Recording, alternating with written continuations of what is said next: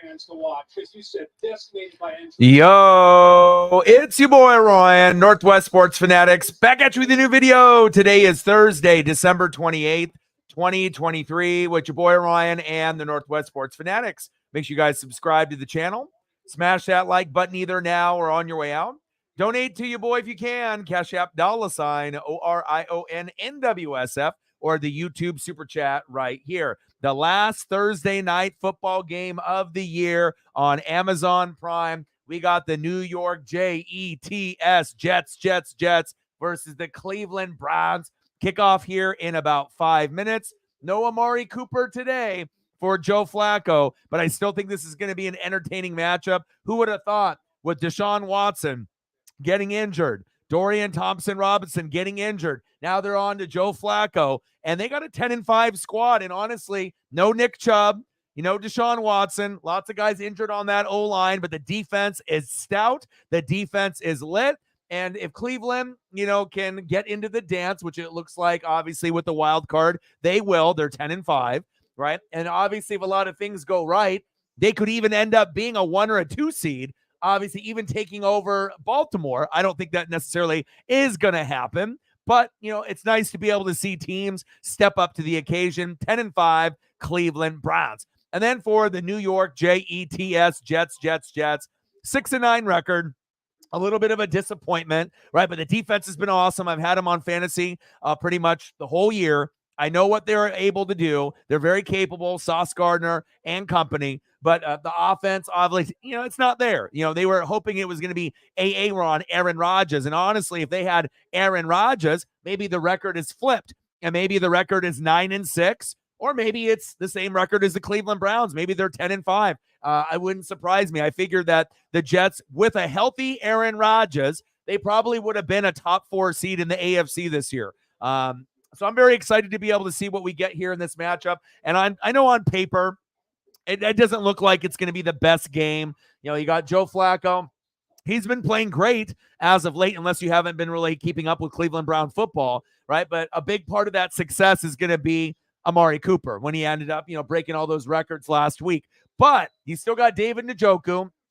So you still got other guys that you can facilitate to and go to. It's not going to be the same without no Nick Chubb or Amari Cooper out there, but I still think the Browns offense is very capable of winning this game and obviously, setting the tone as they're getting more and more position in the AFC. And it shows you, if you can find the right quarterback, to kind of fill the need and fill the scheme, if the defense is good, you can end up winning, quite a few games. It's not like Cleveland is winning a lot of games prior to Flacco, with just offense. It's been a lot of defense. So definitely excited to see if the Jets can bring the O. They got Breece Hall on that side. Fantasy championships. I know a lot of y'all have been grinding to get to that point in our fantasy football league we've done on the channel for about 6-7 years. I'm the number 1 seed. Reflect is the number 2 seed. He's got Breece Hall. I got Jets defense. I picked up Flacco, but no Amari Cooper. I can't roll the dice. And it's really crazy to think that I would go Baker Mayfield and Joe Flacco over Patrick Mahomes. But that's where we're sitting. And if you got Patrick Mahomes in fantasy, you can't trust him. So I got to go where I trust, and I trust Baker Mayfield since we don't have Amari Cooper playing with Flacco today. But I will keep Flacco on my team next week, and it'll come down to either Mahomes or Flacco more than likely. And I might even give Joe a chance, especially if Amari Cooper is back. Let's go, baby. Sarah in the building. What's good? Let's get to 100 and donos. Daniel in the building. What's good? Last Thursday night football game of the year. And on the left, we got my guy, Breece Hall. Reflect, he is a stud. I'm hoping that Breece Hall doesn't go off for, 25, 35, 40, 45 points like he did. But the Cleveland Brown defense is stout. So I'm hoping, 16 points or less. So that way he gets something with Breece Hall, but nothing crazy. I can't have 25 and over. If that happens with him and Kyron Williams, that's who he has as his running backs. That puts a lot more pressure on me with Rachaad White and David Montgomery with not the greatest matchups, going on the road in one and then at home on another. And then on the right, one of the best defensive players of this generation, Myles Garrett. And I almost flip-flopped them because normally the Jets wear green at home and then the Browns wear white on the road, but they decided to go all icy white for Cleveland tonight, which I like, and then they're going with the green, obviously, for the Jets on the road, because I was making the thumb,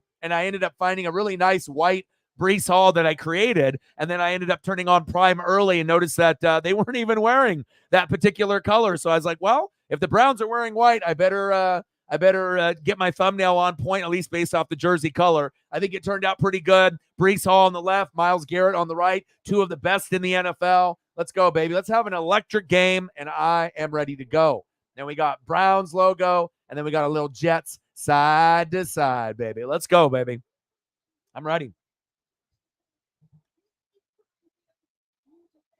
Thank you for helping out on the Twitter X part with Cyberpunk as well as Sarah. Thank you so much.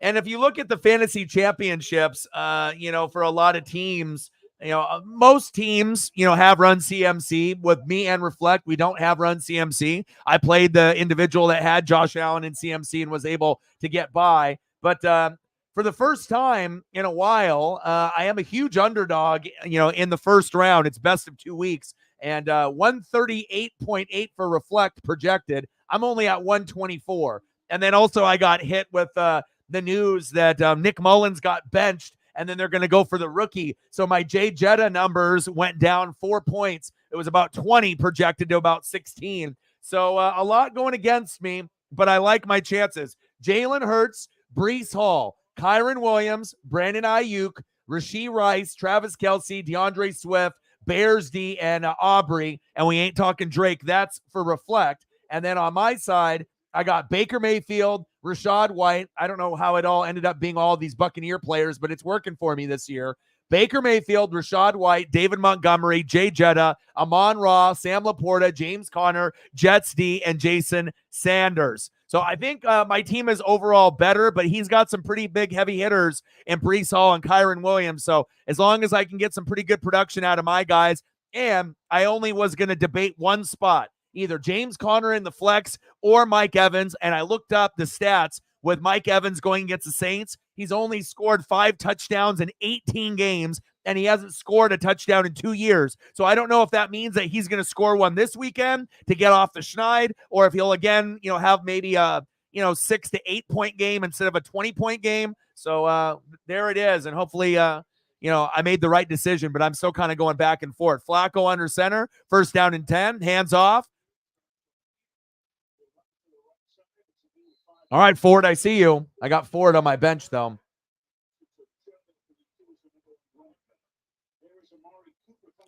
I wish Amari Cooper was playing today, but that heel was just a little bit too banged up.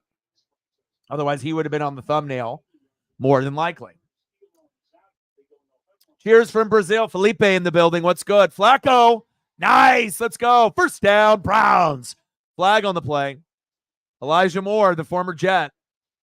Let's go, baby. I need that Jets D to step up today. If the Browns win, fine, but I need my Jets defense in fantasy to get me 10 points, 10 points or more. Somewhere between 10 and 14 or 10 and 15 would be ideal. And I know he's probably thinking that, he's going to need 20-plus points and a couple touchdowns out of Brees Hall, but hopefully I can hold Brees Hall to 15 points or less. I can get 15 points out of the defense, or 10 to 15, and we can have a solid push between Brees Hall and Jets D, who he has and who I have. We don't got any Cleveland Browns playing, but I do have Flacco, and I got Ford on my bench. Oh, little screen, incomplete. Let's go, baby. I picked him up. And like I said, even though he was ranked dead last, based off ranking, sometimes you can't look at just ranking alone, and you just have to go with the guy that's been playing hot. And Flacco has been fucking fantastic, ever since coming off the bench. The guy's been averaging more than Mahomes, the most yards per average in 4 games in the entire NFL. He's number one, 16, 20, 16, 24. That's pretty fucking good in fantasy terms right now, considering we have all these backups playing and even the starters aren't doing good. Njoku, go, baby, go. Go, baby, go. There we go, David. First down, Browns. Njoku's going to be the number one for Joe Flacco today with no Amari Cooper. But I decided that I'm going to hang on to Flacco because they play Cincinnati. That's who Mahomes plays this week. So I'll see how Mahomes does against Cincinnati, and then we'll go from there. But I'm very curious because I'll probably bench Baker against the Panthers. Maybe next week it's a red matchup. Mahomes has got the Chargers in the championship week, and that's the last time he actually had a really good game, 30-plus points in fantasy, because we know the Chargers defense stinks. So, but do I trust Mahomes enough to do that again, or would I go somewhere like Baker or Flacco? We'll find out. Hand off. Go, baby, go. Actually, I should be saying stop him because I got Jets D, but I don't want to be biased. I just want to call the game. Let's go, baby.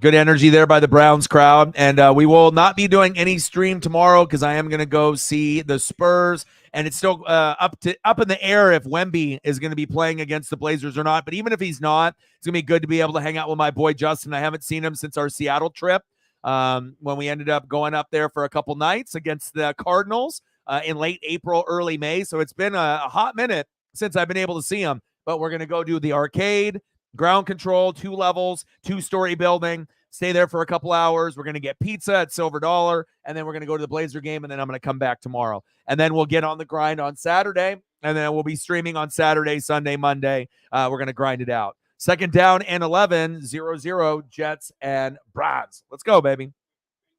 I do like these white, the all white for the Browns. I think it looks very clean with the white helmet as well. Much better than their brown helmet. Flacco. Oh, baby. Look at Joe throw. Let's go, Joe. First down, Browns. And don't be surprised if Joe gets 16 to 25 fantasy points again, even though he had a red matchup as being the worst. He was only going to be projected for, I think, 12 to 14. And I know better. I know when a player is hot. And if you notice, I make a lot of moves. Reflect, made 38 moves all year. How many did I make? 134, almost 100 more moves. It only got me one more win, but I feel I got the best team top to bottom. And I had Mark Andrews that I had to let go. I can't use Keenan Allen. I can't use Patrick Mahomes. I don't know how many teams in fantasy that wouldn't be able to use their star quarterback, right? Their star tight end, right? Flacco, and their star, wide receivers and not be able to get things done. Touchdown, Jerome Ford. Maybe I should have started Ford. Ford and Flacco. There we go. They made that look easy on the Jets defense, and I got Jets defense in fantasy. Come on now. I'm a little torn here. I need points out of the Jets D, but I am rooting for Flacco to do well. And I got Ford on my bench as well. So, gosh, I'm a little torn right now. Look at that. Beautiful. Browns are good. They're getting hot at the right time. They are a team that I don't think any AFC team wants to see, especially if Joe can play like this. Extra point is up, and it's good. 7-0, Browns. Let's go.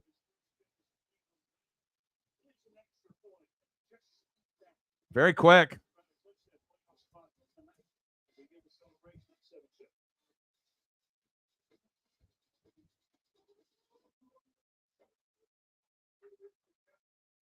Hope I don't regret starting the Jets defense, but even when things kind of go sideways and they go kind of haywire, usually even if they give up 20, 30 points, it seems like the Jets still find a way, even giving up 20 to 30 points to get 10 points in fantasy. And that's what it's about, double digits in fantasy or more.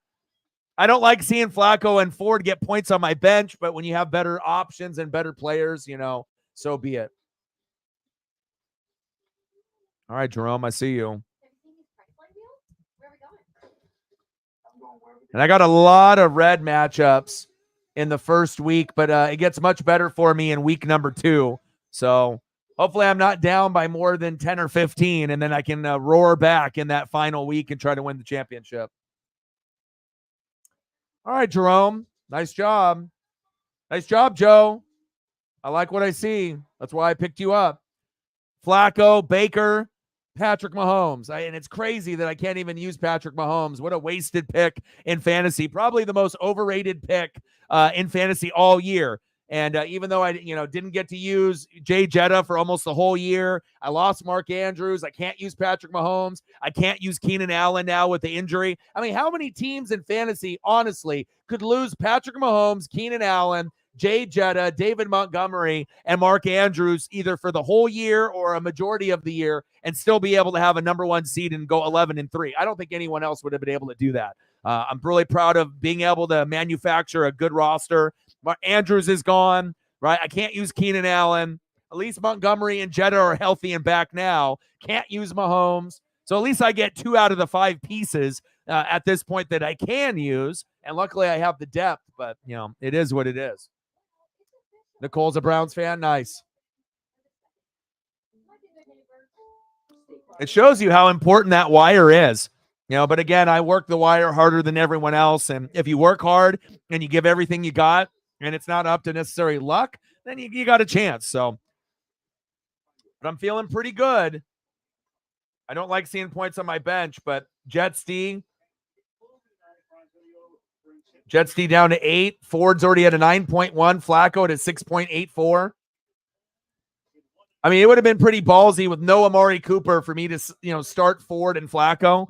I mean, but they are at home, but when you have other options, I got Baker going against the Saints. Saints defense is tough, but again, it would be kind of bittersweet to be able to use some of my own, pieces from my own favorite team. And it's not like, most people are going to be using Buccaneer players. I highly doubt there's a lot of people that have, Baker, Rashad White, and Mike Evans on their fantasy roster, and they're in the championship. I highly doubt it. I might be one of the only ones on planet Earth that was able to have Bucks players and Lions players, and it's worked out, but we'll see how it goes. I never will steer you wrong. And if you just follow me and look at my, my moves in the draft that I had, and, and I'm always going for the hot hand every week. That's why I don't sit on guys. If I see another guy that I think is going to get hot for a week or 2 or 3, I'll make a move, even a difficult one, even if it ends up being a really good name player. Sometimes, you got to make swaps. Now, you're not going to get rid of a Justin Jefferson or like a Keenan Allen, but if it ends up being like a mid-tier guy, sometimes you got to be able to make those moves. Did you watch it? The Rutgers in Miami? 7-0 Browns. All right, let's get the Jets up here. And Elliot, when I made the post on Instagram, said that this could be a sneaky, fun game to watch. And I agreed. Like I said, not everyone's going to be into this matchup. But again, it is the last Thursday night game of the year. So I'm definitely excited about that. And I like watching, teams that maybe aren't the most popular, the ones that are underappreciated. Garrett Wilson there with the catch, flag on the play on the defense probably here.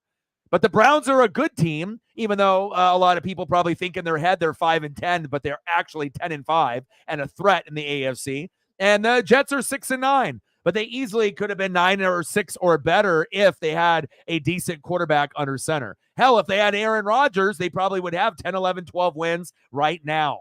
Big facts. Garrett Wilson suffered the most in the NFL this year.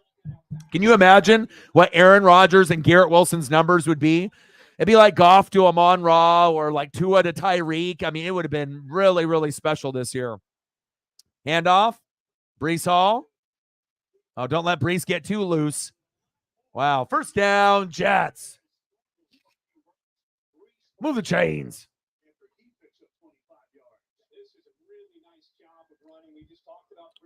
What he can do. Watch the block by Laken Tomlinson. He works the double team. He climbs up to the linebacker. Really good job there. And when they back Breece Hall, and I think the league is still learning about 20 and how good he can be. Garrett goes out wide, which allows him to get underneath him. He is very sudden for a big back. Yeah, I got to charge my keyboard here in a second. Keyboard just died. Halfback toss. Come on, Browns D. You can't have Breece Hall go crazy. This is for fantasy championship, baby. He is a stud.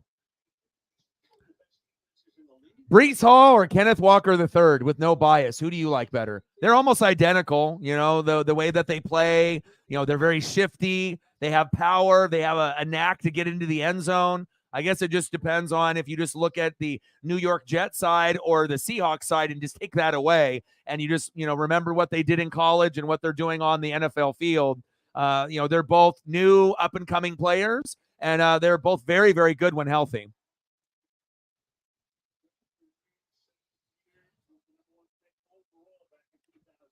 Yeah, I don't know if everyone would agree with Brees Hall being better than Walker, but if Brees is the consensus, Kenneth is not that far behind. Like if one is a 9.2, the other's a 9. I mean, it's not that big of a difference, like a very slim fraction. But I think Walker's been beat up with injuries a little bit more than Brees Hall, so we've been able to see him a little bit more. And maybe Brees has had some more bigger games as well. So I think I would agree. 3rd down and 5. I mean, I would have drafted him on my fantasy. So a little crossing route. There it is. Touchdown, Jets. My fantasy. Fuck. Brees Hall. This game is going to be good. This is going to be back and forth. I mean, look at this. It's already the first drive, 7. First drive, 7. Everyone's like, oh, this game's going to stink. We've seen a lot of games in the NFL that it took them 2-3 quarters to get a first touchdown, and we got them on the first drive for both teams. Pretty cool. Let's go. Horrible defense by the Browns. What the fuck, man? Don't you know I'm going against Brees Hall in fantasy? So now he's already got a touchdown, and he'll probably get one on the ground also. They better not put up a 40. They better not. I can't handle that. I can't see Brees Hall with a 40-point performance in fantasy. Please, God, no. Sports gods, no. Extra point is up, and it's good. What a good start, huh? I think, honestly, this is the first game all year where I think both teams have scored on the first drive. I don't remember that happening ever all year. Do you, Sarah? Do you remember any game that we've watched where a team went down, scored, and then a team came back and scored right away? I don't remember one. I mean, I imagine there's probably been some. That have been like morning games or games that I haven't seen. But as far as like Thursday night, Monday night, or Sunday night, I believe that's the first game all year that I've seen them do that. So shout out to Reflect. I'm not a hater. I just hope the Jets D can step up and get me some points. But I'm at 8 on the defense, and Brees is already at a 12.3. And on my bench, Ford 9.1, Flacco 6.84.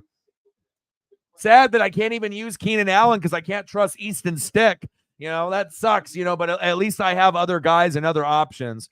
But it's either going to be Mike Evans in the flex, who's only had 5 touchdowns in 18 career games against the Saints, and I just take a chance, but he'll probably get, 4 to 8 points with limited targets, maybe 3 catches for, 6 attempts, 3 catches, maybe 60 yards, something like that. Or I can go with James Conner going to the Eagles, who's had, 18, 22, 22. He's had 3 games of pretty much 20 in a row, and it's a little risky, but Connor's been getting some passes through Kyler, so maybe that would be the smart way to go, and that's how I have my lineup sitting right now with James Conner and the flex. So I wanted to play him last week, but I thought it was kind of risky, and I figured, okay, I'll give him a chance, and if he does well, then maybe I'll start him over Mike Evans again, but it all depends on the matchup, and I like the matchup with Evans, Rashad White, and Baker against the Jags. I started all 3 last week, and it worked, so hopefully, it works out in my favor. But if I end up losing to Reflect, I mean, I did everything in my power, to be able to win a championship. I mean, I feel I should win it, but we'll all see if the players end up producing. But it's been over 3 years since I've won. So, I mean, if I've been doing the fantasy league for 6-7 years, I don't expect to win it every year, but I'm due. If the Ducks are playing fucking Liberty in the bowl game, I am due at least a W. I am due at least a win. And then Chief and Faux King are going after it for the 3rd place game. So we'll see who ends up winning there. Chief is projected for 131.4, Faux King 128.6.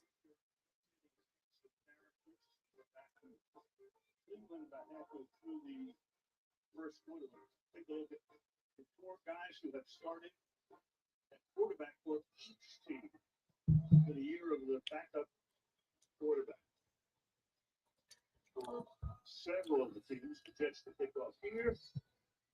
Greg Zerline sends it down through the end zone. This is what we're talking about in terms of these 2 teams starting quarterbacks this season. First off, for the Jets, 4 snaps for Rodgers, then Zach Wilson was 4 and 7. Tim Boyle came in.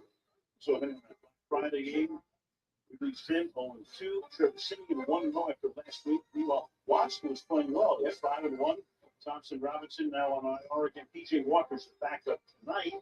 Flacco, who's 3-1.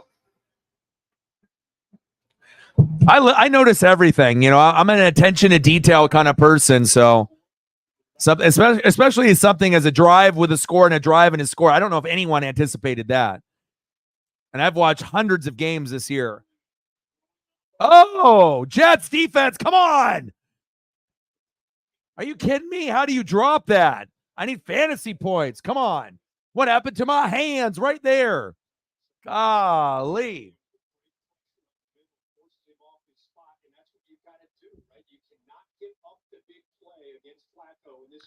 And Flacco will throw 2 or 3 picks a game. So it's like, you know, I'll take that, but he's still putting up monster fantasy points. He's got the most yards out of any quarterback in the last month in the entire NFL. That's worthy of me being on my fantasy team. Maybe not worthy of a rare, risky start against the Jets D, because I hate playing a quarterback and playing the defense in the same game. It's like, why would I play Joe Flacco and then play Jets D? But I guess sometimes you're forced to do that. There we go, Ford. First down, Browns. And hopefully we'll get some goats to come in here and show some love. 26 minutes in. Shout out to everyone watching on Twitter/X, as well as the people that are in the room. I'm actually entertained with this matchup. I know some people, I mean, I'm a fantasy guru. I love the NFL, you know, all the teams, all 32. So a matchup like this, especially when at least one of the teams is like playoff bound, you know, not both teams are not, you know, 6-9 or 5-10, but I mean, I guess in years past, that's probably what it would have been. You know, Jets 6-9, Browns 5-10, but with the Browns being 10-5, it's awesome.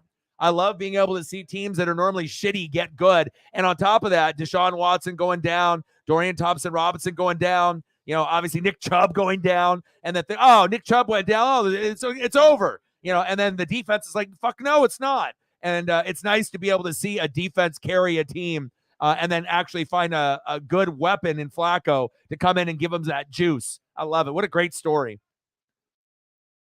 Play action fake. Oh, Flacco fell. Fumble. Oh, I thought the Jets were almost going to get that. Come on, Jets. Get that fumble.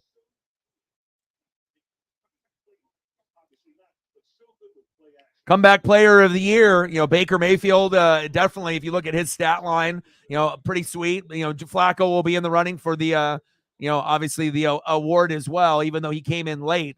But you got to give that love, especially when guys are putting up big fantasy points. Like before, fantasy was like over 20 points for quarterback is awesome, right? 25, 30, 35. You don't see those numbers anymore. The new 20 or maybe the new 25 or 30 or 40 is 20 now. You know, it's like if you can get 16 to 20 points in fantasy, you're actually feeling pretty good, because a lot of these big name quarterbacks are giving you 15 or less. And last time I checked, you know, if you got a big name guy like Patrick Mahomes and the guy puts up a 5 or like a 13 in fantasy, you're probably going to lose unless you got a superstar lineup to pick up the slack or amazing kickers and defense that you can put up maybe 40 combined to make up for Pat. So I won't draft Pat ever again. I'll tell you that, unless they end up getting some receivers in the draft or better options. Njoku, one-handed grab, baby. Look at him rumbling and a bumbling. Go, baby, go. First down, David Njoku. Moving chains. Yes, the year of the backup QBs, but some of them are actually doing kind of good, which is kind of awesome. Megan, number one donator as of late, besides Cyberpunk, $20 holla, as well as Reflect. I appreciate you very, very much. Your contributions to the channel have been unmatched. We love you. We appreciate you. Bang, bang, bang. Bang, bang, bang. Stacks on stacks, Rex on Rex. A little Cactus Jack. Bang, bang. $20 holla. Let me know what you want to do for photos. Either Seahawks or Kraken, and I got you. Touchdown, Browns. Kareem Hunt. Okay, no problem. Thank you so much. Let me know what you want to do for photos when you come back, and then I'll get you whatever you want. We can sprinkle in some Jaws. We can sprinkle in, a little Billy the Kid, a little Tom Blythe, whatever you want. I got you. Appreciate you. Thank you so much. $20 dono before the 30-minute mark, which is great. 80 to go. Thank you so much. And we will take care of her once she comes back. Thank you so much. Extra point is up. Oh, he missed it. Uh-oh. Uh-oh. Patterson filling in for Dustin Hopkins, who actually I had in the semifinal round, and he was the number 2 kicker in fantasy, and he pulled his hammy and only gave me 2. I still ended up winning by almost 100, but still, I was hoping to use Hopkins, for the rest of the season. But now I'm going to have to go back and forth. And I got good options too, with kickers. So I had to make sure I picked up 2. I had to get my Bucks kicker because I'm going to try to stack my players, which I normally don't do, but I figure it's working for me this year. I'm going to use the Shep strategy. And if that means I play 3 or 4 pieces out of 9 on one team, fuck it. Maybe I do Baker, Rashad White, Mike Evans, the kicker, with McLaughlin and Buxty. Maybe I just go crazy and I do like half the team is in the roster just in that one game. It's incredibly risky, but if they win and everyone hits, you look like a genius, right? And then I obviously have Sanders, Miami's kicker, who's top 5, and going from a number 2 kicker to a number 5, but this guy's the hottest kicker in the NFL since week 11, right? Sanders 10, 12, 10, 8, 12, and then last week against Dallas 22. And I'm hoping that at Baltimore and Buffalo, I can get 10 points or more there as well. Let's go. You got to be able to look at those stats, baby. Let's go, baby. All right, let me get some things prepped.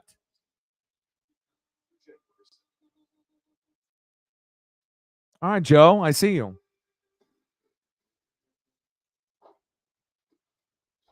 Throw up a little cream hunt here.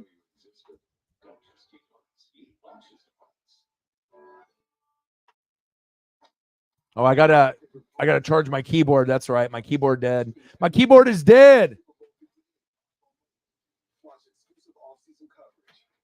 Catch it all on NFL Plus today.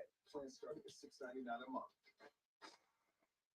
Consumer Prime for role play. This one for contract claims and several companies. What? I love you. I have to go to work now. Find your app, please. All right, I won't be able to use a keyboard here for a minute or so. Couple minutes. I got to get it charged up. 2 more likes at 10. Nice. Let's get to 20. Matt in the building. What's good, brother? Good to see you here.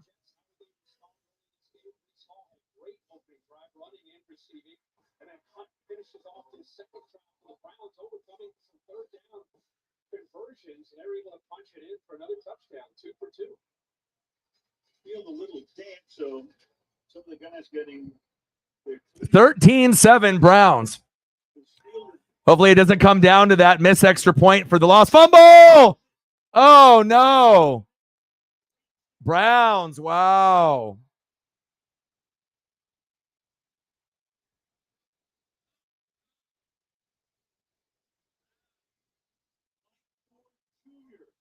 Wow.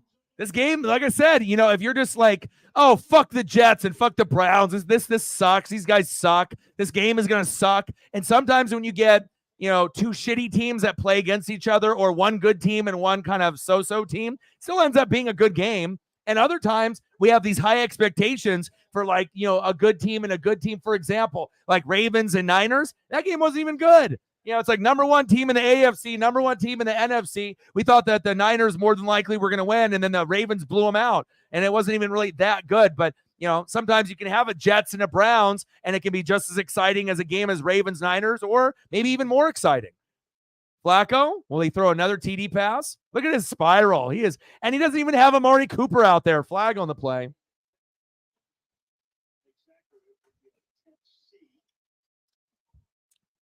Let's go.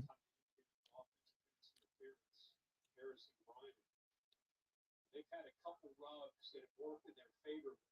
Well, good routes that ended up being picks. This time they may get him and push the Browns back. There is no flag on the play. Second half. No flag on the play.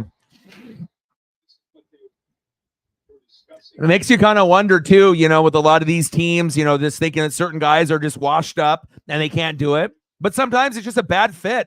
Bad coach, bad coordinator, bad play caller, bad line, bad weapons, and it shows you could be old as fuck. Like Flacco hasn't been good, since that Ravens run where he won a Super Bowl like fucking almost 15 years ago. But, if you keep yourself healthy and ready to go, you can make a name for yourself again. Floater, incomplete. I would assume going to Njoku for a score will happen at some point. Since you already got, a running score with Ford, a running score with Kareem Hunt. So the next, target you would think would be Njoku, unless they decide to go with the running back still. So, but a high probability for Njoku to get in the end zone, I believe. I don't got him in fantasy, but I kind of wish I did. But I mean, at this point, I got Mark Andrews and Sam Laporta, so don't know if I would start Njoku over Laporta, but probably if it was on the road. Oh, big hit. There we go, Jetsty. Finally, someone wakes up. Come on now. I got you in fantasy. Don't fuck me over. Missouri, Ohio State. Cotton Bowl.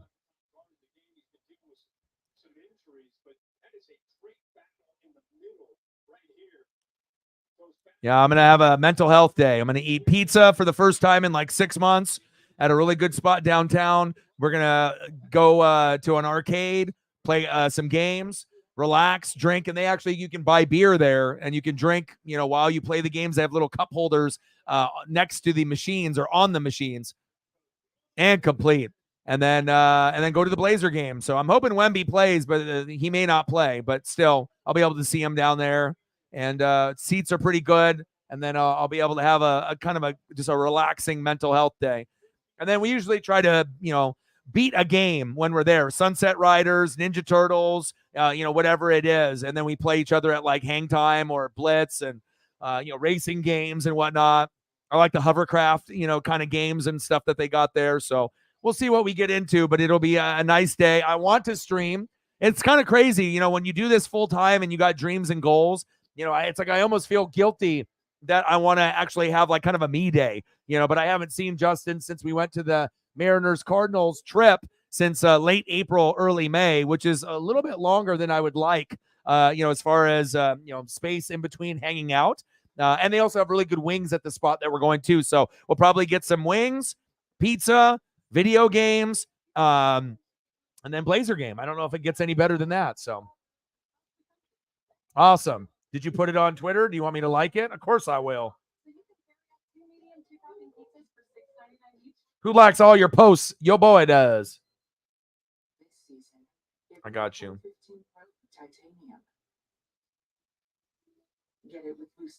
There we go. Sometimes your stuff doesn't show up on my feed until later, so then I just got to like a couple of them at the same damn time.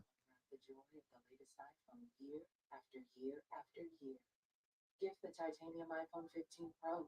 Enjoy unlimited wireless in the latest iPhone every year. Wow, you think Alabama over Michigan, huh? Hi, Paisley. Before you use AI to transform business, Hi. Hi. Daddy's working. Want to come here? predict trends, Come you here. need to begin with trust. Come here. Introducing Watson X Governance, helping you govern any AIs, data, I have to work. models, and Go lay policies down and take a nap, so okay? you can scale it responsibly. There we go. Let's create AI. He said everyone should. Watson X Governance. What's up? IBM. Let's create. Talking about the evolution of black quarterback. Those who came before, those who came after. Daddy started working. Brother, how you doing? I love you. It's it. Come here. Remember, we have Amari Cooper down, so others got to step up. Here's the rookie Cedric Tillman with a chance down in the red area. He's got inside left. It's nice to be supported. You know what I mean? Regardless of what it is, just, being seen and being heard. That's why I always like to support my friends on social media. Just seems like a lot of times people will see a post or a video and they think it's awesome. They watch it multiple times or read it over multiple times. They love it, but then they still scroll past it. I don't know what it's like that hater mentality. Like, oh, that's cool, but I didn't come up with it, so I'm not going to like it. Or people steal it. And then they act like they made the post, like on Facebook or Instagram or Twitter/X. That's the most annoying thing ever. Like, I already see that post on my timeline. I know you stole it, and then you make it like it's your own instead of supporting that person that you originally had it from. It's like, be better, man. It's okay to be able to repost or retweet or share someone's post even if you didn't come up with it. But I guess that's how it goes. Simeon diving for the first down. First down, Jets.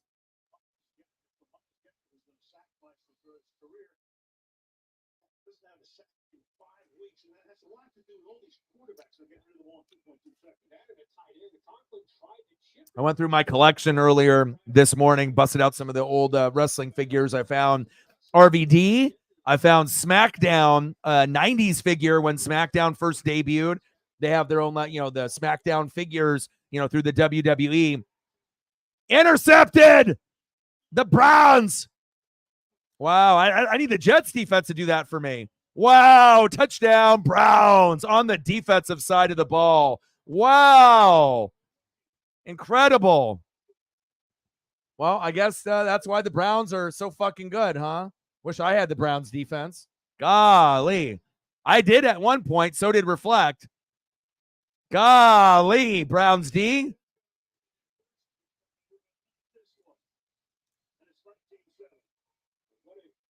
Reflect in the building. I hope you don't put up 40 points with Brees today. How are you, man? Congratulations again, making it to the championship. You and me, man. Like I said, I got pretty good ESP, and I'm a pretty, good evaluator of talent and whatnot. He's doing good. He already got a score for you already. Not good for my defense because I'm doing Jets D, but even when they get a lot of points scored on them, I can pray that they'll still be able to make some, plays on Flacco. So as long as I get to 10, I'll be fine. If I can't get to 15 or 20, of course, they're losing right now. But, even when they give up points, they still find a way to get to 10 most of the time. They gave up 28 to Miami in week 12, got 12, and then gave up 13, got 11, gave up 6, got 12, gave up 30 to Miami and only put up a 4. I hope that doesn't happen. 28 to Washington, still put up 10. So if you can give up 28 points and still, get 10 points in fantasy, that's pretty fucking good. So, dude, I had to go deep. So with James Conner or Mike Evans, that's the only option that I have that it's like one or the other. I had to look up to see how many touchdowns Mike Evans has had in his career, versus the Saints. 5 touchdowns in 18 games. So he's going to my bench. So, and he hasn't scored against the Saints in 2 years, which probably means he'll score 3 times, and I'll look like an idiot having him on my bench. But I'm going to go James Conner on the road against the Eagles, and it's a little risky, but he is getting some options and opportunities in the passing game. So even though he'll probably get 50 yards or less on the ground, but I'm hoping that he can still get maybe 25 to 55 yards through the air and hopefully get into the end zone. So. But that's the only spot that I'm kind of like one or the other. And then everything else, I like the way that my lineup sits. Your running backs are better than mine, but I feel that my running backs can compete with yours as long as they hit. So it's like, you got the big heavy hitters because you drafted that way. You got Brees Hall and Kyron Williams, my God, and Swift. I got Rashad White, David Montgomery, and James Conner, which probably isn't as sexy. It's like White is proven to be an RB1 now, top 5. Montgomery's RB2, but he's probably the best RB2 in the league. And then Connor has been hitting about 20 points 3 weeks in a row. So I'm going to roll the dice, and hopefully that works out. So.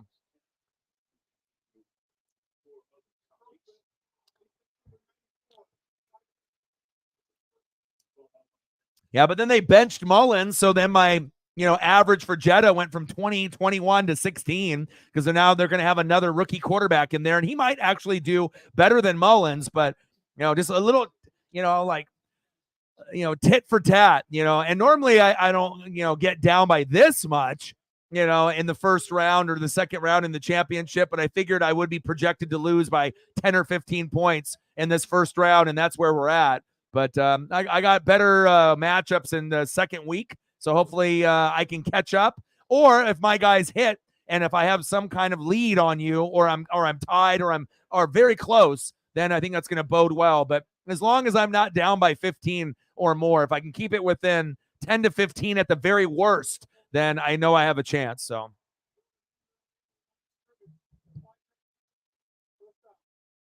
I like your lineup, though. Jalen Hurts, Brees Hall, Kyron Williams, Ayuk, Rice, Kelsey, Swift, Bears D, Aubrey. You got Barkley, Waddle, Mostert, Purdy, Brown, Goddard, and Raiders D on your bench. I got Buccaneers galore and Lions galore, and they're both good. So Baker, Rashad White, David Montgomery, Jay Jetta, Amon Ra, Laporta, James Conner, Jets D down to a 4. Fuck my life. And then Sanders, kicker. And then my bench, Mahomes, can't use them, Evans, Johnson, Singletary, Ford, McLaughlin, Flacco, because I might use Flacco next week, either him or Patrick Mahomes. But you would think even if Patrick Mahomes is like shitty, the one team that he does good against is the Chargers. And he got 30-plus points last time he played them. So even if he doesn't do that, I should be able to get 20 out of Mahomes against the Chargers, you would think. But again, he's been so shaky in the last 8 weeks, even against a good opportunity. Like what happens if the Chargers play like the Raiders and then they upset, the Chiefs, or Mahomes has a bad game, like the first time in his life against the Chargers, Like I can't afford for Mahomes to put up a 13 in the championship in week 2. So I still have Joe Flacco and I have Baker. And even if Baker has a red matchup against the Panthers and the Saints, maybe I just go with Baker because the Bucs are hot. And I know we can win both of those games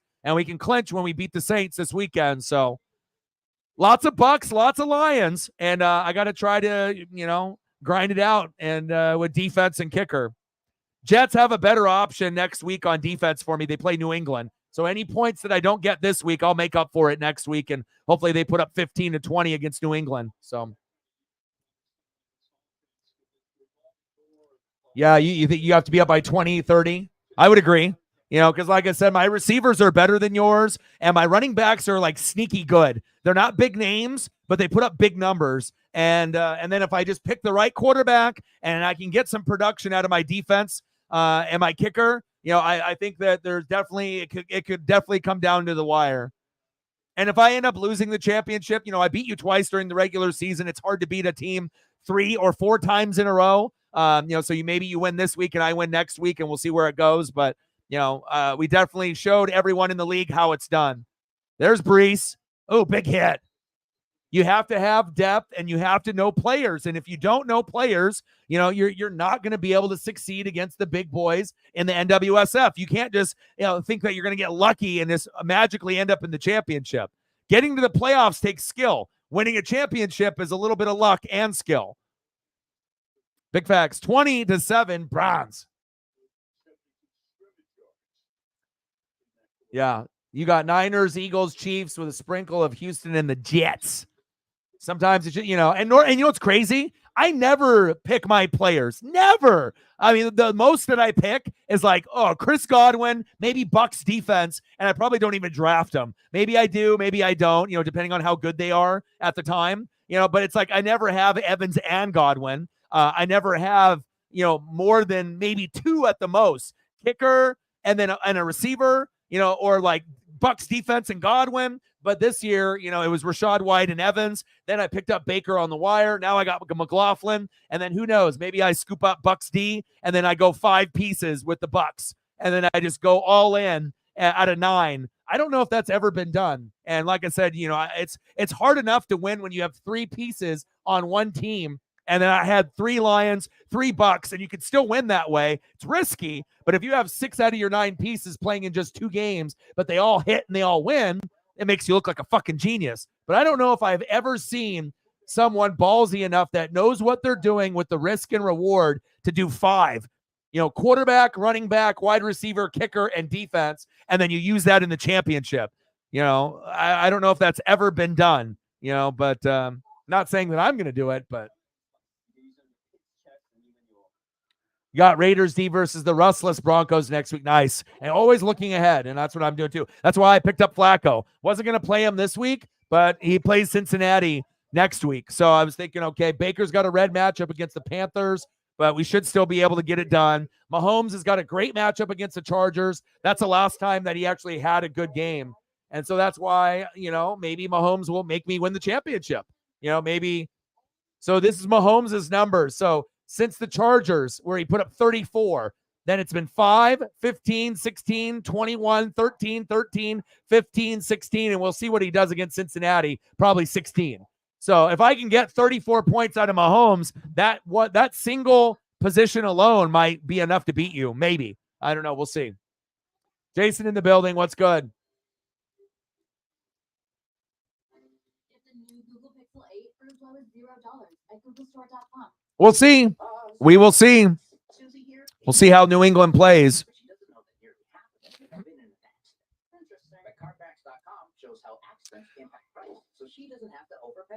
Well, yeah, because they don't want to, they don't want to invest, or have any issues with, it's all business, it's all money, right? It's moving on from Russ, and not, and you got to think Russell Wilson's numbers have been good. Anyone that wants to be a hater, be like, oh, he sucks. His numbers have actually been good this year. It's a business decision because the money is too much, The best pass TD to interception ratio this season, minimum of 10 starts. Number 1 in the NFL, Dak Prescott, 30 touchdowns, 7 picks, but he can't play on the road, and when he goes to the playoffs, usually sucks ass. CJ Stroud, 20 touchdowns, 5 picks, has had a concussion for the last couple weeks. Those numbers would be better. Russell Wilson, 26 touchdowns, 8 picks. Incredible. Just like Baker Mayfield, 26-8. I don't think anyone anticipated Russ and Baker doing that good. And then Herbert, 20 touchdowns, 7 picks, and then he got the finger and got hurt. So, sometimes, you get guys that are slept on a little bit, like a Russ or a Baker, and they're actually doing a hell of a lot better than people want to give them credit for, but it's all business related. Now, would I want Russell Wilson on the Buccaneers? Hell no, I wouldn't. I'll stick with Baker, I guess, but I still have dreams of Michael Penix Jr. joining the Buccaneers, and that way I have 2 quarterbacks that can go after it. No offense to Kyle Trask, but he's booty-O's.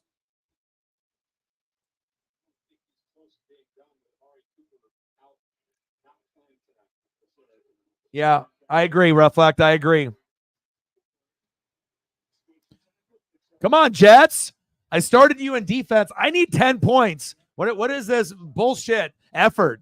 I know the Browns got the momentum and the Uncle Mo and they're at home, but this is ridiculous. Come on now. I need a pick 6 out of Flacco. Like stat. I need a fumble for a touchdown. Stat. I need some sack lunches. I'm going against Reflect in the championship. I can't be fucking around with a 4 and a 6. Obviously on defense. I need 10 points or more. Let's go.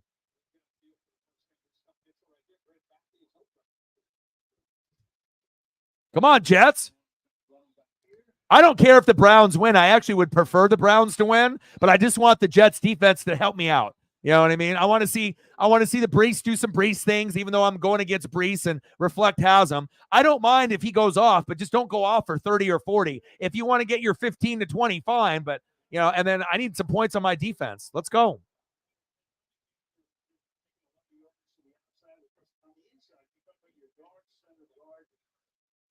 Russell, I don't think he would be a fit with the Steelers. I don't think that, they need a quarterback, but I don't think he's the right one, and I don't think they would like him. I think they would boo the shit out of him. Pittsburgh is a certain type of town, and, Mike Tomlin ain't going anywhere, even though people were trying to call for his head. Njoku, look how big Njoku is. Fumble!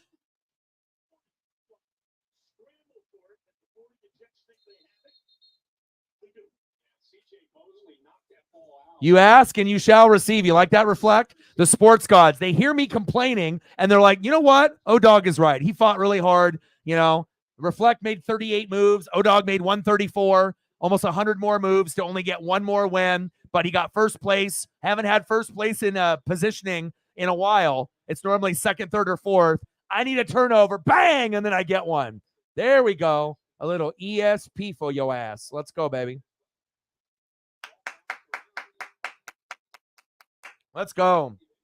I swear to God, Matt, once you come and visit from Hawaii, if I end up taking you to a Duck game, you'll never go back to Hawaii. You'll be like, Mom, Dad, friends, bye. I live here now. I'm an Oregonian.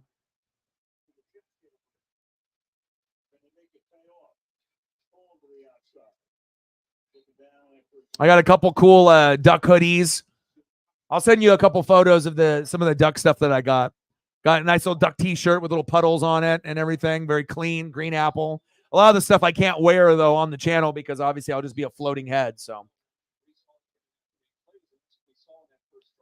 Montana, Brady, 8 years apart. And then Manning. Yeah. Which one is that? The Peyton Manning, obviously with the Colts, with the Bob Sanders, and then obviously with the Broncos. DeMarcus Ware was huge. Wow! Almost caught that. That was a crazy attempt by Garrett Wilson there.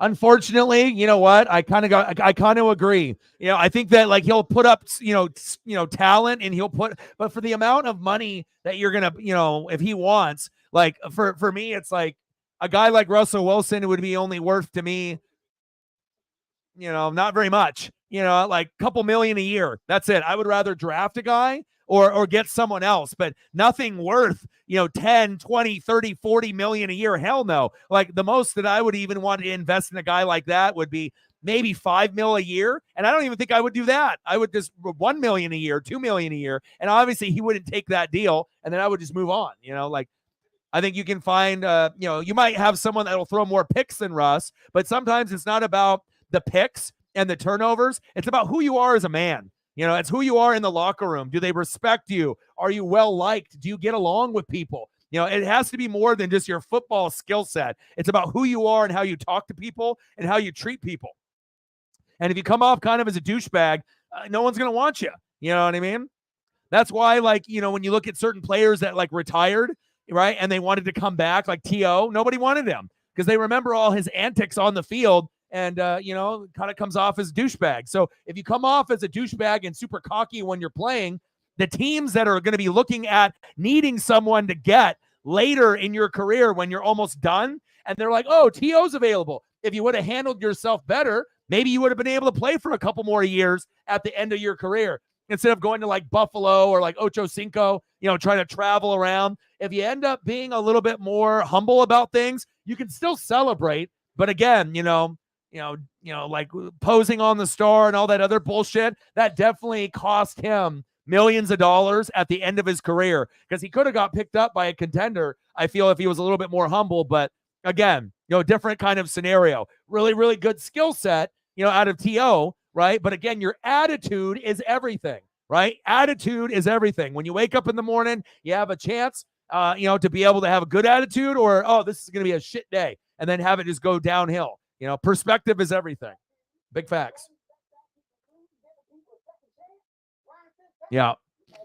And to be honest, I would rather have any rookie. I would rather draft a rookie or even get a free agent. Kirk Cousins, 2 fucking ACLs. I'd rather have him. Like I would rather have someone like that for sure.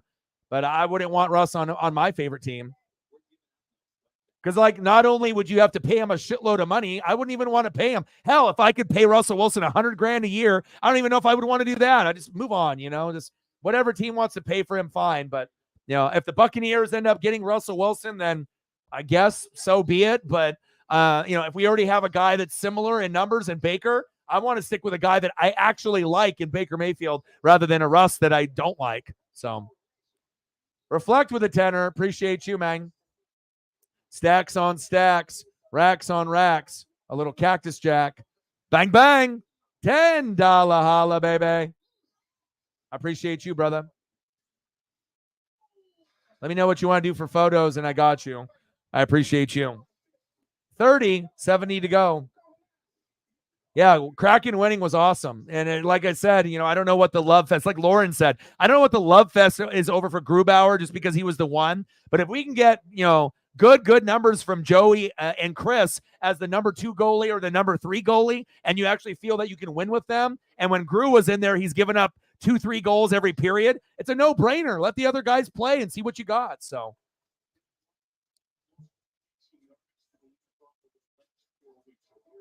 I need a pick 6 or a fumble for touchdown. I need to be able to match that pick 6 the Browns got.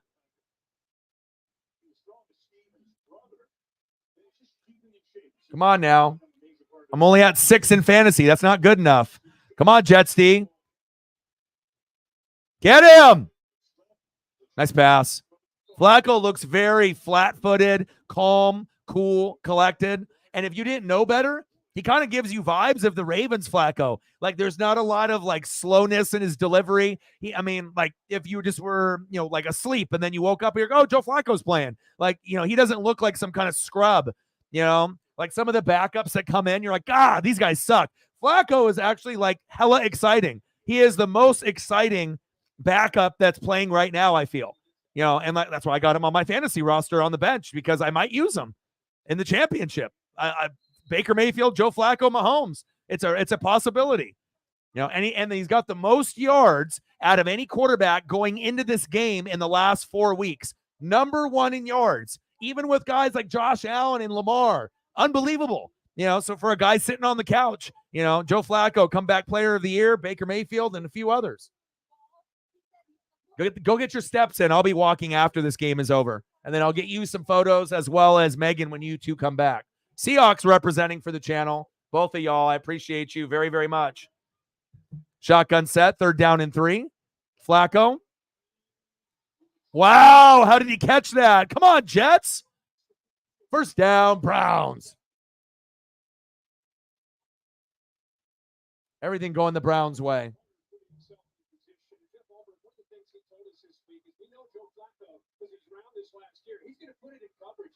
If the Colts defense would have played better, Sarah, last week, I probably would have considered going with the Colts defense this week on the wire. But when you give me a -3, I can't play you. I can't pick you. I can't play you. That's just, big numbers, 10, 20, 15. And then you hit me with a -3 late. I don't have trust. And if I got trust issues, then I can't play you. But, and I already knew that this was going to be a tough matchup and they were going to give up points. I just got to pray that they can, give me some defense. Golly, they are just routing this Jet defense.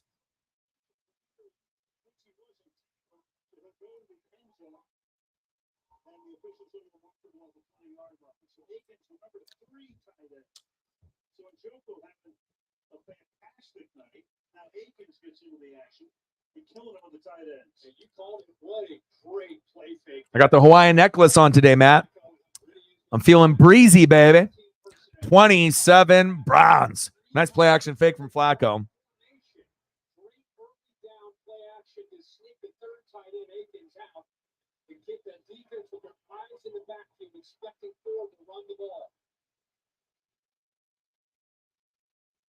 Strong. It's not the exact parallel when you think of Flacco. And let's say, the dream comes true, and somehow, some way they get to Las Vegas. That kukui nut, man. That kukui nut. Necklace, baby. That's what it's about. 27 Browns. Yeah, that's why they're good. Jim Schwartz should be coach of the year. Obviously for like a coordinator, if they had like coordinator of the year, on defense, definitely give him the award. I mean, he changed everything: scheme, personality, fire, grit, discipline. You know what I mean? Like he literally changed the Browns. If they don't have Schwartz, maybe they're 5-10 right now. But they're 10-5. Surprisingly, no Deshaun Watson, no Dorian Thompson-Robinson. You got fucking Joe Flacco off the bench, and they're playing like a team that could maybe make an AFC championship game. Pretty crazy. I wouldn't want to play the Browns. They're like kind of like the Bills. You're getting hot at the right time. And they're doing all this without Amari Cooper. Crazy. Come on, Jets, you bitches. I got you in fantasy, you bastards.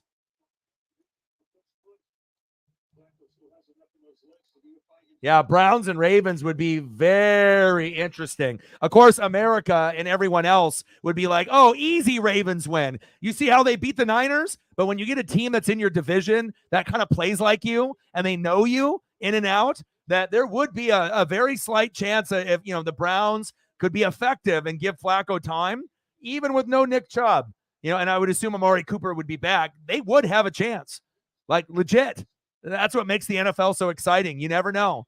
Everyone's already penciling in the Ravens for Super Bowl champions, but they play a team like the Browns. That could be their bugaboo. That could be their kryptonite.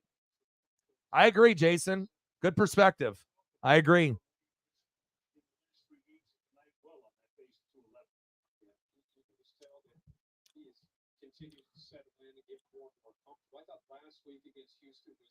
in his 4 games. The first time that it just seemed like, okay, the light is flipped. The switch is flipped for him. He is making some plays and feeling good with the reads. It looks like Nick Harris is in that backfield again, lined up there as a fullback. Yeah, I'm going to turn it on here in a little bit. How's the game going? Second down and goal. Handoff. Ford. Short gain.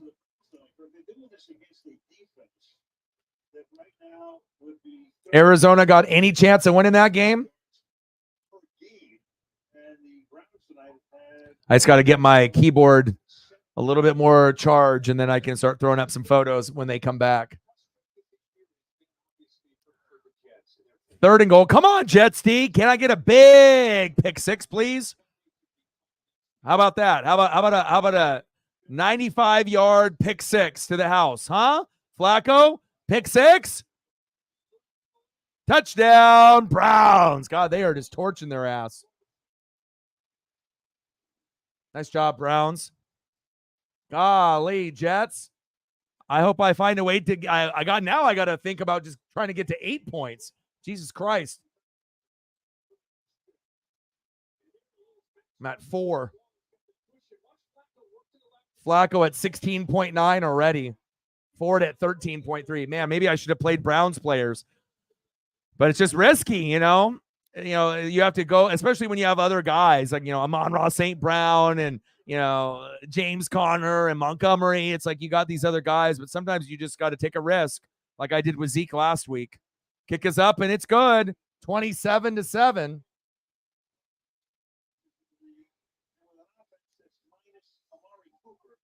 Unbelievable how good the Browns are playing. I mean, we know the Jets' offense stinks besides Breece Hall, but this is ridiculous. 11-5 Browns with a third or fourth string quarterback. Unbelievable, huh?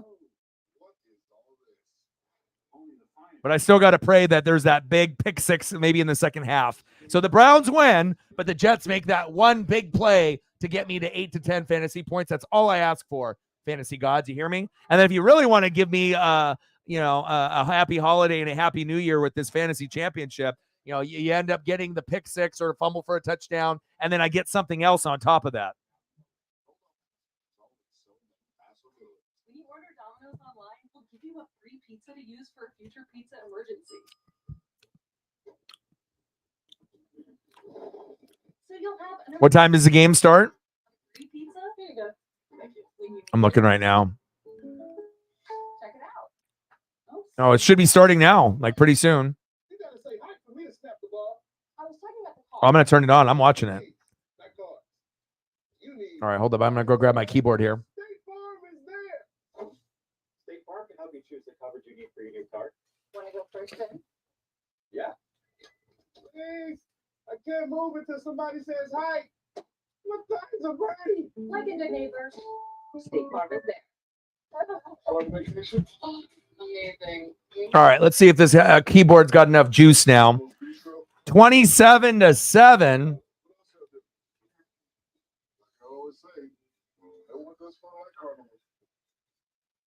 All right, Joe. You're balling out as a fourth string quarterback, my man.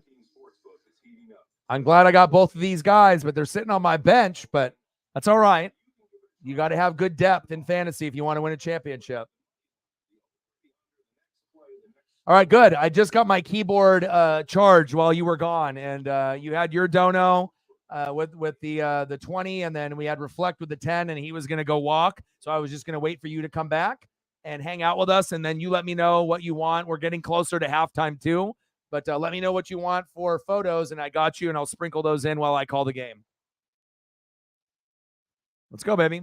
I don't know if I anticipated 27-7 with no Amari Cooper, but the NFL is so unpredictable. Like anytime you think, even as an expert or someone that watches, hundreds of hours of film and tape and articles and reading and fantasy football and this and that, anytime you think you know what's going to happen, the opposite happens. The complete opposite happens. You think you have a pattern figured out, and then the complete opposite happens and everyone loses money, and that's just how the NFL goes. So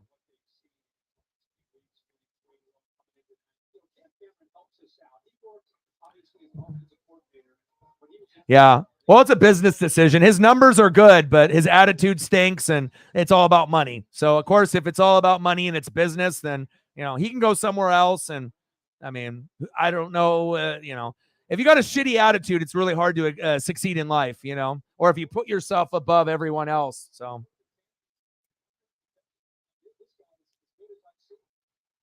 wow, 12 noon. You know what time it is. Time for a brown sack lunch. Yum, yum, yum, yum, yum. Browns defense playing like my Jet defense needs to play. Come on now. And here he comes. And when you leave it one-on-one, this is what's going to happen. He's right in front of you. Watch this move. Megan says, I love Russell Wilson. Yeah, I wouldn't want Russ on my team either. Yeah, if it was like Baker or Russ, yeah, there's no scenario where I choose Russ over Baker, like zero. Myles Garrett, 2nd down and 17. Tipped. Incomplete. God, the Jets stink on offense. They're terrible.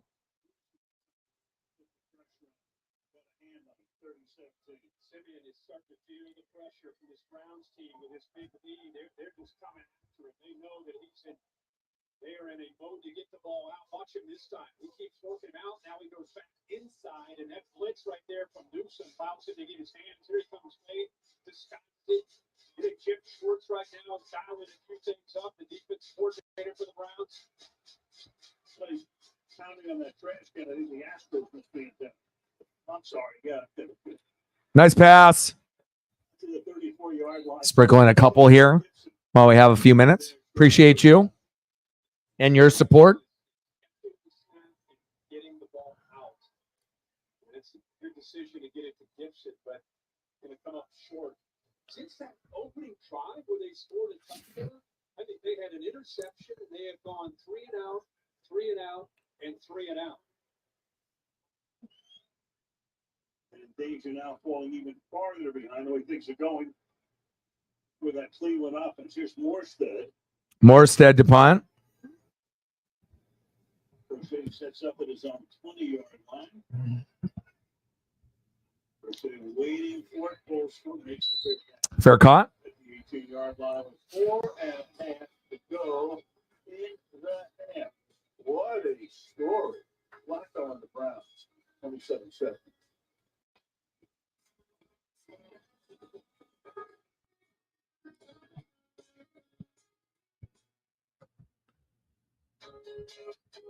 This is a hot flash.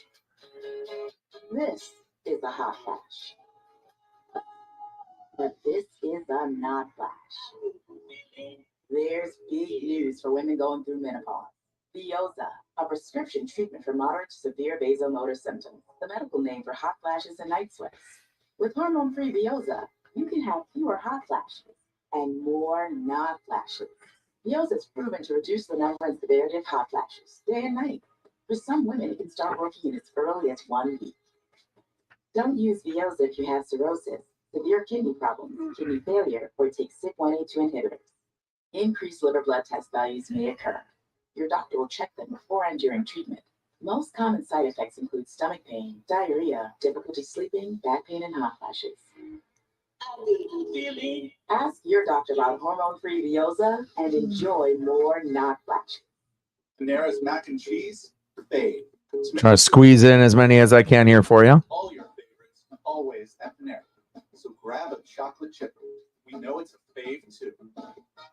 Come enjoy all your faves at Panera today. How are you?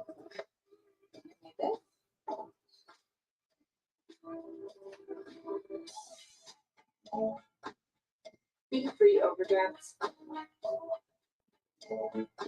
Early payday. Easy credit building. When your money's good, you feel good. Nice. The #1 most loved banking app. They're the fastest growing international crime network that the world has ever seen. It has already passed the illegal arms trade. Just trying to get some photos up here for the people that are supporting the channel on the regular, which I really do appreciate.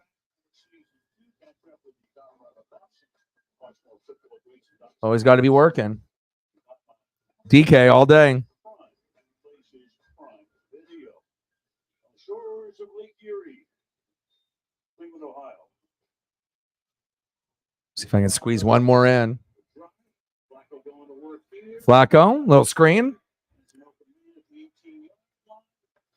And another 7-yard pickup there by Harrison Bryant.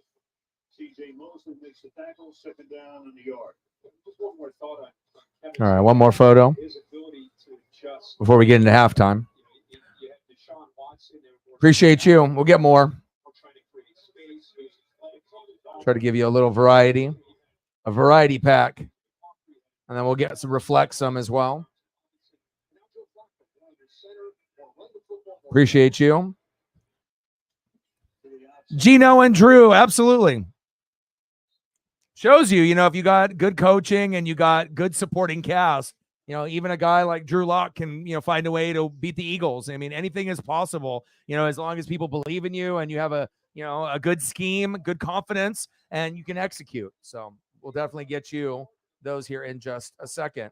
$10 dono, baby. Gino and Drew. Absolutely. Bang, bang, bang. Boom, boom, boom. Bang, bang. $10 dono. All the Hawks fans representing today. I appreciate you and Reflect. Thank you so much. That puts us at 40, 60 to go to hit the goal. Shotgun set, handoff. Oh, face mask on Kareem Hunt.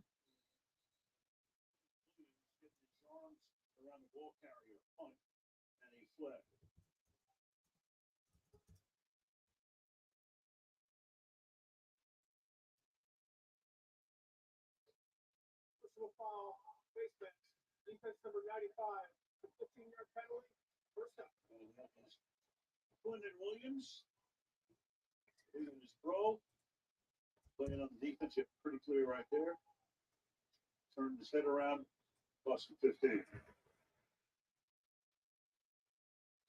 That moves the ball out to field right at the 50-yard line.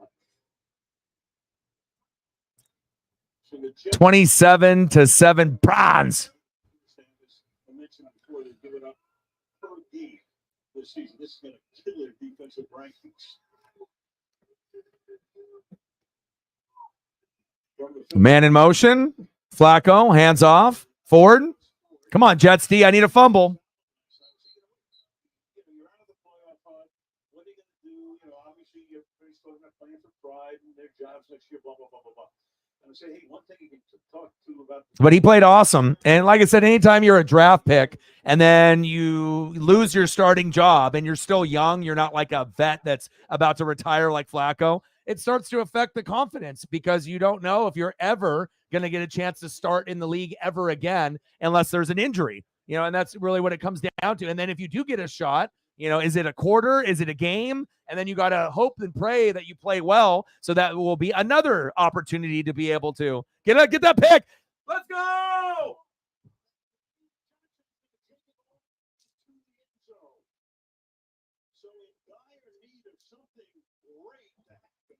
Sarah, you like that ESP? You like that? You like that? Let's go, baby. What did I say? My ESP is fucking strong. I told you I need that pick six. If fucking the Browns got one, I need one too. I got Jets D in the fantasy championship. They're getting fucking crushed. ESP all day, every day, baby. Let's go. One pick six on one side, another pick six on the other. Bang! Let's go. Hell yeah. Let's get myself back into the championship. Extra point is up, and it's good. I mean, I don't know how many times I got to do it before people start believing. Let's go. Let's go. Fuck yeah. Hell yeah. That was sweet. You kidding me?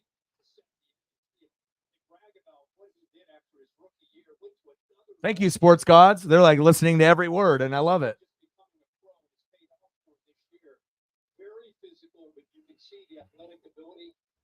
Golly, I needed that bad.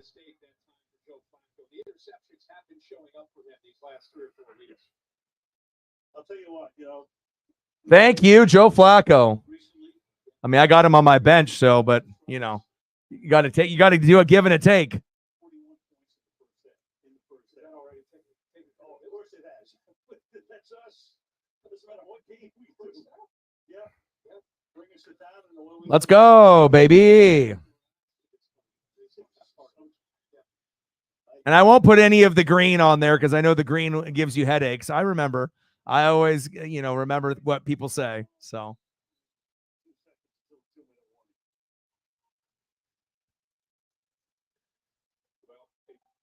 And I'll hit you with the blue. Appreciate you. Jets defense, baby.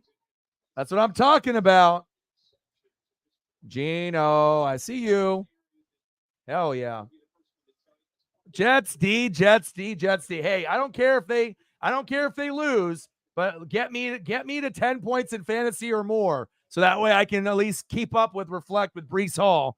And woo, yeah, baby. I just went from a 4 to a 12. Let's go. I need some more turnovers. Maybe another pick six, maybe a fumble for a touchdown, maybe a couple of sacks, strip sacks. Let's go. Let's go. Sometimes you just got to believe, baby. Hell yeah. That makes me much happier now. All right, let's try to get some more photos here for Megan, and then we'll get some for Reflect when he comes back from the walk. How you practice today is how you perform on game day. All right, time to fuel up. Geico makes car insurance easy. 40, 60 to go. You can't bench 350 super sweet. But I can bench 350. It's just a play name.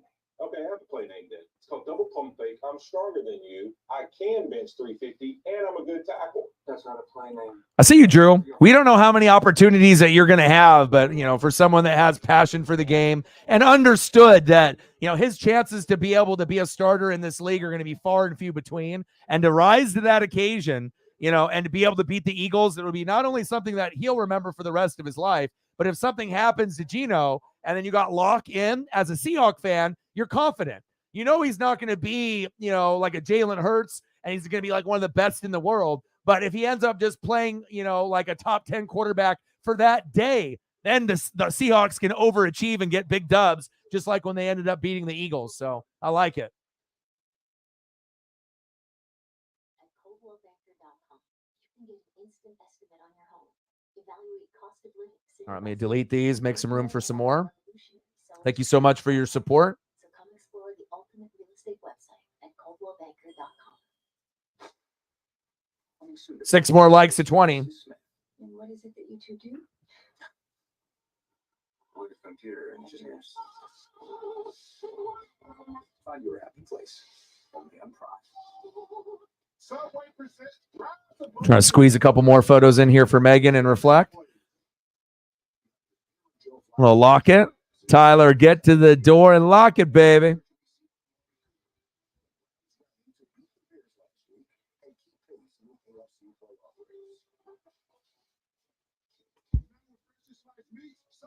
Tyler Lockett battles mental health like a lot of us. Respect.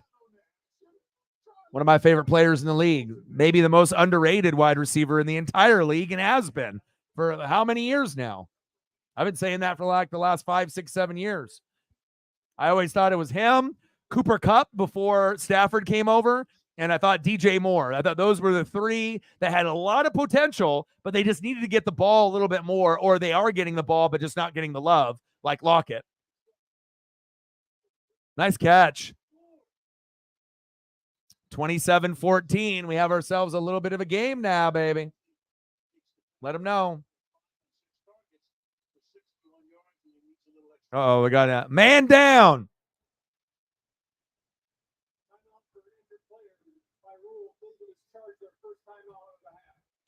Flacco, he's going to have mistakes. He'll throw for, 250, 350. He'll throw for 2 or 3 touchdowns, but he might have 2 or 3 picks on top of that. So that's good for me. Back and forth game. 27-14 by halftime. I don't know if anyone anticipated 41 points combined by half between the Browns and the Jets, but here we are.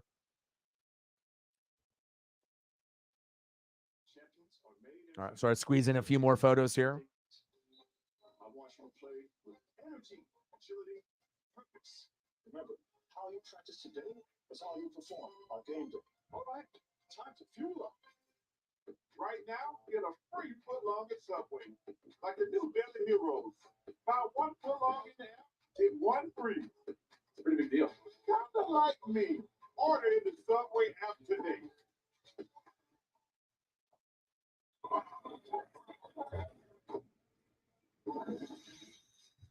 Introducing. Throw up at least a JSN photo. He thinks his flaky red patches are all people see. Otezla is the #1 prescribed pill to treat plaque psoriasis. It can help you get clearer skin and reduce itching and flaking with no routine blood tests required. Doctors have been prescribing it for nearly a decade. Otezla is also approved to treat psoriatic arthritis. Don't use Otezla. Yeah, I love me some Lockett. Serious I'm squeezing some Bobo in here too. Otezla may cause diarrhea, nausea, or vomiting. Some people taking Otezla have depression, suicidal thoughts, or weight loss. Upper respiratory tract infection and headache may occur. With clear skin, movie night is a groovy night. Live in the moment. Ask your doctor about Otezla. You're telling me one match. The only thing you know is he's a beekeeper. A beekeeper? Well, that's not good. Beekeepers is a special program outside the chain of command. The system is corrupt. Correct. You are a problem. Bobo. 10-0 Arizona. Go Pac-12. Absolutely. I'm just going down all your favorites, so I got you. Well, the good news, Elijah Moore, who was down for about a minute and a half, went face mask first into the grass, but gets up, comes away, they'll examine him. Of course, the Browns were all there, and a lot of the Jets were kneeling as well because he was a Jet for the last couple of years, played with New York, so a lot of others over there, and they'll check him out at the hotel. There's Amari Cooper. So he's in Sydney's tonight. Warriors now out. Marcus Goodwin comes in. It's the wide out to look for, and Flacco. Flacco, get him. There he goes. Throws it. Wow. Wow, look at Ford go. Wow, touchdown, Ford. Maybe I should have played him. Golly. Touchdown, Browns. I got Ford on my bench. Just racking up points. Golly. Flacco with 16. Ford with another tutty. Golly. Sometimes Ford's got 25 and Flacco's got 22. And Flacco had a red matchup, #1 red. Like the worst opportunity for a quarterback. But I knew better, knowing that Flacco's been hot in the last 4 weeks. Could you imagine if I would have started Joe Flacco and Jerome Ford in the fantasy championship? Maybe I should have. Wow.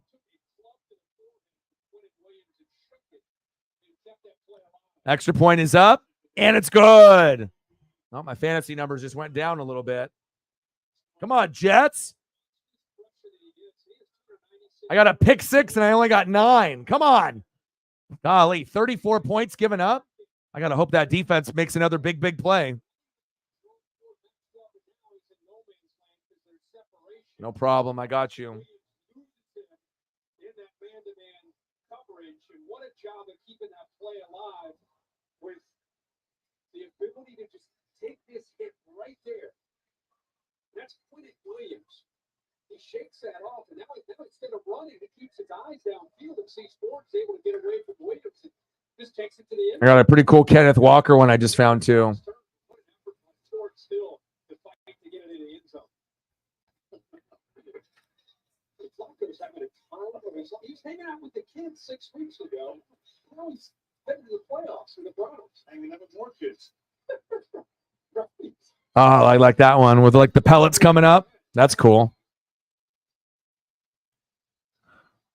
All right, Joe Flacco, have yourself a day, huh?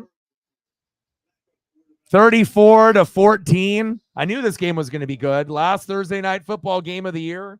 Not ideally everyone's cup of tea, but when you see Flacco and you actually watch him, you're like, wow, he actually looks like he's a top 10 quarterback in the NFL. Like, no joke. Pretty good for a guy hopping off the couch. This one hurts, though. Flacco with 22 on my bench and Ford with 25. Oh, golly. I mean, I got a stacked team, but, you don't want to see too many points on your bench. I mean, obviously, I feel like I got, 2 starting lineups, but still. Oh, offsides by the Browns.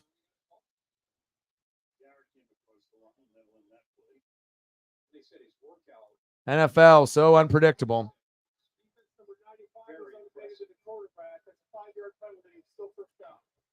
And Katie?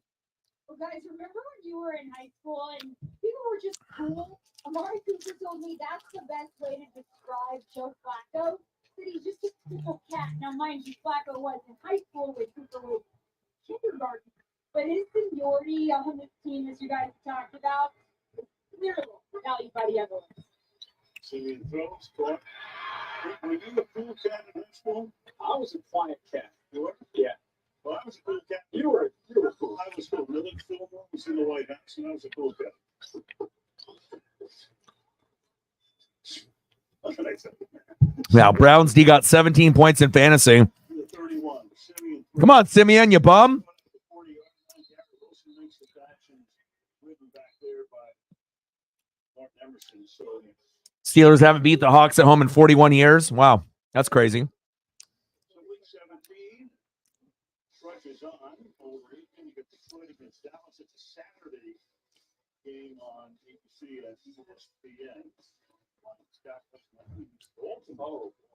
So they haven't beat Seattle since 82?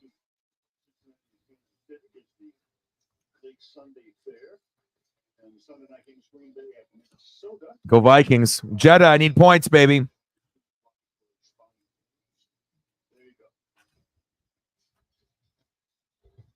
So from the 41-yard line, let's look down on Cleveland Browns Stadium.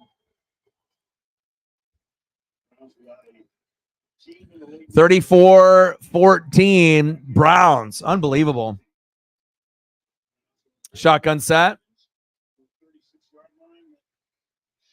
Simeon's got shitty form. I don't know. He's a kind of like a shorter quarterback, but it's very robotic. It looks like shit. It's doesn't have that smoothness like when you see Flacco throw the ball.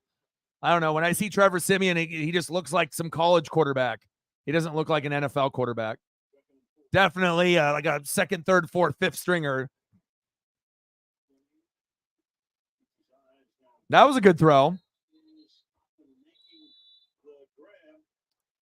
Yeah, and they're at home, so kind of helps when you're 10-5 and you can clinch a nice little spot there with this win. So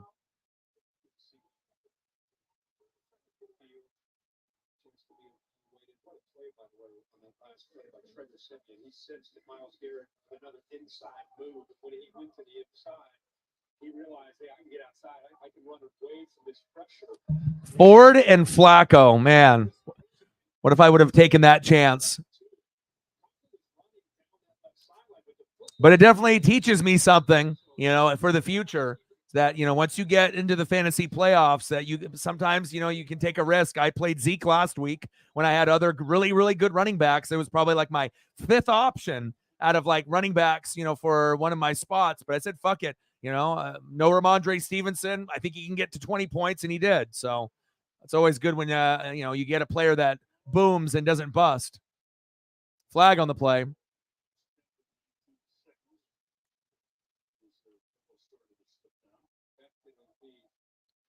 Yeah, but who in their right mind would have done it? If you were me and you were looking at my complete roster, you know what I mean?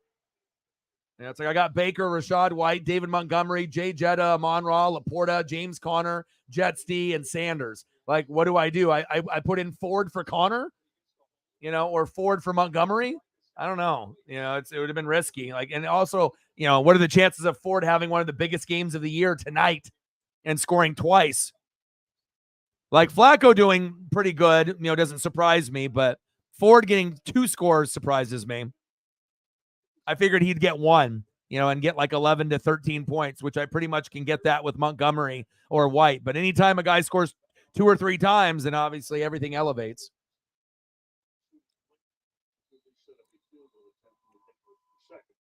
Timeout, Jets. Their third and final. 30 seconds. Jets calling a timeout. It was funny. It was a great headline in one of the New York papers last week.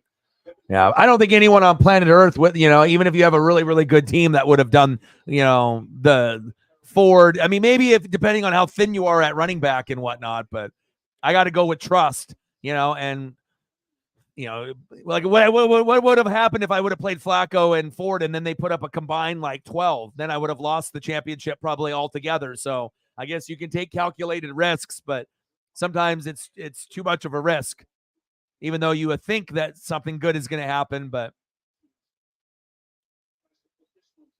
second down and 6 with 3 seconds left. 46-yarder for the Jets. Kick is up, and it's good. 34-17 Browns. What a good game. All right, halftime. All right, let me know what you guys want to do for photos while we go back and watch some of the highlights. Wow, what a game. It's like a final score.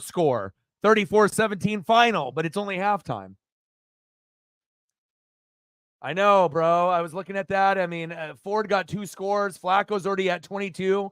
Like, can you imagine if I would have started Flacco and Ford against you? I mean, that would have been probably the riskiest fantasy championship move of all time. When I got Mahomes and I got Baker and I just say, fuck it, Flacco and Ford, and I just double up. I mean, I don't mind doubling up, but when I have as deep of a roster as I do, it's, I figured Ford would score once and he would get 11 to 14 points. I figured Flacco would get 16 to 24, and he's already at 22.14 at half. Ford's at 25.6. So those moves would have probably got me to maybe essentially beat you, if I would have played both of those guys potentially, or it would have given me a really good fast start, to the week. But at least I got a pick 6 out of my Jets D. So my Jets D is getting crushed, but at least I'm at 8 with a pick 6. And that's what I needed. I need to get as close to 8 to 10 points. And hopefully I get another pick 6 or a fumble for touchdown from Flacco. And then I can end up 10 to 12, even though they're getting blown out. But hopefully they don't give up as many points in the second half. So, yeah, I mean, shit. I mean, you might as well have given me the trophy if I would have started Flacco and fucking Ford, and then this would have happened.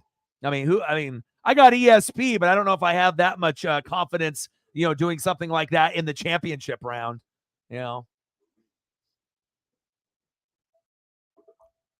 What do you want to do for photos?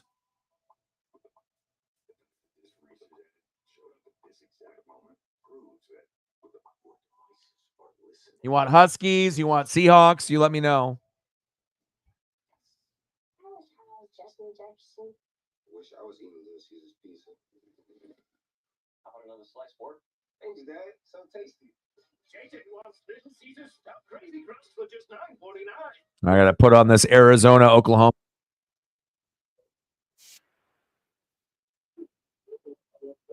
$10-0 Arizona. Go Pac-12.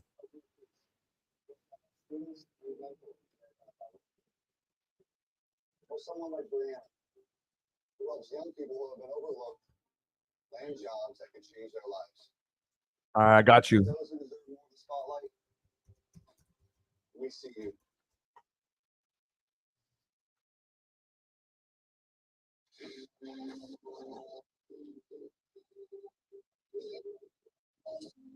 Who would have thought that this game would be more exciting than Ravens-Niners?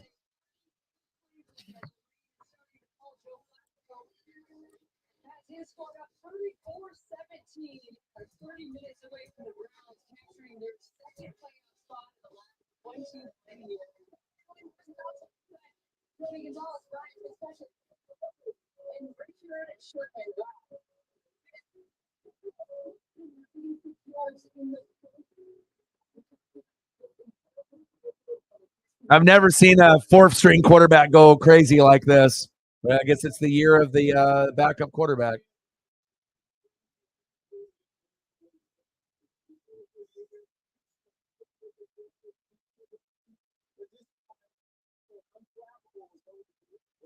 I mean, the Browns got the defense. I mean, if he keeps playing like this on offense, and we had another person in the room earlier as well, Jason, and he's a Patriot fan, and he said, well, if I'm the Ravens, I don't want to see Flacco in the playoffs, and that's exactly who the Ravens would lose to. If they were to lose in the playoffs, they would lose to a team in the division. like the Cleveland Browns, especially if they're hot like this. And we also have to make sure that we're giving the proper kudos to the defensive coordinator for the Browns turning that team around. Instead of being a 5-10 team, they're about to be an 11-5 team. Pretty incredible.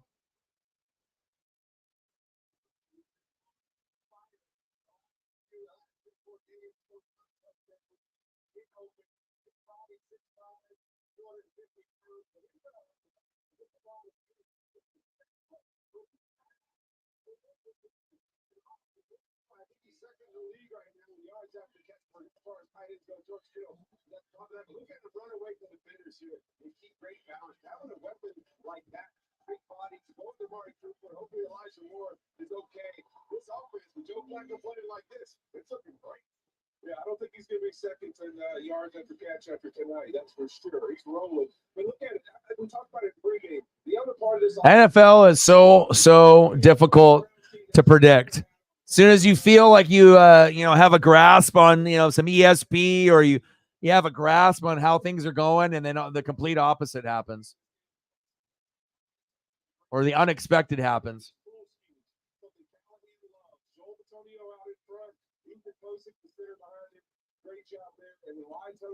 Exactly. That's why we love it, right? That's why it's the best out of all four major sports, because it's the most competitive by far. Even shitty teams can keep up with good teams, and then every once in a while, the crazy happens. And it happens more often in the NFL than it does in the MLB, NBA, or NHL, and that's why we fucking love it. I mean, obviously, bettors lose a lot of money. That's for damn sure. But it makes for some great entertainment.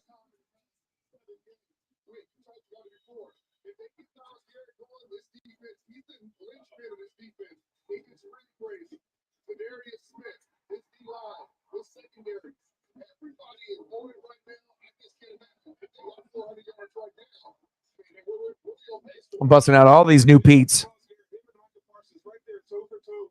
going to be the defensive MVP this year? There are two guys at the top of that discussion. These games, second half, big lead. This is where Miles Garrett tries to create some separation. You know he's going to be trying to get after the quarterback. It's his birthday tomorrow, and it is an early birthday game. So did 34 points on the board. His Glorious debuting on the main feed, so that you can see it on this play right here. Identify the great news coming off the air, breaking up the pass.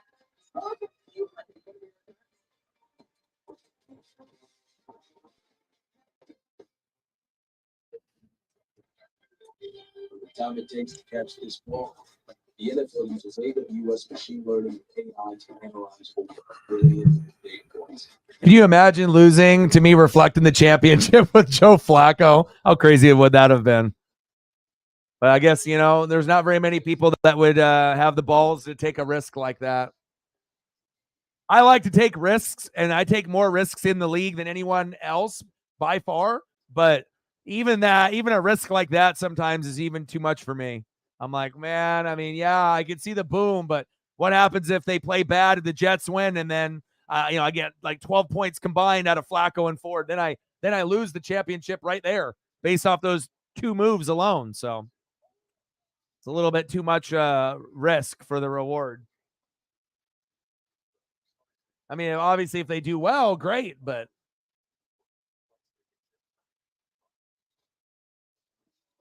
David Njoku stepping up without Amari Cooper tonight. 5 receptions for 128 receiving yards in the first half. And reminding this fan right here of someone we all know and love. Joe Flacco just strolled into Cleveland. And turning Njoku into Tony Gonzalez. Joe Flacco, baby.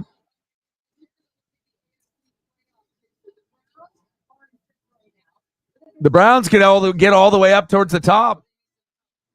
Can you imagine if the Browns are the 1 seed with a 4th string quarterback and Joe Flacco?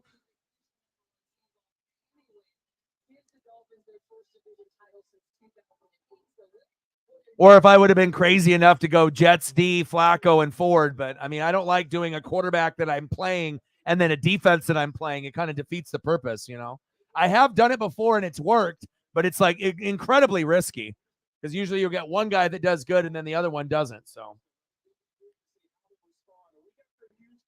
yeah. With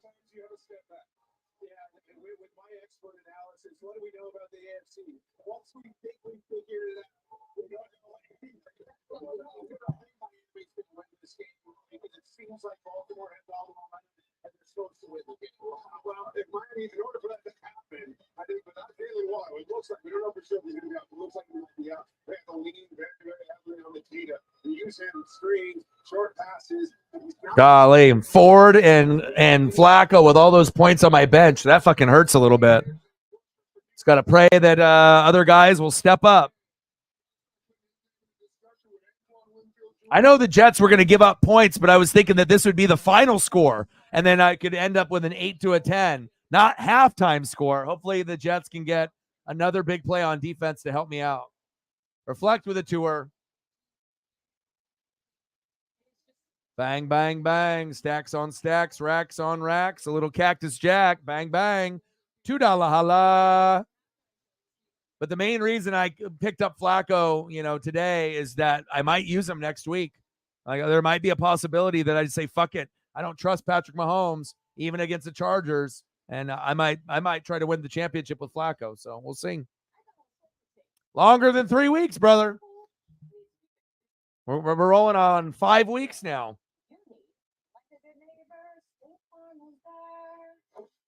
16, 20, 16, 24, and 22. It's got the most yards out of any quarterback in the NFL in that stretch. 4th string quarterback. Pretty good. No, you wouldn't have. You're a liar. You wouldn't have started him.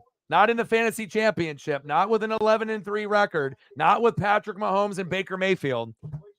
Nice try, though. I don't know if anyone on planet Earth that would have started him.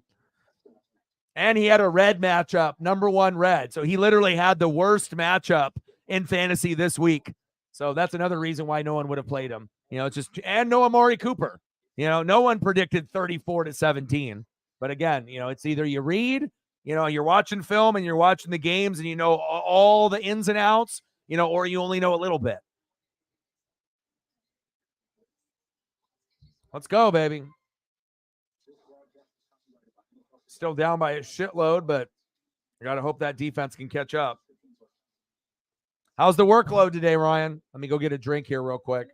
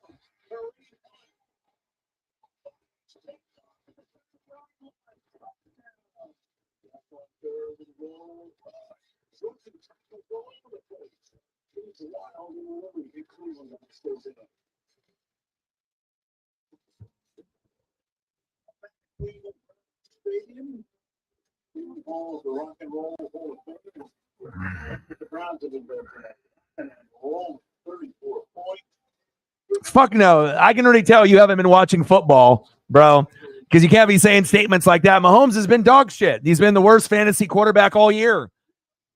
The biggest flop, the biggest superstar that has flopped this year. Mahomes has not been good. PS2 emulator.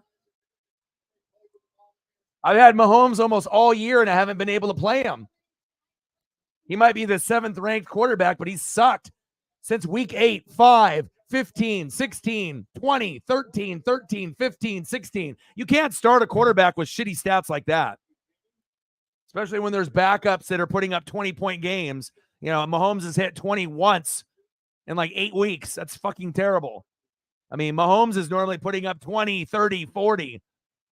I mean, the guy's had like 5 good games all year, and 3 of them happened in the first 3 games.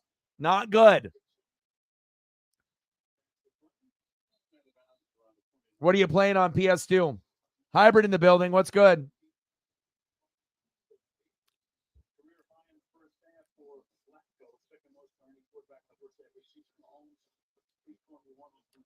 Playing Mahomes is like, just doing it based off name recognition and not looking at the stats, And that's why when you play a guy like Baker Mayfield or Joe Flacco over a Mahomes, sometimes for, people, it doesn't make sense. But if you actually look at the stats, then you realize, wow, he has been garbage this year. And most of it has been the receivers, but also Mahomes himself hasn't really been that good. We can't put it all on the receivers. Some of the blame has to go on Pat too. What's good, hybrid?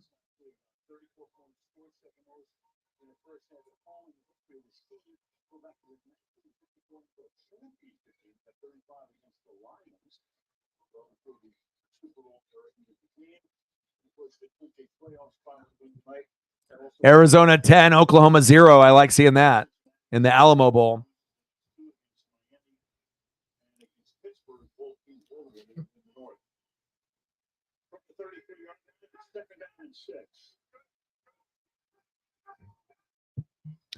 All right, I'll check it out here in a second. Brees getting loose. First down, Jets. Move the chains.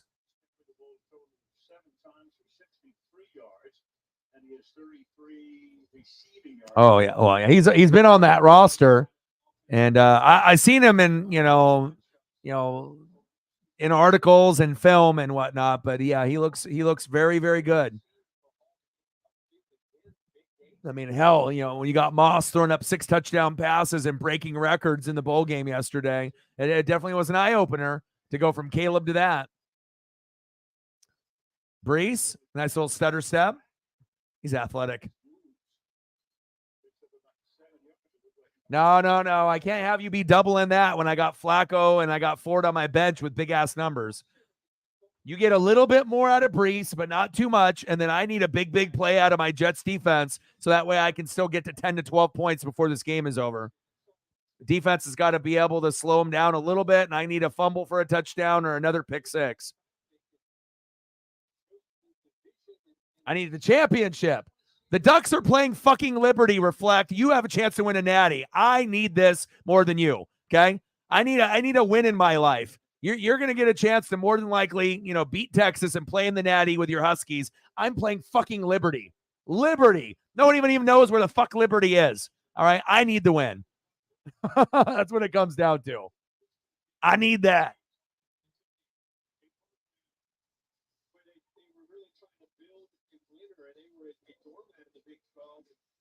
They became a champion. And it had a lot to do with the ability of what he could do, catching the ball in the backfield, running the ball, and obviously with Brock Purdy do leading a team. Yeah, but all my matchups are red, bro. You know what I mean? I'm playing guys that are all red. It's not like I got a bunch of green and shit like last week. All my shit is red. Baker Mayfield, red. Rashad White, red. Montgomery, red. Amon-Ra, red. Laporta, red. Connor, red. And I got fucking Jetta neutral, but I got a new quarterback coming in as a rookie, and then I got Sanders at kicker or McLaughlin. None of my shit is good. All my shit is red.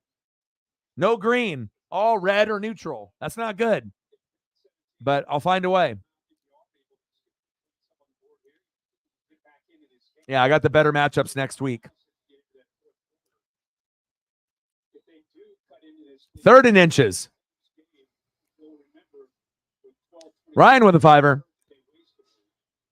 What would you like to see, Ryan? You got some Celtics photos that you want me to pull up and reflect. Let me know what you want to see for your tour as well. And of course, with the Jets offense being dog shit, who can they go to? Nobody besides Brees. So this is really playing into your hands, regardless if they get down by more or not, because if they don't run the ball with Brees Hall, which they know they can get yards that way, they can't do it throwing the ball. And if they do throw it, who's going to be one of the first guys they look to? Brees Hall. So it definitely helps you out tremendously.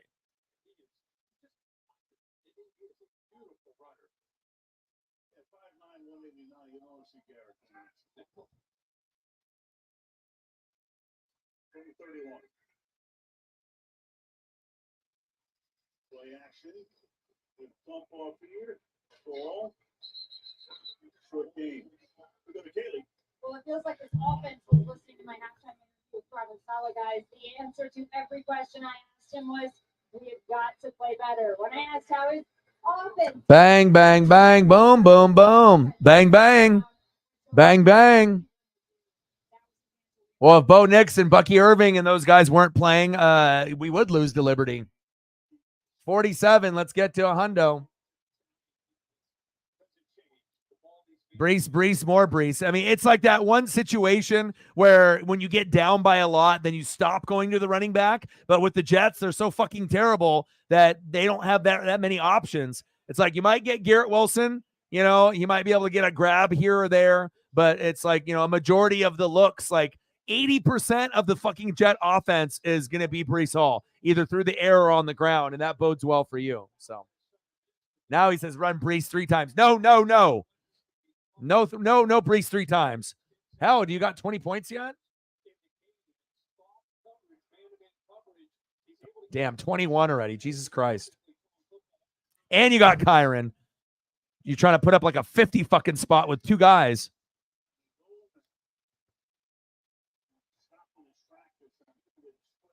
I don't know why Brees Hall wasn't in there.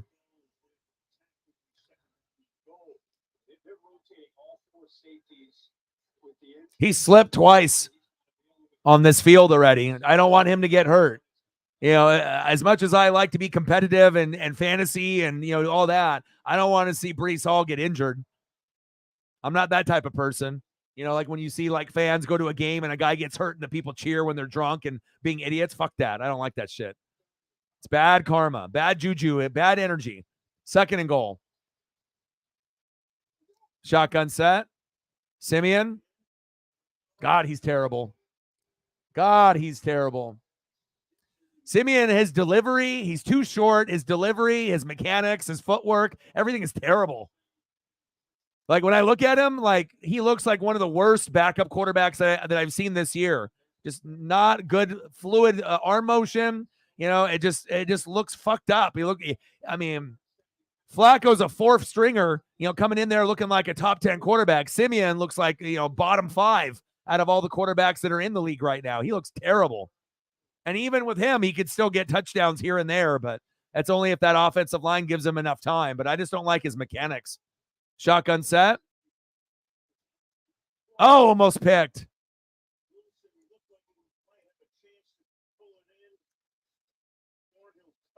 Oh, there's going to be cocky fans, Jason, of all 4 teams. Maybe the least cocky will be Washington because, you know, they're happy to be there, you know, but Texas fans are cocky. Alabama, Michigan fans are going to be cocky. Alabama fans have a right to be cocky. They beat Georgia, you know, but I still think it's going to be Michigan and Washington. Are Texas, Alabama good enough to be in the championship against each other? Of course. But I'm thinking that we're going to start that rivalry early, and I think we're going to have a slow game with Michigan, Bama, and then I think we're going to have an up-tempo fast game with Washington, Texas. But I could see any of the 4 teams advancing, honestly. It's probably the most even matchups that I've seen in quite a while. And we've already seen Alabama and Georgia. It's about time that we get a non-SEC championship where we actually get Big 10 versus Big 12 or Big 10 versus Pac-12. I mean, who's with me? You know, unless you're a Bama or Georgia fan, you're like, fuck you, right? But if you're not, you're like, yeah, I'm down for that. Someone different, you know, even if it ends up not being the Pac-12, you know, but I want it to be Washington. I'm a Duck fan, but I ain't stupid. Kick is up. Blocked. Wow. Greg the leg can't even make a field goal. I appreciate that. It's a lot better than not getting any donos and eating air and fingernails for dinner. So, especially if I don't have any other income coming in. So, I'll still hook you up with some photos. They don't have to be from today's game, but I can just at least hit you with like a Tatum or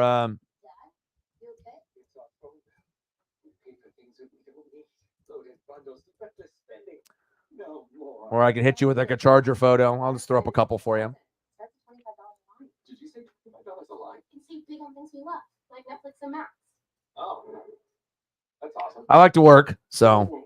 Dinner in 30. Oh, happy day. A better plan to save is Verizon. It starts at $25 per line, guaranteed for 3 years. You get both Say, fuck that old dog guy's good. Where do you want to serve? Oh, I didn't serve. spouse, parent, or grandparent served in the military, you can join USNA. Yeah, my grandpa did. So I'm already in, but I was talking about your sir. Oh, USAA for the military community. Right now, get a free footlong at Subway. Like the new Daily Heroes. Buy one footlong in the app, get one free. it's a pretty big deal. Kinda like me. Order in the Subway app today. Time is running out for limited time savings on the Hyundai you've always wanted. Because when the holidays end, so do these deals. Plus, the season's best savings also come with America's best warranty and up to 3 years complimentary maintenance. It's your journey. Own every mile at the Hyundai Getaway Sales Event. Hurry in. Don't let these deals get away. Get 0% APR for 60 months, plus 0 payments for 90 days, or $2,500 bonus cash on the Hyundai Tucson. Now, during the Hyundai Getaway Sales Event.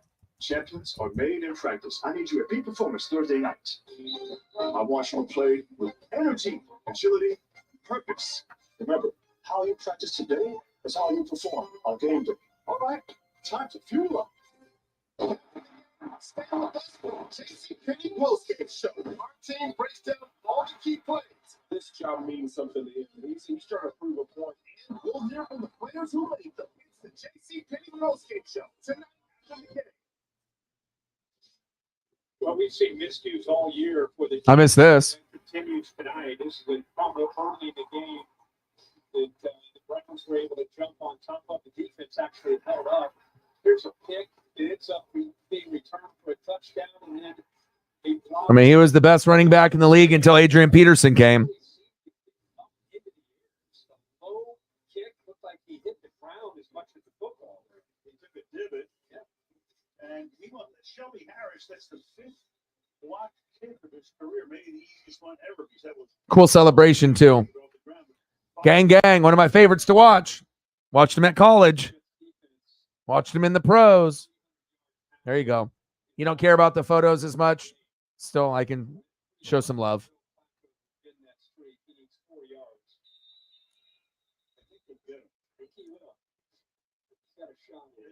All right, I got some new Pete Carroll photos for you, too, that I pulled up for Reflect. Some new ones that I haven't even put on the channel before, so. Yeah.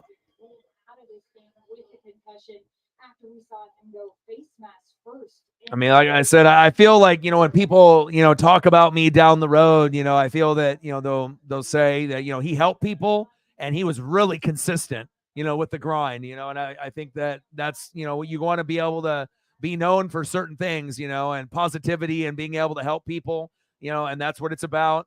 And that's what I feel like I've been born here to do. Oh, the Jets with the fumble. Yeah. Come on, baby. Give it to him. Whitehead. Jordan Whitehead, former Buck, baby. Give me some points in fantasy. Let me see it. Rip it.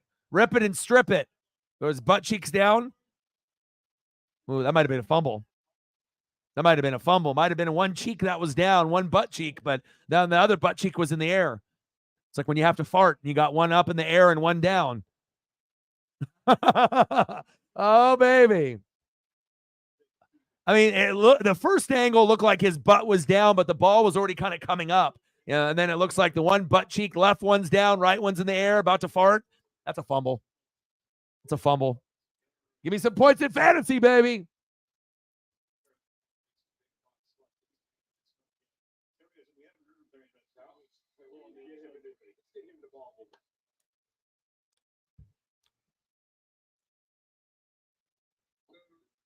All right, let's throw up a couple of these. I had to actually make a Pete Carroll file finally.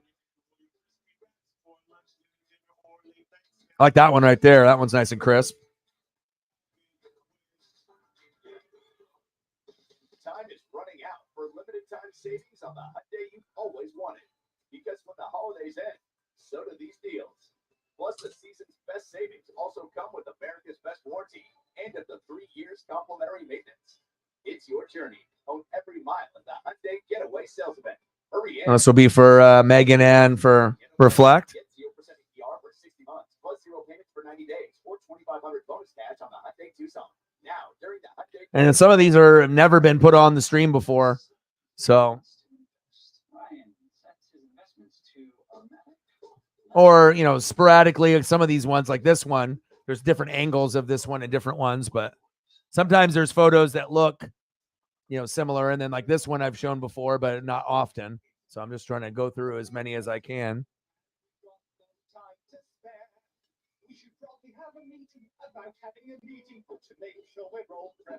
Let me delete these and pull up some more. Squeeze in all these Pete's.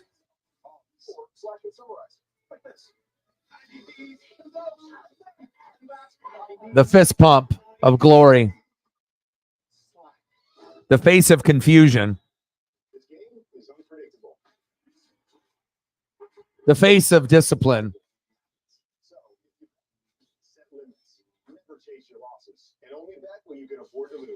The face of victory.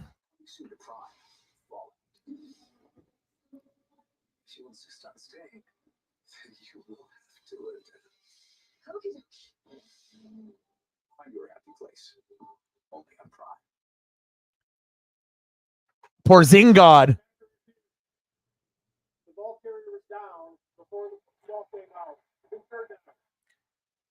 Yeah, but Jetta is gonna. I don't have a quarterback for him, bro. You know, the Jetta fantasy value isn't as, you know, necessarily as high. Yeah, do I think Jetta could go off? He could, but it's like you're going from Cousins. Then he got hurt for almost the whole year. I wasn't able to use him. And then all of a sudden it's, you know, Dobbs. And I'm like, ooh, Dobbs. Then he gets benched. Then Mullins. Now he gets benched. Now we get the rookie. And I hope he does well. But it's like my value isn't as high with some of these guys, especially if you're have some fucking rando quarterback in there. Now, if Joe Flacco was playing for the Vikings, yeah, I'd fucking feel great about it. But, you know, I went from 20 points projected to 16 because of the quarterback change, even from Mullins. So I'm not really happy about it, but hopefully it works out. Yeah. I mean, I did win that first round matchup by about 100, and I don't know if I've ever done that before. That was a ass whooping, but, you know, this championship round, I'm an underdog, at least in this first week.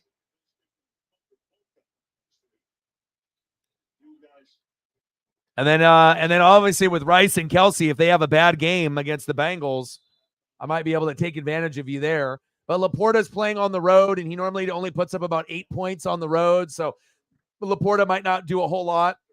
I just got to hope Sanders gets me at kicker 10 to 25. Connor gets me 20. Amon-Ra and Jefferson get me 20 plus. Montgomery gives me 15. White gets me 18. And Baker gets me 20 to 25. That's the only way I'm going to be able to keep up with you in this first round. Oh, those are cool. Oh, I like those. Obviously keeping those in the box.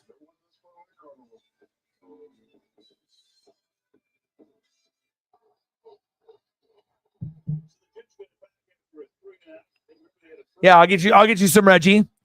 I love, you know, even though I'm a Duck fan, I always loved Reggie Bush. I saw him play at Autzen, so it's like, you know, to see D'Anthony, you know, in person, LaMichael in person, Reggie it was incredible.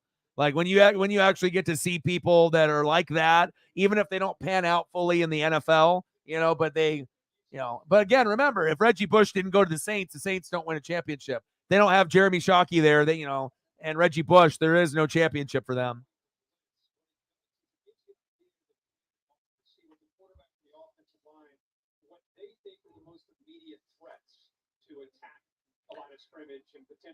I mean, sports gods got to give me a dub, you know. Oregon's playing Liberty, Washington's playing Texas. I need a, you know, it's like the Blazers are fucking terrible, the Mariners are fucking terrible, and they're not fucking picking up anybody. You know, the Buccaneers are the one bright spot that I have, and then the Ducks are playing fucking Liberty. So, I mean, I'm only going to have like, you know, and then even with the Buccaneers, they're going to be like a sleeper team, but I don't know if anyone really considers them a contender. We're more of a pretender than a contender. That's being real. You know, other Bucks fans are like, we're going all the way. We're going to go to the Super Bowl. It's like, slow your roll, dude. Like, probably won't even win a playoff game, but, you know, there's a chance that we could, but it's not guaranteed. We have a better chance of winning a playoff game this year than we did with Tom Brady last year, you know, with, you know, going against Dallas. I knew we were going to lose that 100%. But with Baker, if he keeps playing like he's playing now, we will have a chance to upset someone. I think we will. And I do think we're going to beat the Saints and the Panthers in the last 2 weeks, and we're going to be on a nice little win streak. So kind of lulled in his sleep because Bowden just hadn't been out there getting very many opportunities. That time on a third down, a critical third down, he slips out into that left flat and the corner hits. I need this chip. So nice, easy. Need the chip. Obviously, they wanted to make sure the block was taken care of. They activated him to send some money.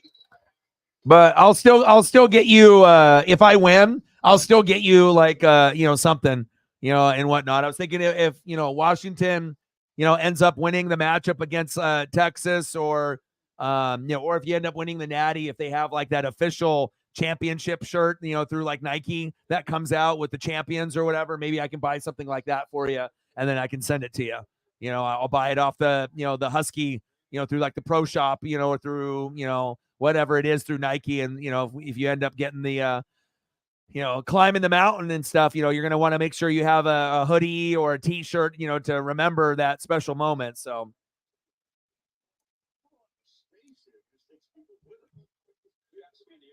I don't know that I'm winning. We talked about the pieces he'll have around him. I think people start to see after the ACL his rookie year what Breece Hall can become as a runner and receiver with Garrett Wilson. That gives him two legitimate young pieces that can really flash within this offense. Yeah, almost half the team COVID tonight. Third down and inches.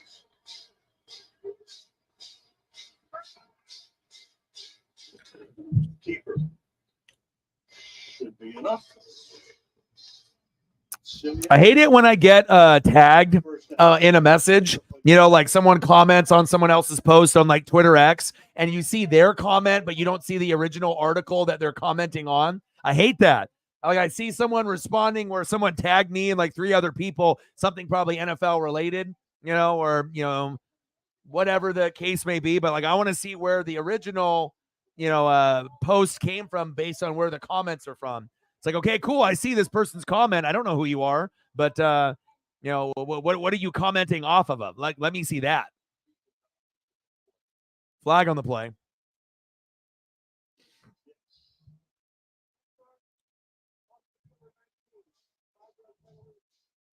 Yeah, I will. Hold on one sec. I got to save it and format it. And then I got to send it to Sarah. To give you that alert, time the AI all over that blitz, the threat. Again, it's not predicting who's going to blitz. It's just saying that's the most immediate threat that the quarterback should be aware of. And that's time he ended up coming. Some cool swag.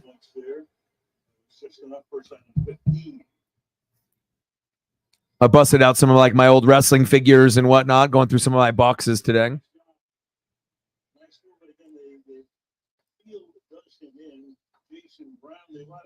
Not a lot of slipping aside tonight, but enough.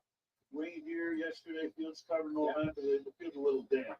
He's going up against Denzel Ward, and I was really impressed when I talked with Jim. Are you going to give these to Ollie, or is this going to be something that you're keeping for yourself?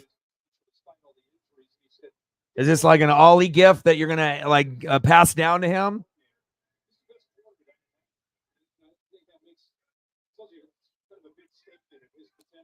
It's like a little plush doll. Passing complete. And then a couple others here. Very cool. I love Star Wars memorabilia, no matter what it is. Oh, you're good.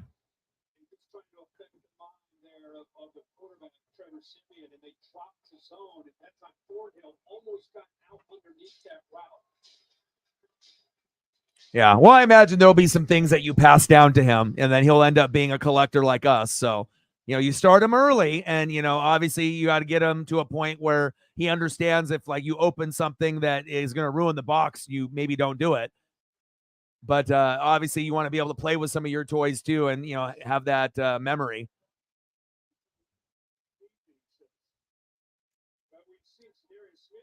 I'll tell you what, though, when you're 41 years old and you find a grocery bag that's a tenth of the way full of all the toys that I had when I was 4, 5, 6, 7, 8, 9, 10 years old, all in one bag, and then you actually find it. It's wild. Like I'm just like, Micro Machine bus from 89.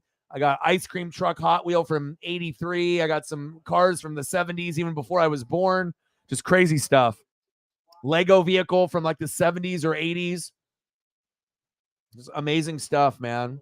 You can't put a price on those original items that you had. And I know a lot of people when they're kids, the parents throw it away or garage sale it, or it gets misplaced, or you give it to someone else, or it gets lost, or you sell it. But to be able to put your hands on a toy that you played with actively 35 years ago, and then just to be able to have that Hot Wheel in your hand, or Matchbox, or Micro Machine, or Ninja Turtle, or G.I. Joe, or Transformer, or wrestling figure, you can't put a price on it, man. That's why so many people as collectors, they go back on eBay and they try to recollect the toys that they remember playing with when they were a kid.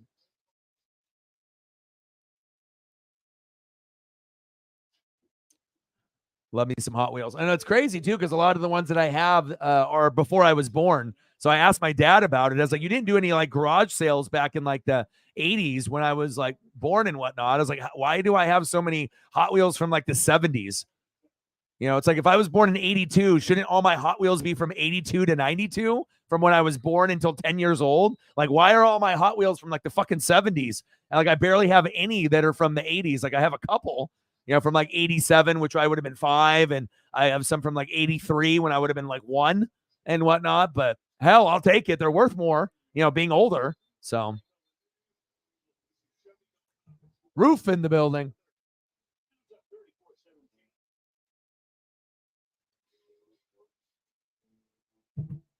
All right, let me take a look at this fantasy. Hopefully, we'll see how we're looking.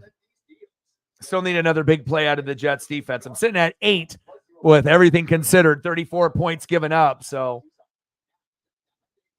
but I need to get to 10 to 12. So if that means another pick 6 or a fumble for a touchdown, or some fumble recoveries, whatever it may be, but I just need a little bit more oomph, here in the fourth quarter. Hopefully I can get it.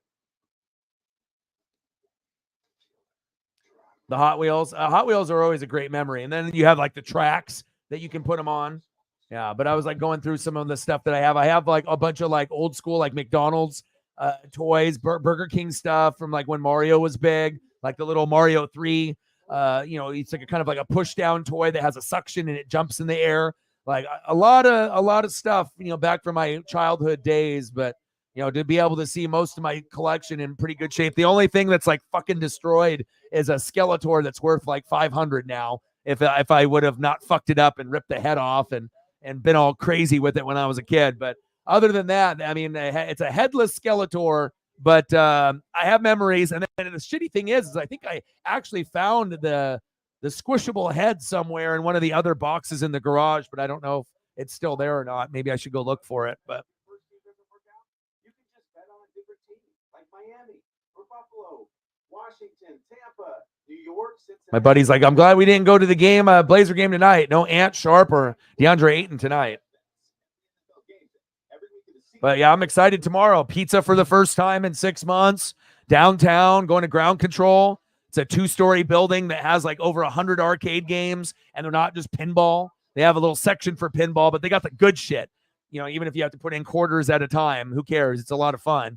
And then hopefully Wembanyama plays tomorrow. And then we're going to get to go see the Spurs and the Blazers pretty damn close. So.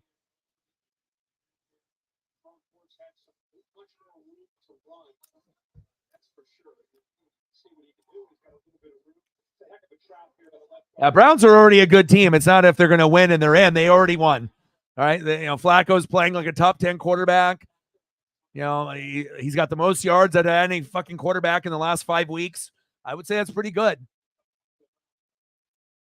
But I don't know, Roof. Rooting for 2 teams. How can you be a Seahawk fan and a Brown fan? You can only have one NFL team. It's one thing if you root for you felt bad for the Browns and you wanted to root for them. And one's AFC, one's NFC, and you might be able to get away with that in the NBA or maybe MLB or NHL. And we can always have teams that we like. But like actually like rooting for. Normally it's one. But the Browns have turned the corner, and they could do some damage. I wouldn't be surprised if the Browns overachieved and made it to the AFC Championship game. They got a great defense. Flacco's been playing good. No Nick Chubb, no problem. No Deshaun Watson, no massages, no problem. No Dorian Thompson-Robinson, no problem. Right? So, yeah. I'm just saying, not necessarily me, but just perception from NFL fans. Most of the time it's like we can have other teams that we like. It's like me, being a Mariner fan and rooting for the Dodgers for my dad, but I'm not going to be, like rocking all the gear heavy on both teams. It's like there's usually one team that you rock most of your gear, depending on what you have, if you have a jersey or a hat or T-shirt of something else. But I'm just saying, perception for most fans, it's one. There's a flag.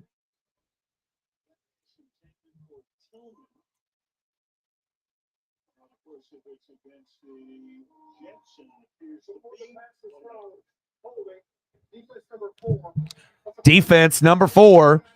Yeah. But for you, it's like Lamar, bobblehead, figures, jersey, and some other things. Now, here's a question. If the Ravens, right, if Ravens didn't have that player in Lamar, would you still like the Ravens? Or is it because of really those two players? So it's really more of the players rather than the team. And it's the team that they're on. But if those two players weren't on the Ravens, would you be still about the Ravens? Maybe a little, but not as much. Sometimes it's about those players on the other team other than your main team that you fall in love with, or it might have been someone that, has a connection to where you're from, like in your case, or it might just be a player that used to play on the team and now plays somewhere else, or it's just the love of another player on another team. 34-17 Browns. But it's like, I do the Dodger thing for my dad, but it's not like, I got the jersey and the hat and all that. I mean, I guess I could, at some point or another, but I feel like I would be a little bit cheating on my fandom with Seattle if I did that with the Dodgers and stuff, because like that's my dad's team. But I mean, I love them. I like to be able to root for my dad's team to win.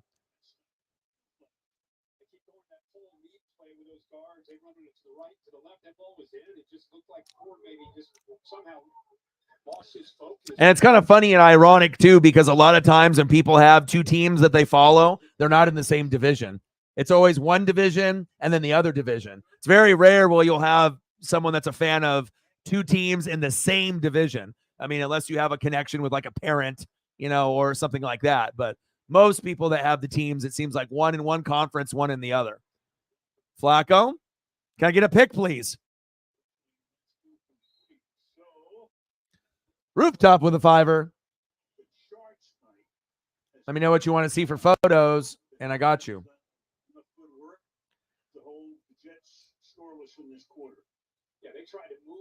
$5 holla, bang, bang, bang, boom, boom, boom, bang, bang. $5 holla. Let me know what you want. You want Mariner photos? We can throw up all the Mariner free agents that we've pulled off so far, which is pretty much nothing. I mean, unless you like Garv, from Texas. So that means Murphy gone, Marv, no Gino, no Kelenic, no Teoscar Hernandez, Julio with a long-term deal. And maybe he wouldn't have took that long-term deal. So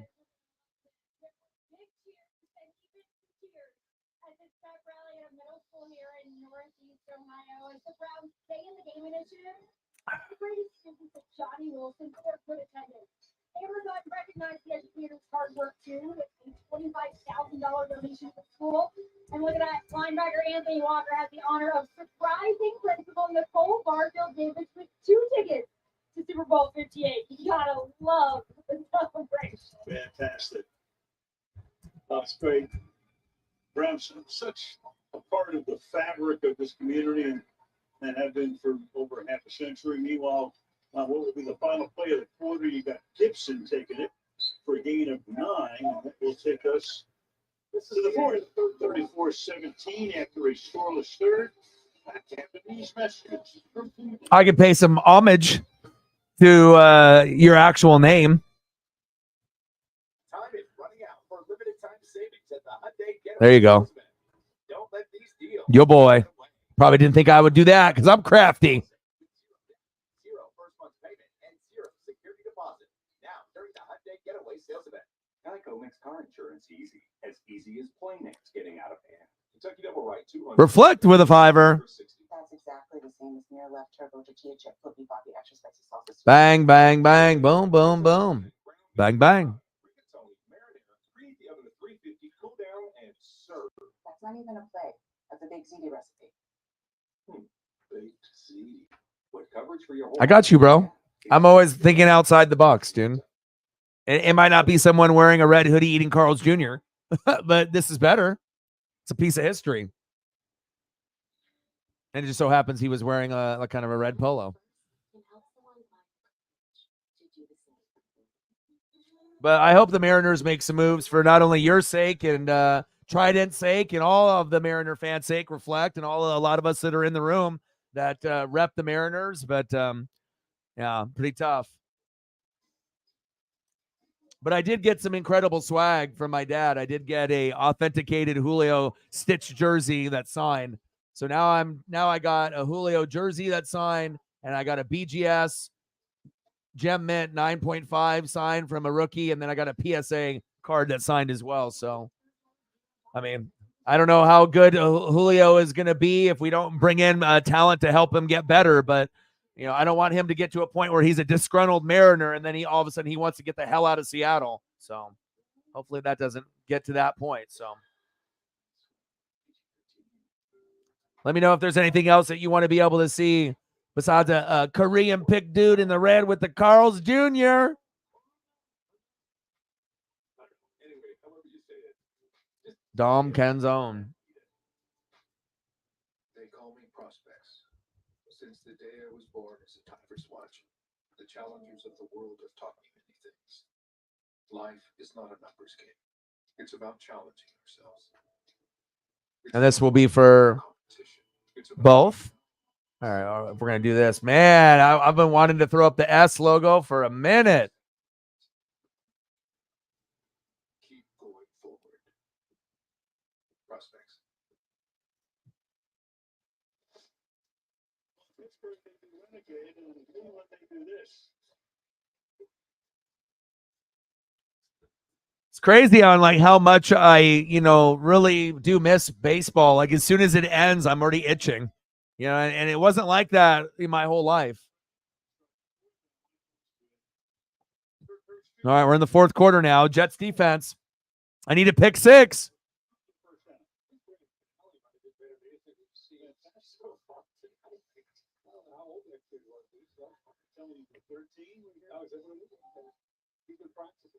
Oh, yeah.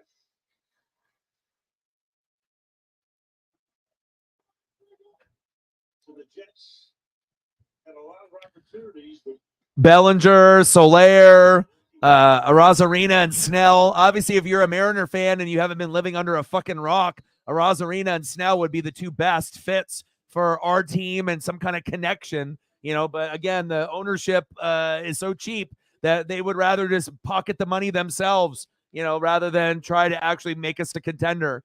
If you actually look at like the top 10 teams, that end up, having a certain type of attendance and support, the Mariners are the only one that doesn't spend money in the top 10. It's like all the other 9 have spent money and will continue to spend money. And, here we are, a team that has a superstar in Julio, and they continue to just hope that we can get there organically and that they don't have to do anything, to make the team better, and they can just profit off of it. Like the people at the top.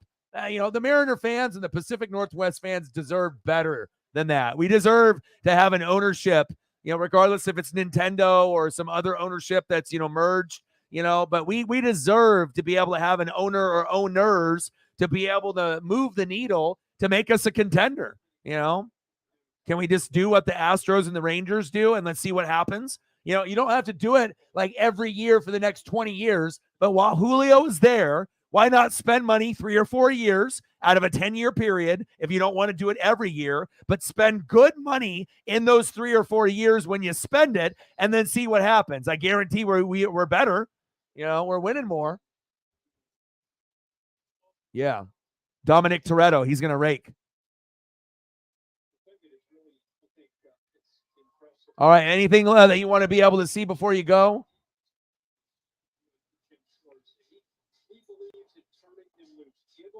I'll give you a Pete Carroll goodbye. Let's see if we can find a good Pete. Got a Pete Carroll file specifically for Reflect, Megan, and a few others.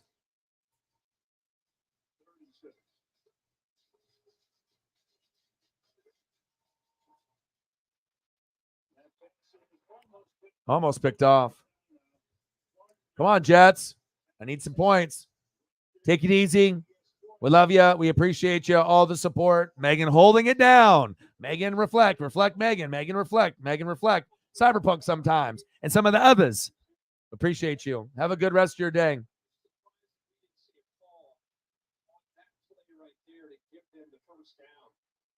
I like that one. That's going to be part of the normal rotation now. That's actually one of my favorite photos of him. Very sharp HD 4K photo. Looking handsome.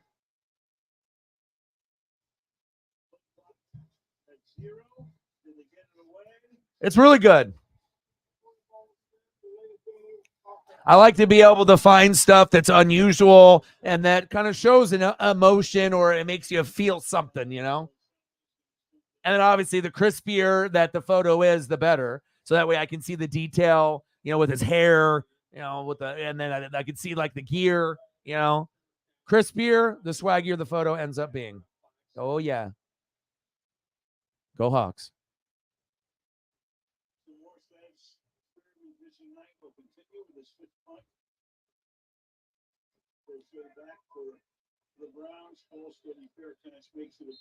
Yeah, eventually, and by the time, a few more months pass, I don't know how many I'll have of Pete in the file, but I guarantee it'll be probably in the 30s, the 40s, or 50s.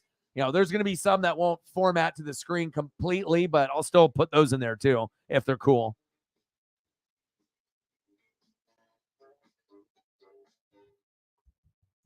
I'm so glad you're my personal shopper. I'm your bodyguard. Oh, yeah, that's right. Right. Day and night. I actually only work the day shift. Well, then, who am I I know, talking rooftop, to? like Kelenic, so I'll throw a Kelenic up there for him. He's going to do really, really well in Atlanta. He'll help them out. 24/7 customer service. What do you protect me from? Mostly yourself and $0 fraud liability. Beacon Muscle Back 5 popular demand, your melty, which is our command. With the new swimming Swiss, it'll warm your hands and brighten your day. A little bit of a hothead, a little immature, but again, streaky player, but definitely held it down for us in the first 50, 60 games. Really was the only consistent piece that we had on offense besides Paul Sewald. I'll miss him.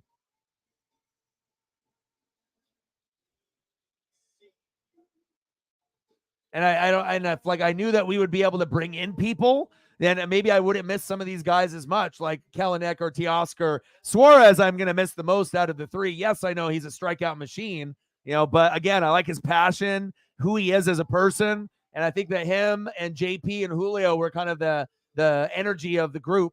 Those were the guys that, brought the energy and the vibe. And I'm going to miss Gino the most out of the three.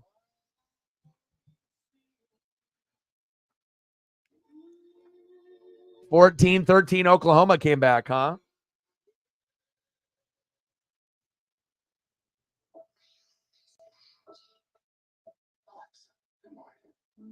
Every morning it comes to life. And it changes color. It's amazing.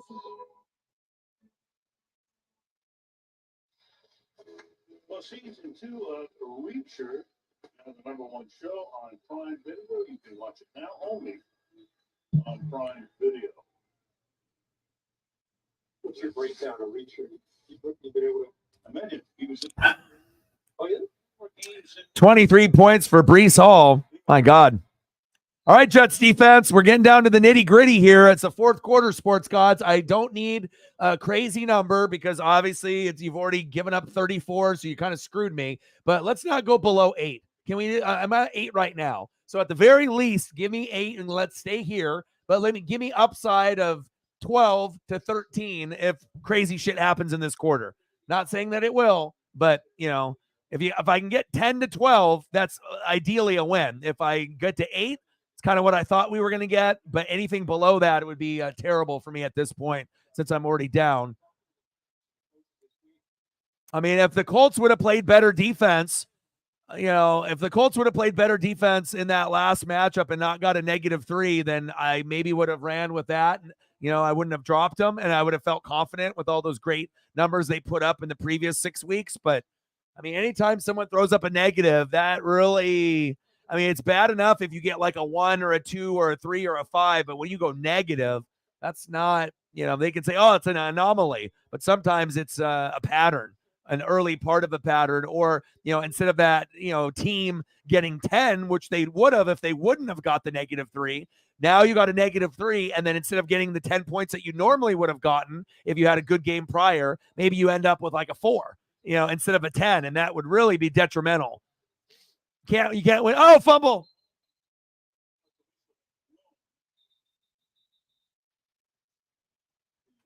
Can I get that fumble, please?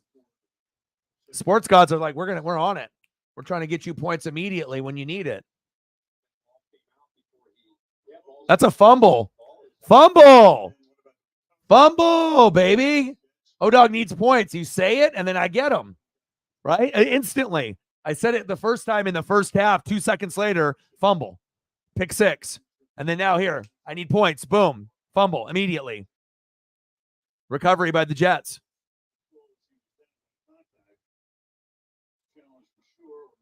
Oh, definitely. There we go. I don't know how many points that gets me to 10, hopefully.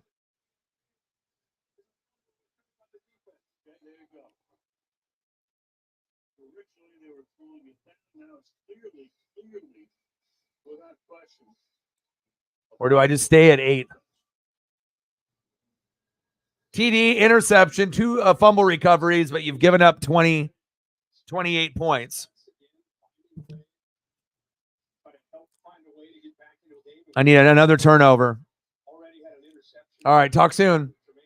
I hope you feel better. And I hope Sarah feels better too. Sicknesses are not good.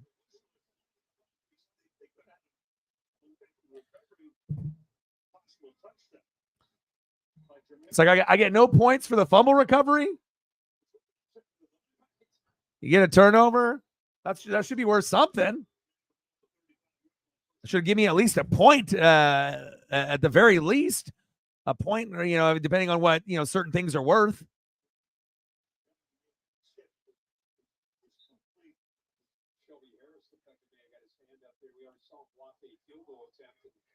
This time it looks like he got his hand up there, but still the ball had enough on it to get out to the receiver.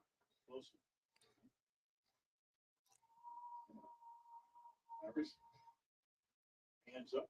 Good job of sitting right there in that zone coverage there by Garrett Wilson. Second down and 4. Second and 4 for a gain of 6. They sent 5. Pass. Incomplete. It's like, what am I watching with the Jets? What is this, Jericho Cotchery? Come on. It's tough.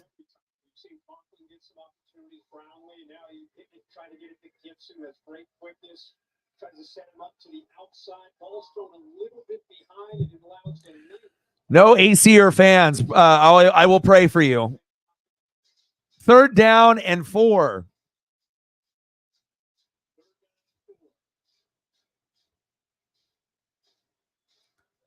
Reflect. You know where we fucked up? We fucked up by not keeping Brown's defense. We should have kept it. I mean, I had so many players and injuries. I would have kept them, but that's one thing that we should have hung on to.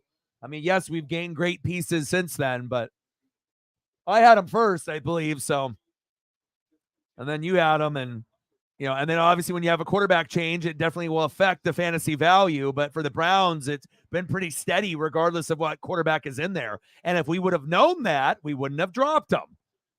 But that's us, you know, just trying to be smart about things instead of, you know, I mean, I don't think anyone anticipated first, second, third, fourth string quarterback for the Browns, and then their defense is still going to carry the load. Did they have a couple shit games in between the schedule? Yeah, but they've been pretty fucking lights out. I wish I had them, damn it.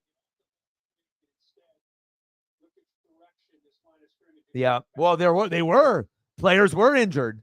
You know, Chubb and then Watson, and then they've even had injuries on the O-line. You know, defensive guys have gotten hurt as well. You know, but again, it's Schwartz. It's the defensive coordinator. You know, he's the best defensive coordinator in the NFL this year, hands down. You know, this team normally would be 5-10. They're 10-5 with a fourth string quarterback. That's fucking unheard of. I've never seen anything like that in the NFL. Have you? I mean, you've been watching since the 70s and 80s like me, and I've never seen shit like this. So I know, and like I said, the Baltimore Ravens are probably looking at this and saying, damn, I hope we don't have to play Cleveland, because that's the one team that could probably beat them. You know, out of all the other teams in the AFC, no problem, probably. But if the Ravens play Cleveland, that could be the kryptonite. Could you imagine Cleveland, Baltimore, AFC championship game? Everyone's going for Baltimore, and then Cleveland gets the upset. How crazy would that be? I mean, obviously, we know Ravens are the best team in the NFL right now. Number one, not only in the AFC, but the NFC. But this is the NFL, and it's a week-to-week business, baby. You never know if the streak is going to keep going or if something crazy will happen.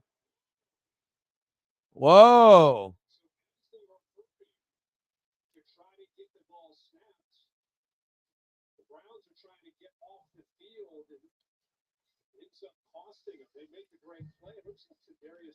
Yeah. I'm always switching my pieces around all the time. So it's like, for me to hang on to someone, you have to be really, really special. Like, to me, for the trust level has to be so high. You know, it's not just name recognition, you know. Otherwise, I would, you know, if the quarterback situation was better, I would have let Mahomes go weeks ago if I would have known that I could have another person in there. But since Mahomes is a name, you never know. He still has the ability to throw a 20 to 35 point game in fantasy, even though it doesn't look like it's coming. But maybe it'll be there next week for me. And that's why you don't let go of Mahomes.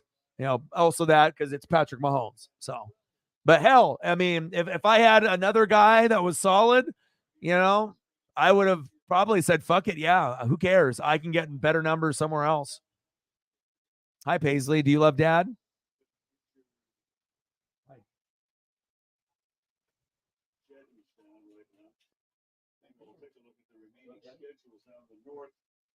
So you got Cleveland with just one game left with Cincinnati. And 2 games left. With Miami and Pittsburgh both in Maryland. Hello. Hello, how are you? Are you good? It is remarkable to think about what we talked about earlier. This team, I love you. 10-5 on the verge of clinching, going 11-5 with everything they've dealt with. So you've got Xavier Newman, right guard. He comes off, and the Jets now go up to the line of scrimmage with the second down and 12. And take a Newman into attempt. Billy Turner, been around a long time with a lot of teams, is in there.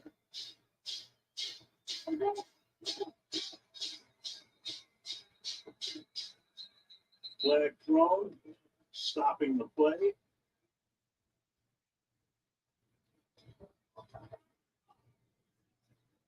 Ball start, offense number 66. That's the center, that's Joe Tippmann. Rookie out of Wisconsin. Really like what he's done stepping in for Connor McGovern. You know, there've been a few silver linings to some of these injuries that they've dealt with. And one of them has been Joe Tippmann. Like I said, he is a rookie and he's had a line on the slide this year. That little hit turner. Yeah. Falling on the watch. Yep.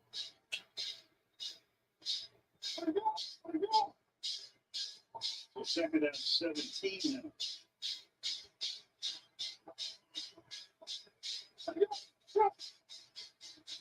Simeon throws over the middle. Can you get away? Oh, he cannot. Tackled about the 25-yard line by Shun Taki. 3rd and 16. Imagine being a quarterback, Trevor Simeon, but when the average rush is 1.91 seconds, and you got Miles Garrett in the backfield almost every snap, and you're Nathaniel Hackett, you're trying to call the plays. That is a tough ask for any quarterback or any offensive coordinator. Now he's got to come up with something that gets not all the 15 toward that territory. Good girl. I'm almost done. I'll come get you. Go lay down on the couch, take a nap. Lay down, watch TV, play with some toys. We'll all go in a row and play with toy, and I'll get you when I'm done. Go lay down on the couch. Okay? I'll come get you when I'm done. And he moves Darius Smith inside here next to Miles Garrett, so you're going to get a chance to get a one-on-one matchup with Alex Wright. And this guy is coming on. He really is. You think about It's amazing, to be able to see the transformation, when you have a cat or a dog. And, for me, like I said, I don't have, any human children of my own, but Paisley Pup is my daughter. I am the dog father, and Paisley Pup will always be the pup. Field goal is up, and it's good. 34-20 Browns. But it's just an amazing bond to have. Even more so, if, like I said, I don't have any kids. So, this is my child. So very, very, very special bond. Spiritual bond. Amazing thing. I've never felt comfort like this in my life, ever. Get you a Paisley. Change your life. Turn your life around.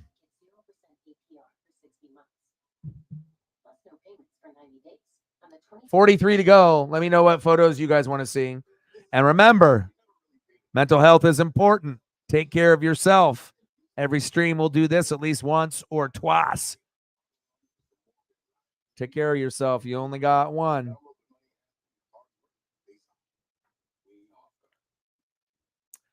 And for Reflect and for Megan and for Meg and a lot of other people, the amazing thing is going to happen tonight. And what that is I'm starting Deadwood Season 1, Episode 1 tonight because of you guys.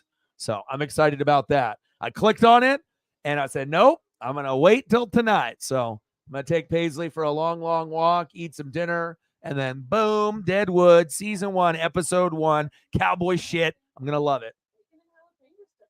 And I think like the way that they do a lot of like the cowboy type shows lately, like within the last 20 years, they know what they're doing, like trying to recreate, an old school look, on certain, ones. And then others, it's kind of more modern day, but like Yellowstone, but incredible.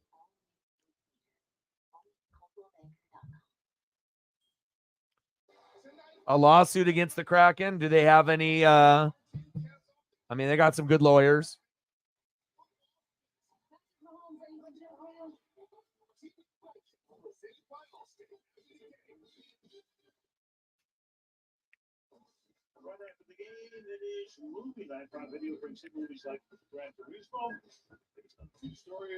Paisley Pup. Yeah. She's super comfortable. She knows dad is going to give her the, top 1% life, try to get out there hour and a half, 2 hours a day, every day, no days off, making sure she gets the good food, get that powder from the pet Labco with the teeth. Instead of giving her as many cookies and other stuff, do like fruit. So she'd be eating better than humans or me. Blueberries, strawberries, watermelon. Paisley's living her best life. Expensive, but she is worth it. Even if I got to spend $10-20 on fruit every couple days, hey, you want to make sure that you're showing the utmost love. National Football League. Oh, I'm super excited. And I know you guys know what I like and what good TV is. I mean, I think it's like, if as long as the TV, movie, or show is good and it's got good script, good actors and actresses, it's just got a vibe about it. Yeah. I mean, most people that are going to actually willingly give out information recommending something, typically even, people that are dumb, which is not us, right? But if people are dumb and they do a recommendation, that's one thing. But even the dumb-dumbs can recommend great things. Maybe just doesn't have common sense, but knows good TV. I'm ready for Deadwood. I'm stoked. And now I just got to, and I assume hour episodes. So I assume I'll be watching for a couple hours tonight. Hell, maybe I won't even sleep. Maybe I'll just watch it all night. I don't know. Definitely probably try to get at least a couple episodes in, more than one. Because like when I start a show, especially if that first episode is a banger, then it's probably going to, you might get me for 2-3 episodes until I get tired or want to see something else to just flip the mood and then go back into it. 34-20 bronze. Yeah. Bandit loves the blueberries. Yeah. I mean, I had to look up all the, you can't do grapes. Those are toxic. I have to look up so much information about food because I don't want Paisley to get sick. So, but it's like melon, cantaloupe, banana, small amount of apple, but I mean, strawberry, blueberry, watermelon. I mean, that's a hell of a diet, man.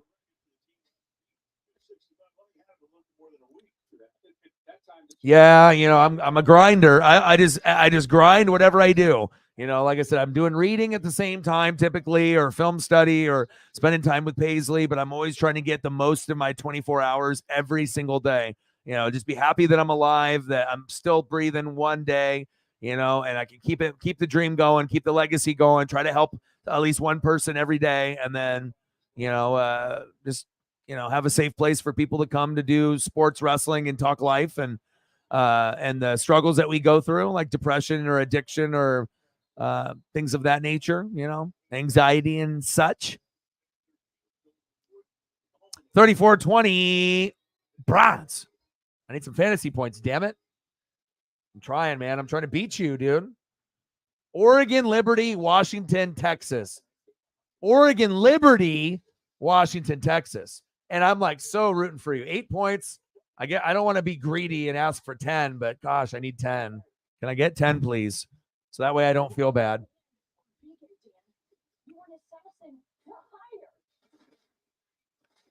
Assassin for hire. Wahlberg breaking a wrist. The family plan. All right, Joe. So we did, lowering emissions on the road to zero.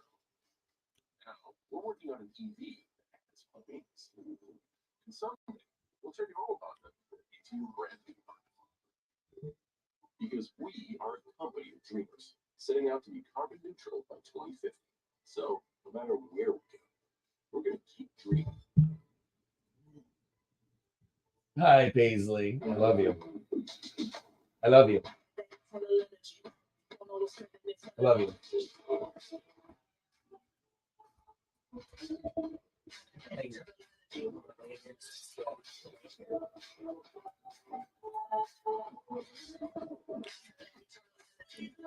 Paisley misses daddy. 3 more. But it's also been extra fun, to be able to spend time with people and then, to build the bond on something like fantasy football and whatnot. This was a special year, You being able to be a big part of the channel, I think brings the vibe of the channel up a couple notches. There's quite a few people that are, usually in the room on a regular basis that does that. So, but man, Huskies 2023 champions, the Washington Huskies. Michael Penix Jr., the man. And then if I can't get him on the Tampa Bay Buccaneers, Minnesota Vikings, Michael Penix Jr., ESP, and then we'll see what happens. Just got to put it out there. Yeah, it's nice. I think a lot of us that, that are the regulars, we have a good bond. And, a lot of us are really, big hit. What a hit. Brees Hall, Jesus. Someone call 911. Simeon trying to get his quarterback killed out there or get his player killed out there, Brees Hall. He said, Simeon's like, well, you want some fantasy points? No, how about you dead? Jeez. Paisley can't even believe it. And they got a dog in the studio too. That's awesome. Ben. I love Ben. So reflect, when you do fantasy, do you talk with family members or friends, or do you do a majority of the stuff on your own? Do you take advice from your family, like back and forth with the people that are in your family, or people that that are good at it,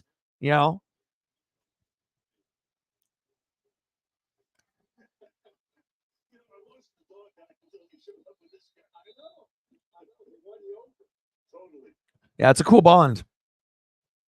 And hopefully we can get more Seahawk, more Kraken, more Bucks and Ducks and Blazers and Mariners, for like the teams that I root for, and I do, like a lot of those fans. Sometimes you can have a fan base, but they're not on YouTube, or if some of the fan base is, they're somewhere else.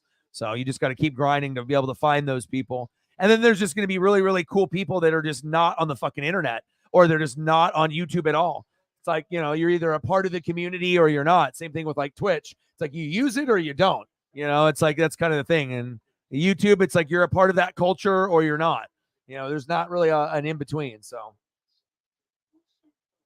yeah, your son's fucking smart. That's why you guys are you're doubling up two brains. Two smart people looking at a lineup and actually focusing on something and trying to use your best guessing and ESP and then also going based off stats and projections and whatnot, anticipation. You and your son, you guys are smart. Smart. It's like my brain, your brain. It's like an Einstein battle. And we're not talking Tech 9. Not that Tech 9 Einstein, which is a great song, by the way. Tech 9 Einstein. Got to have that football brain, baby. That's what separates the good from the fucking best in the world. The elite. Huh, Paisley? Yeah, I know. Elite. That's what we are, Paisley. You and me at Fantasy. We're elite. Being the elite. We're Kenny Omega and the Young Bucks. The elite. Sala. We appreciate y'all.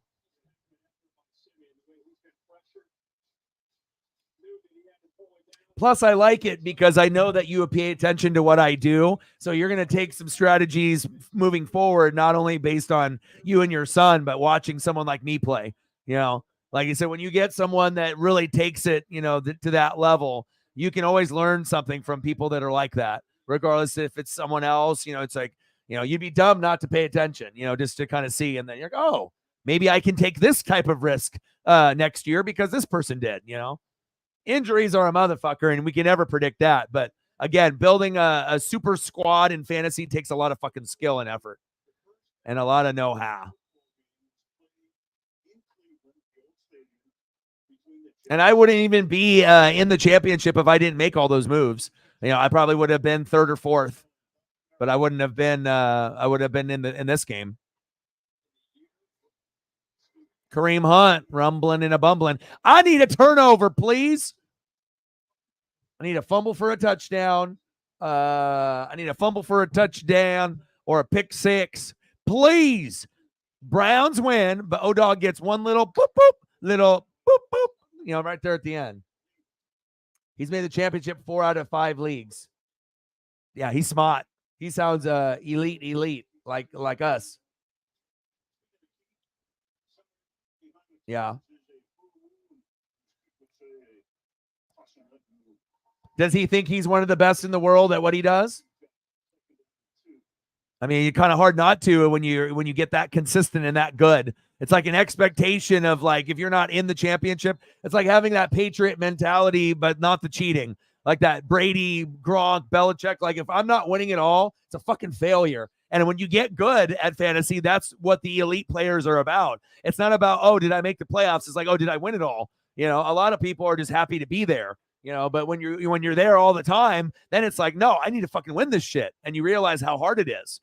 It's not, you could be the smartest person on planet Earth and never go undefeated every year, especially if you're playing with other smart people, because sometimes the ball is going to bounce in that other guy's favor because he's going to have two hotter players, that maybe I got better name recognition, but your guys are hotter. You won, and that's what it takes in fantasy. Or you took a risk and it paid off, or like I did with Zeke. So I taught you something, like you can play a Zeke even in the playoffs. Did I have 4 other options that were better? Yeah. But sometimes you go with, your gut and, you look at numbers and you're like, okay, I'll take a chance on you. I'll do 1 risk a week, only 1, not 2, because I can't, afford to screw myself that bad. But 1, then you do 1 risk a week, and then sometimes it really pays off. 34-20 Browns. Reflect, smart. Son, smart. Reflect junior. Fantasy gurus.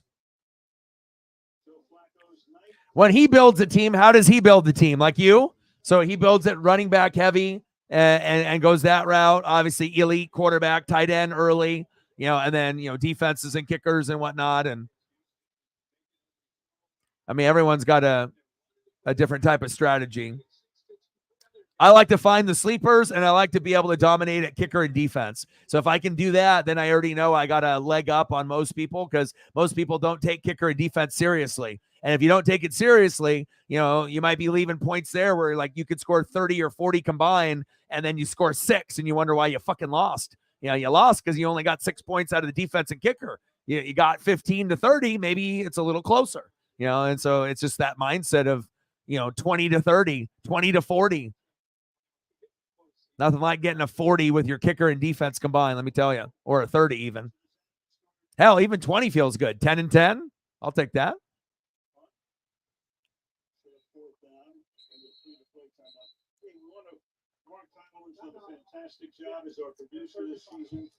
I showed it to a couple of my other buddies too. Reflect, like my buddy Marcos, who's a diehard Hawk fan. Yeah, he was drooling a little bit.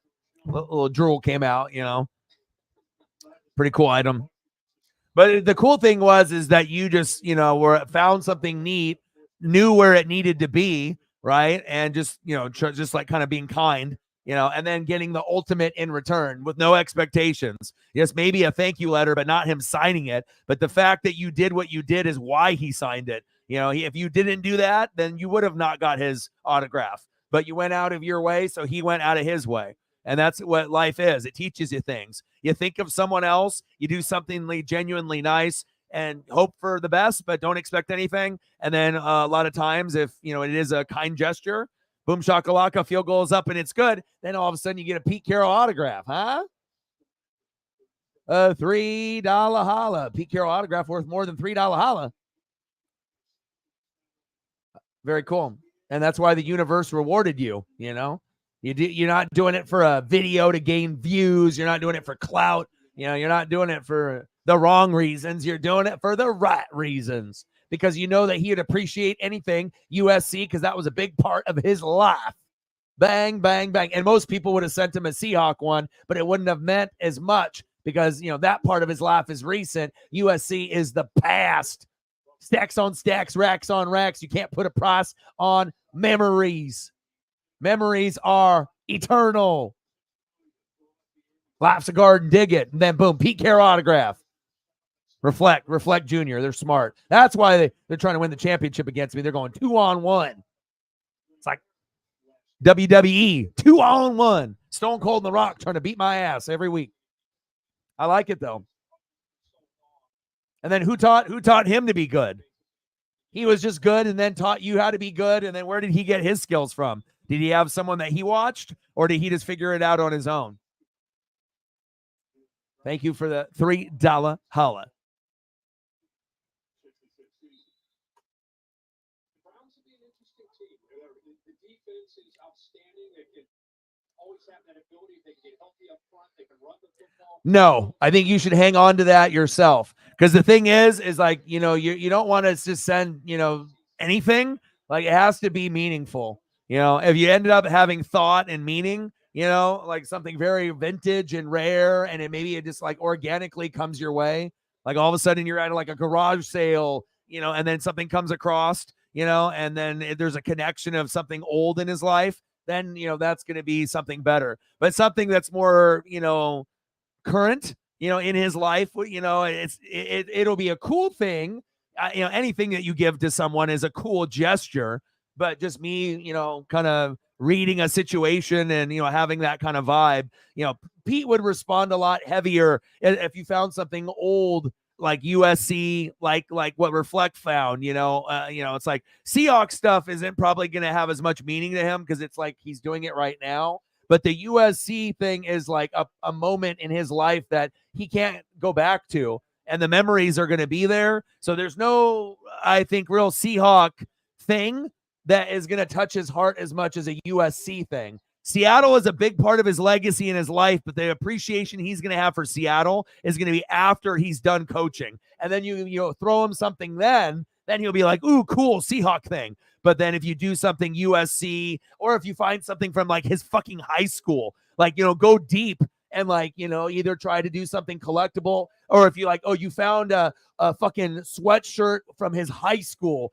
from his year, something that he would recognize, maybe that he even wore one day, something like that. That way that when you, send him a gift, it's not only a thoughtful gift, but then you're going above and beyond and you're putting thought in. Then you do that, then you probably get the autograph just like Reflected. I'm trying to help you out because I'm trying to tell you what I think Pete would be thinking in his brain, and kind of the vibe that I think that Reflect has and that I have. We're trying to pass the knowledge down, Everyone gang up on the dog.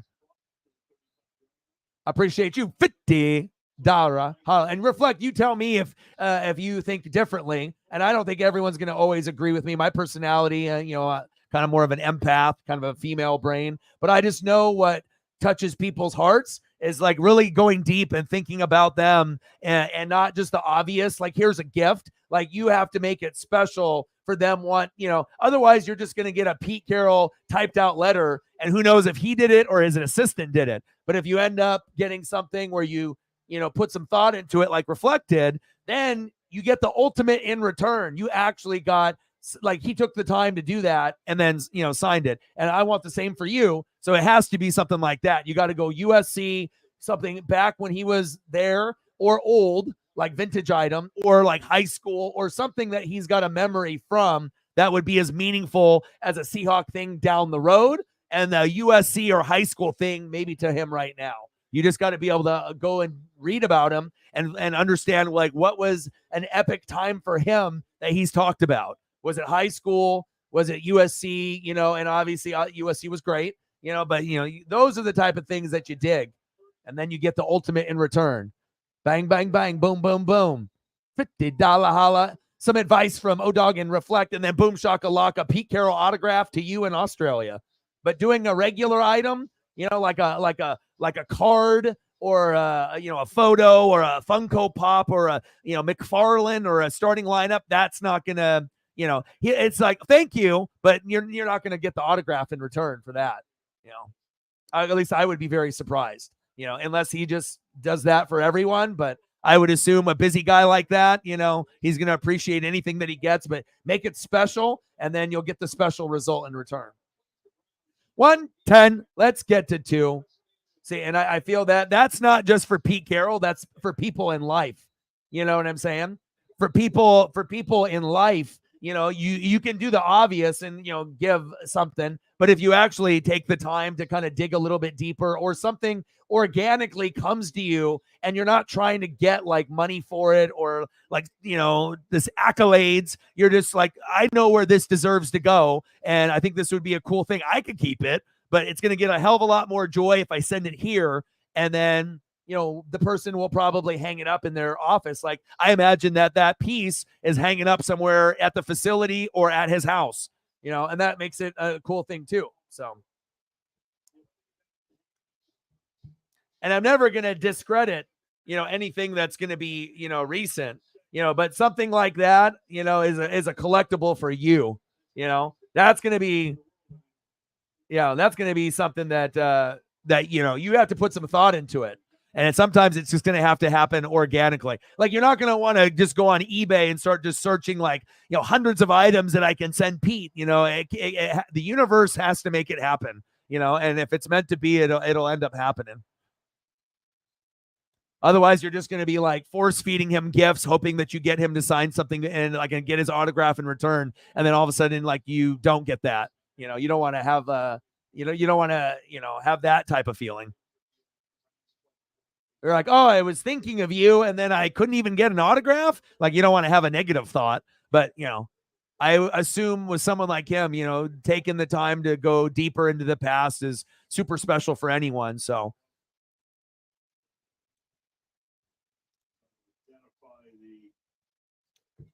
Yeah. I'm just telling you what I would do. My personality is different than a lot of people. Like I got kind of a more of an empath, sympathy, empathy. And I, if I wasn't doing this job, I probably would be a therapist, psychologist, type of person, a Dr. O. I feel I read people really, really well, better than most people. Lots of different personalities. Lots of, it doesn't matter if you're a male or a female or age or race.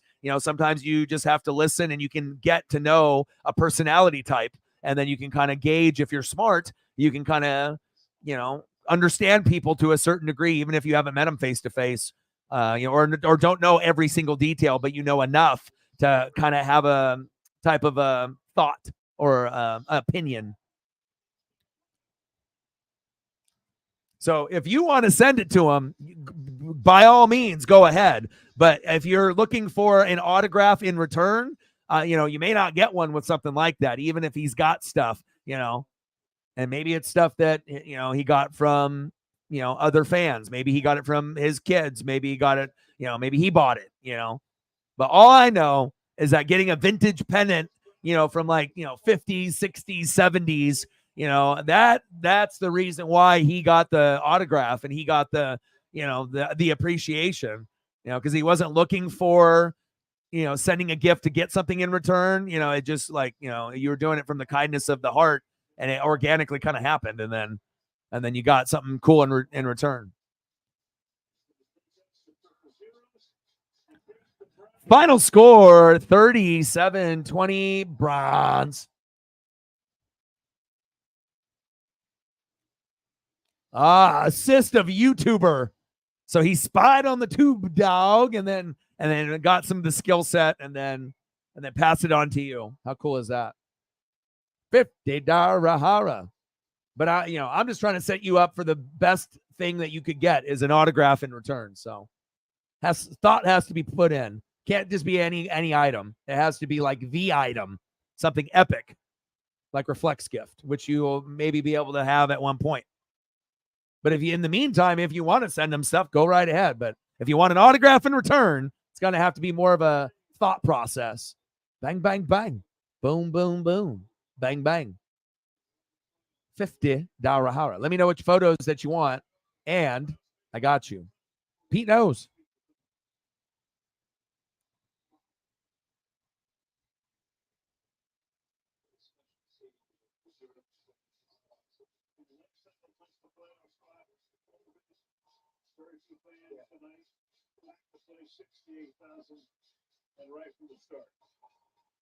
Kind of celebration these fans deserve right here. Yeah.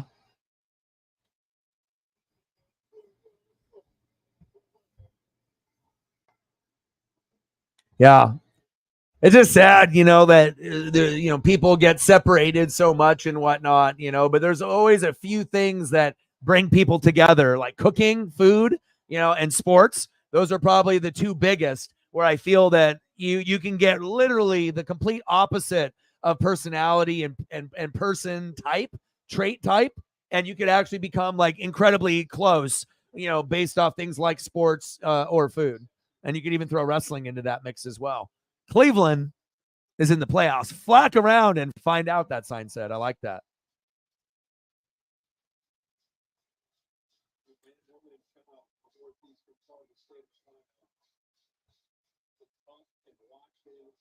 Let me look for some other Pete's.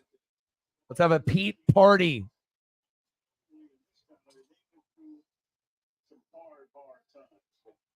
In those Super Bowl appearances, those division titles and years, but enjoying every second of it right now. I know the Cavs and LeBron are a big deal when they were here. LeBron was Yeah, and I think a lot of things also too happen, for a reason in the universe, because you're not trying to like profit off, something that you get.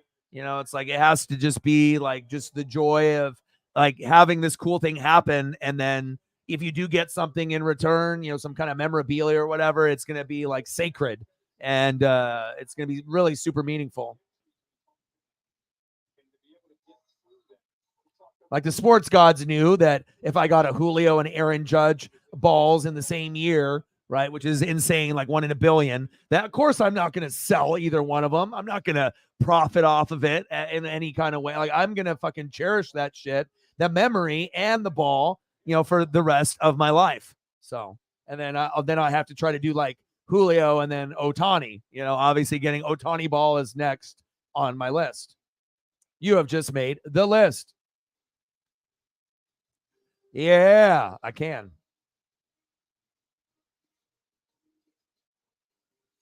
And it was cool to see Moss play so well for them in the bowl game.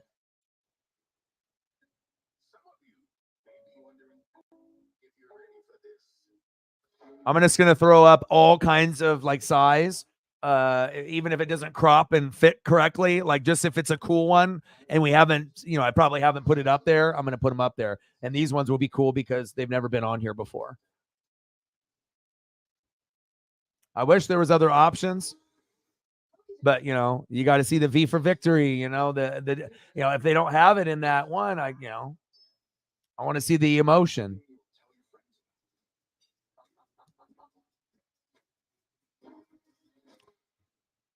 I like when a picture tells a story. But I really do think if I wasn't doing this, channel, I could always be doing like video games and doing something like that and having a channel on Twitch or YouTube for that. But if I wasn't doing that, definitely, therapist, psychologist, a big brother, and like the big brothers, they need, people to be like mentors and stuff. Like, I really think that's a cool thing, and would love to be able to help inspire and try to give people proper motivation to grind so that way they can make their dreams come true,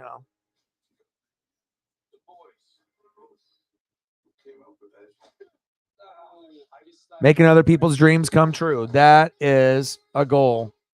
Got to happen.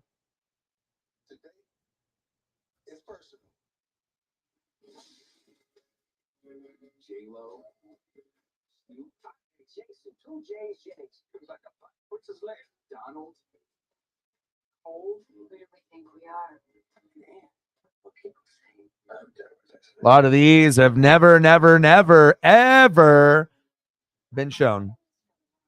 That's always good. You can watch me like over and over and over and over, and you'll at least see something brand new. At least one thing, sometimes multiple things.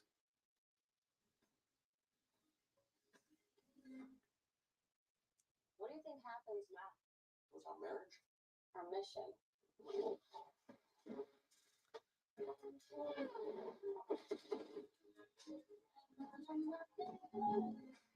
Find your happy place. That's amazing. And sometimes I like being able to go through like a period of these because it's just nice if we're going to get to the point where things aren't going to format to the screen, but we can get a vibe. Like, give me a different look.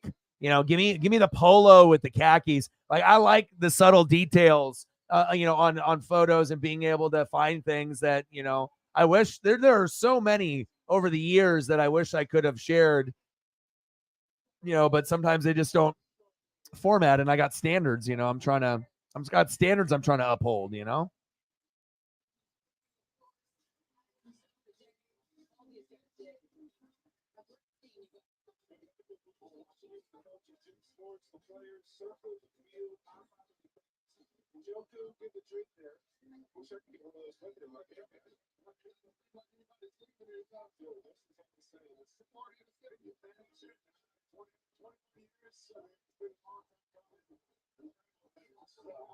Yeah, their second playoff appearance in the last 21 years. This is a city that waited a long time. And again, we'll talk about it this postgame, but Kevin Stefanski. They're partying, man. No Deshaun Watson, no massage tables, no problem.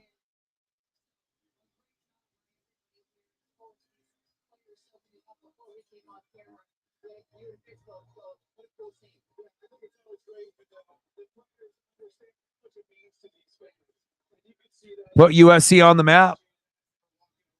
I mean, they've already had a long, long history, but sometimes it takes that special coach to come in to change things. Just like Chip Kelly changed it for Oregon.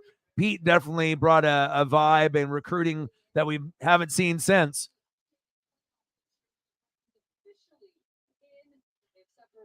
Imagine if he would have never left USC, how big he would be right now. Pete Carroll would be so big right now if he never left USC. I mean, we're probably talking Nick Saban on the West Coast. I don't know what that means for Oregon. Probably more crap, but that could have been something. But at least the Seahawks fans get to appreciate that you got a championship there. So, but again, when you look at coaches that have done both, this is the best one of pretty much all time. So, recruiting is a big part of it because if he didn't get guys like Reggie Bush and the Carson Palmers, right, then his record wouldn't be as good, and we wouldn't be talking about him in this light, you know. But when you have the recruits and they achieve, and you're a big school, and you get those players to make a name for themselves, then it makes you look better. And then also, doubling up and then going to the NFL and saying, hey, that wasn't a fluke. I can do this. And then being able to, get the dub on that side. So very cool.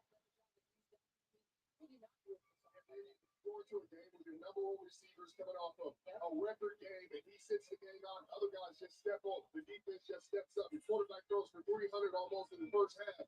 I mean, you can't feel better about this. There's the buy-in is there with this team, and I think that starts with Kevin Stefanski and the job that he's done this year. That's a cool one. Flacco coming in steady. I like it because whenever I see the clothes, it definitely brings you into kind of a vibe. What a roster he's constructed, and even just throughout the season as these injuries occur, the way he's been able to keep this thing on the right track has been really impressive. So we talked about it in pregame. They're hitting on all cylinders right now. I mean, offensively, defensively, special teams, everything looks great right now. I'm looking at they can run the football. Guys go down. Remember, can't forget about Nick Chubb when they went down. All the adversity is going back and forth. That's why these guys are celebrating like this. It isn't even like you knew you'd expect this. With everything that they've gone through this year, and get to the playoffs. We all know how hard it is. I mean, I played 17 years. Damn, I played in 4 playoff games. You only played in 4? Oh, yeah,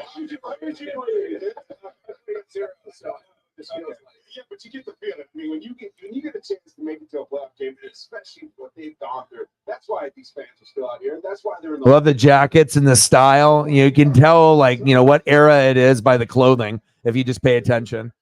Not only the coach's clothing, but the people. Sometimes with, the way that the clothes look. Oh, that's a good one.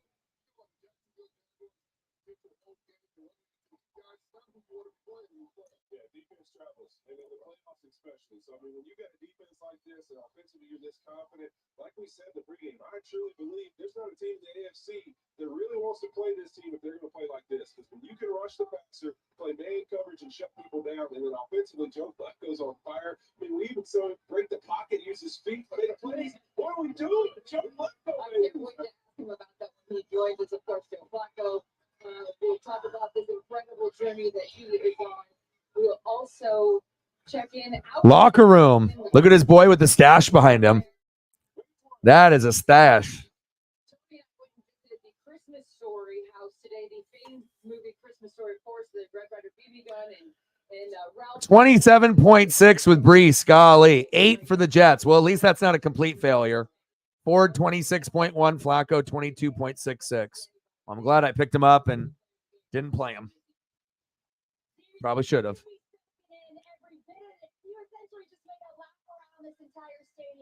All 7 years of your career, Ben Cleveland.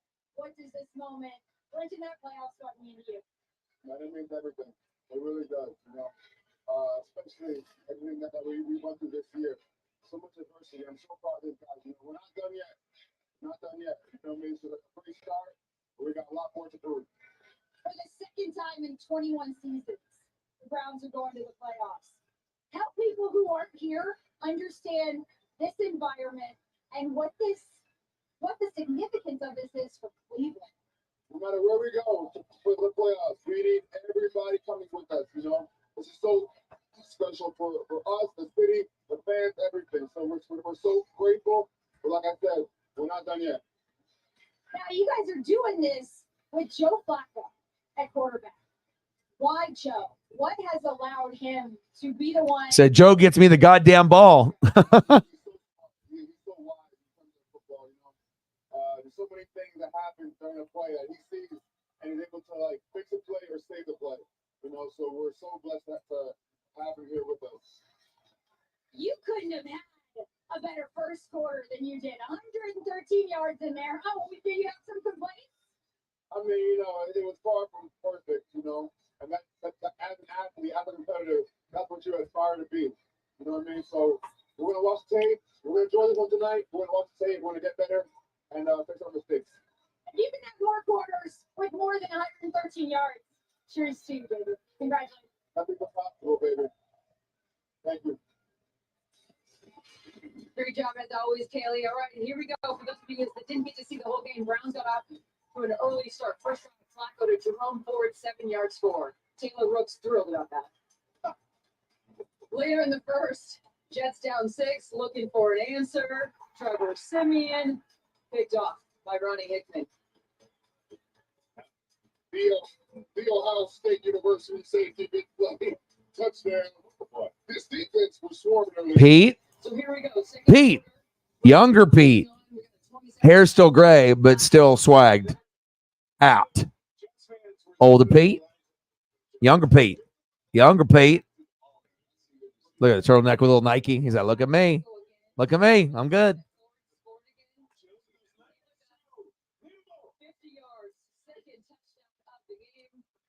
Imagine if they had not Watson back, but what if Nick Chubb was healthy? Like, could the team actually make it to the Super Bowl? You have Flacco, you got Chubb, everyone's just going crazy. I mean, imagine, like Chubb's healthy. That would be something else. Yeah, I mean, like I said, still, aged a little, but not like you can't really tell. Not that much. I mean, there's a noticeable difference, obviously, but not like, oh my God, like you really aged. Like, no, there's like, doesn't look like that much time has separated. And he's always young at heart, and that's what it is. If you're young at heart, you're always going to be young at heart. So you might have gray hair or no hair. You get to a point where you get older, but if you still got that swag of a 21-year-old from college, you're going to live that way through your whole life. And, I'm that kind of way I feel too. Like, you just want to make sure you take advantage of every single day.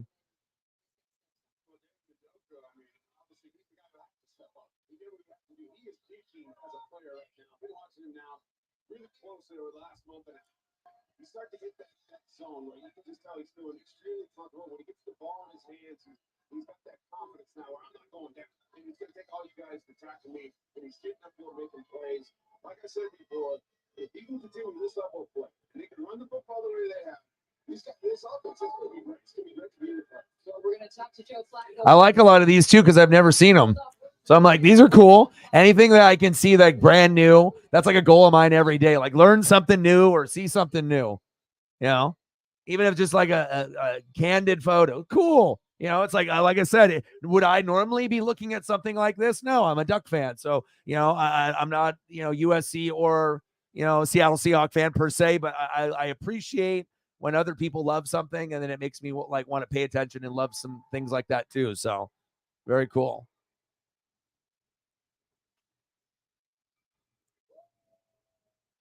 Yeah, they're playing good, man. They're playing good. You never know how far the Browns could go. They could make the AFC Championship game. I mean, if the defense plays like that, Flacco keeps playing the way that he is, slinging it, making mistakes, but being more effective than like a Jameis Winston that does the same thing but fucks up more. Flacco actually does more good.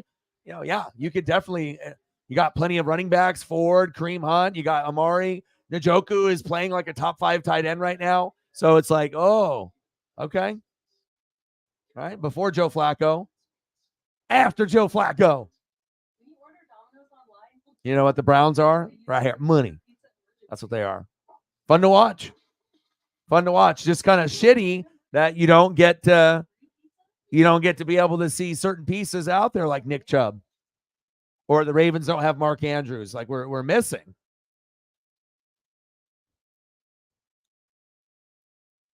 Smiling first can help someone find the courage to do the same. Browns versus Jacksonville. Oh, they would easily win that game. Jacksonville has been playing like shit. They were like 8-3, and they've been dropped like 5-6 in a row. Like Jacksonville doesn't look good anymore. I'm talking about Browns could beat anybody. Browns are probably the only team the Ravens would lose to. So if the Browns and the Ravens play each other, the Browns, you never know what could happen. Hell, the Browns could make the Super Bowl. I know that's kind of crazy talk, but the way the NFL has been with backup quarterbacks, yeah, I mean, you would say Ravens, yeah, but what happens if they play the Browns prior to the AFC Championship game or the AFC Championship game? Like, that's probably the one team Baltimore's like, fuck, anybody but them, because they know us. And yeah, we know we can win. I'm Lamar, I'm good, but it's like if you fear a team a little bit, it's going to be a team that knows you. They know you. They play you twice a year. They have an advantage. And especially if you have tape and you have the players, man, oh man. Browns are a good story. Like the Mariners, like playing like dog shit and then being able to be like like decent, memorable. You're relatable now. Man, Flacco's I got him in fantasy, man. I got him on my bench, but I got him. I picked him up, to make sure I have good options. I don't trust Patrick Mahomes, and I'm going to go with Baker Mayfield. So, if you can get to a championship game often and, you're up there in the top 3 every year, that shit takes a lot of work.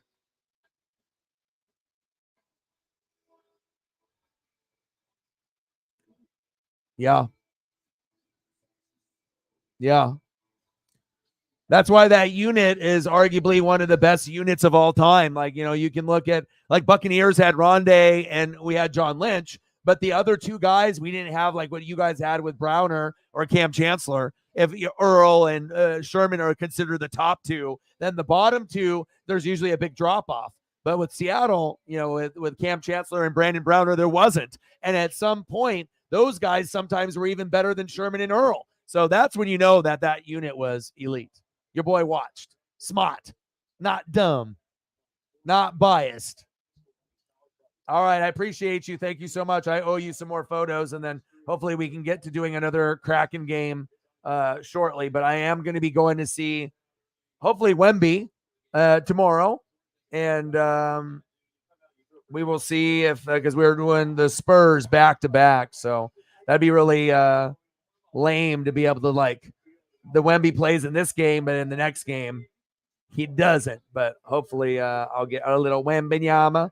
Wemby's got 24-4. So I should go up to him. I'll go up to his kneecap and ask for an autograph. But yeah, ground control, getting to go to a 2-story arcade, pizza for the first time in like, 4, 5, 6 months. And then, getting to go to the Blazer game close and enjoying the Blazers with my buddy. Even if we didn't go to the Blazers or do all these things, it would be cool because I haven't seen him since my birthday, since May. And he's like probably my best friend in Oregon. So very cool. Can't wait to see him. And he's going to bring me my Mariner chain that he got from the All-Star game and the shirt. He got me a headband, super headband. He got me a t-shirt, got me the chain. So for all the All-Star merch that from Seattle, he went with his dad. Very cool. I had a couple other buddies that went. And and then maybe I'll surprise him, with a gift, like an autographed King Griffey Jr. All-Star ball or something.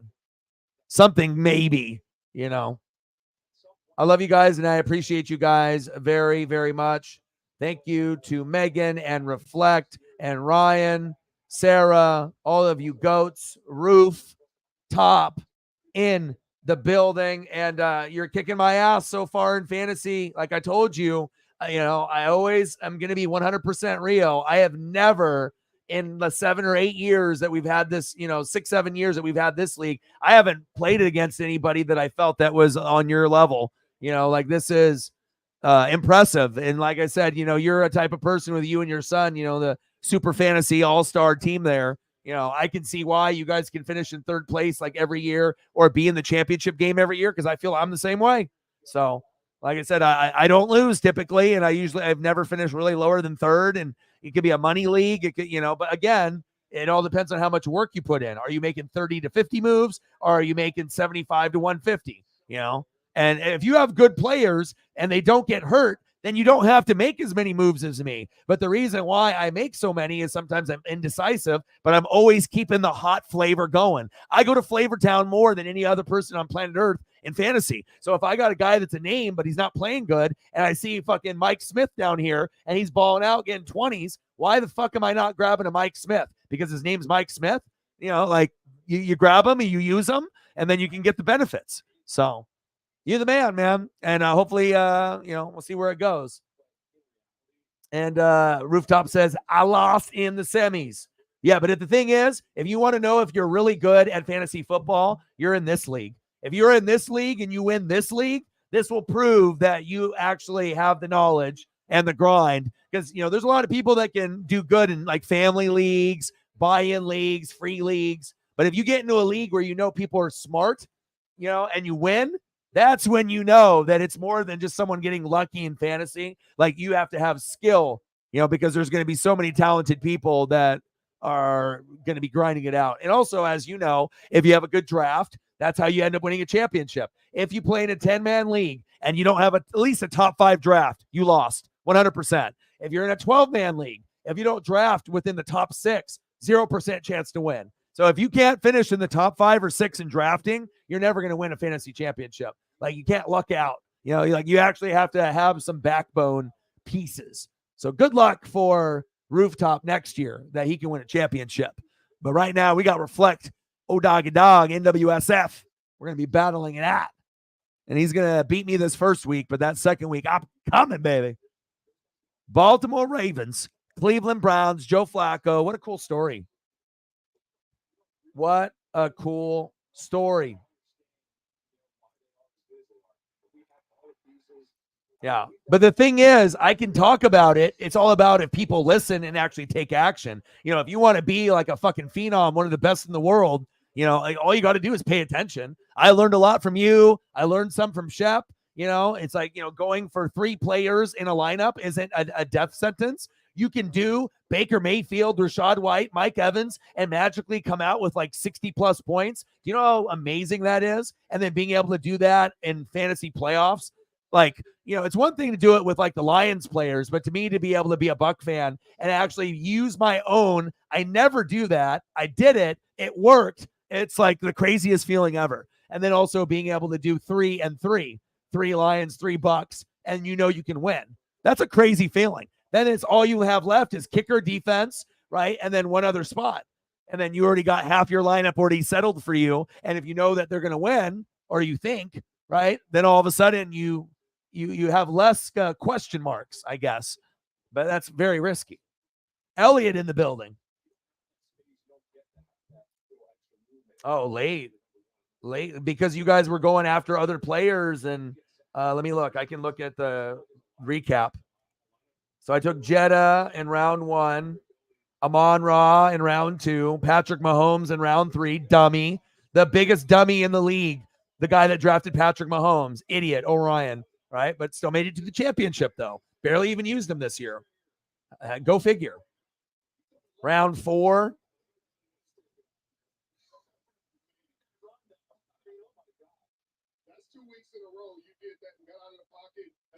Ramondre Stevenson. Wow. I cut him after like a month. Then Mark Andrews. So I had to get the tight end. Round 6, Rashad White, top 5 player. That late. Pick 60. I fucking cashed there. 61, Keenan Allen. So I got Rashad White and Keenan Allen, but I can't use Keenan Allen now. But that was, I always take advantage of my picks perfectly. If you leave me meat on the bone, you're fucked. Like, I'm going to take advantage of that.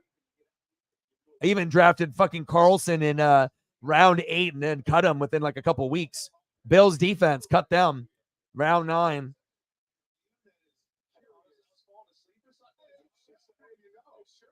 Mike Evans in round 11. Are you shitting me? Are you shitting me? Round 11, pick 101, Mike Evans. Oh, dog. Value. Top 5 receiver in the NFL. Value. David Montgomery in round 12, pick 120. Crazy. Crazy. You just got to find those values. Gabe Davis in round 14. But I cut him. Cut dog. You did not make the cut. Juwan Johnson. Like almost everyone that like half of the guys that I drafted, I got rid of them within the first, 2-3 weeks because I had to upgrade. And I don't have any running backs. I have all wide receivers, right? So, to go that late, no, because what I do? I always pick a tight end in round 3, 4, or 5 because there's always going to be that one sucker that always goes Kelsey right away, and then I'm forced to go Andrews or it goes Kelsey, Hawkinson, and then if I don't, respond, I'm going to get stuck with a fucking garbage tight end, or I'm going to have 3, and I don't want to have to carry 3 fucking tight ends, Cole Kmet, and fucking 2 others, where I can get hits, but I'm having to switch every fucking week, and instead of having a guy that I feel that's more reliable. So yeah, I always grab a tight end, but it usually is I feed off another person. So it's like you do something, I do something. You draft a QB, I draft a QB. You go tight end, I go tight end. And then you copy that person because they set the tone. And sometimes you're the tone setter, and sometimes you're the person that follows the setter. And you have to, and if you don't follow, you're fucked. Because if you don't pick Mark Andrews, the next time you pick, you're left with like a fucking Cole Kmet, or maybe you get lucky and get like a Dalton Kincaid or something. But, it's not going to be top tier. You want that top tier. The Juwan Johnson. And he was a Duck player. I got him late, but I dropped him. What's good, brother? One of the youngest mod in the building besides Matt. It's my boy, Double E, Pep. I'm going to have pizza for the first time in like 4, 5, 6 months, Elliot. I'm going to go to the arcade. I'm going to fucking play a bunch of fucking games that probably cost a bunch of quarters, right? Beat a game with my buddy, drink some beers, right? Maybe a little dispense, and then eat some pizza, right? Arcade, pizza, arcade. Blazer game, Wembenyama, Blazes. No stream tomorrow. I wish I could stream. Yeah, and then I was like, you want Laporta? You want Laporta? Reflect, you want Laporta? And then I get Laporta, and then Mark Andrews gets hurt, and the sports gods are like, oh, right? And it saved me. Mark Andrews goes down, Laporta. I still have 2 top 3, top 4 tight ends. How many people have that luxury? But I did offer him to you kindly. We knew he was going to blow up. He said, shit, I'm eating pizza right now. RN, prayer hands up. I'm eating pizza. RN, hands up, pray symbol. My boy. Plus, I loved all the Lions, so it made sense for me to have all Lions, I was already sold on Montgomery, Gibbs, Amon-Ra. So if it just so happens that it's a rookie and it's kind of like unproven, some rookies have to break out. Why not him? Sarah watched him at Iowa. I watched him. Iowa has a reputation of having great NFL tight ends. Could he be the next great NFL tight end? Yep. And then now he's going to be amazing. But if you actually look at him on the road compared to home, it's a complete night and day difference. When he's at home, big numbers, 10 to like 30 points, but mostly like, 18, 25, 30. But on the road goes down significantly. You're getting like about 8 points. He's like blown up one time for an 11, but that was about it. Everything else is like 4 to 8 points. So when you know that information, you have to anticipate, I'm not going to get 30 points every game. He doesn't, patterns repeat themselves. So I look at all that shit, man. I know a lot of people don't do that, but I know you and your son do. I do. So.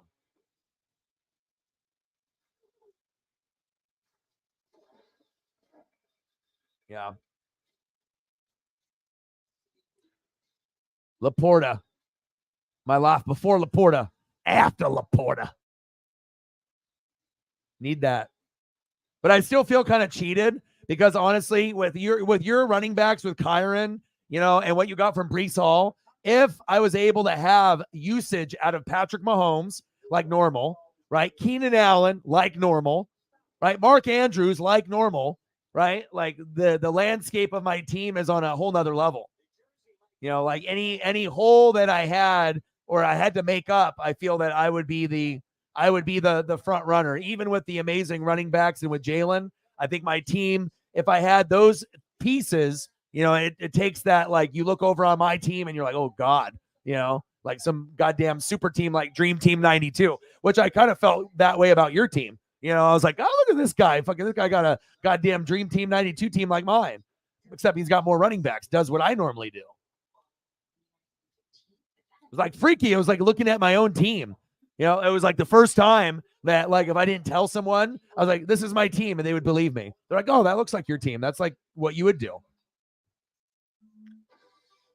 Oh, your New York. Yeah, that sucks.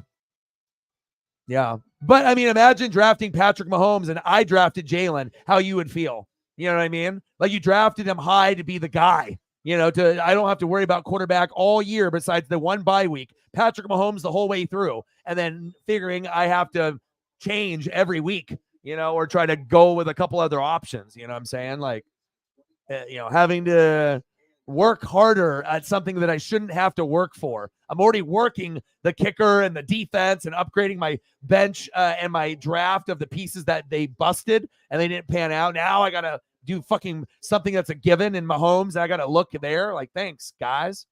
So, Saquon, yeah.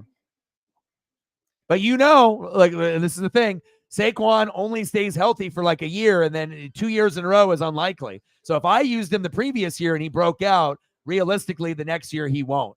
And then now maybe the next year Saquon will. It all depends if he can stay healthy for the full season. And in most years, Saquon can't, and that's why I don't draft him. I only drafted him the 1 year because I took a gamble. I had Nick Chubb. I had Josh Jacobs. I said, you know what? If Saquon stays healthy, he'll be a top 5 back, and he was. And I had 3 top 5 backs. So, you know, but again, that also was the emergence of Daniel Jones in that offense. Daniel Jones was healthy. He was dominant running the RPO. Saquon was healthy the whole year, dominated, and he was just as good as Josh Jacobs and Nick Chubb last year. But then now if you look at this year, Nick Chubb injured, Josh Jacobs not as good, Saquon not as good. A whole nother breed of 3 that are better. So when you draft running back, don't expect, if the guy had a monster year the year before, unless we're talking Christian McCaffrey, you don't draft him again, except Christian McCaffrey.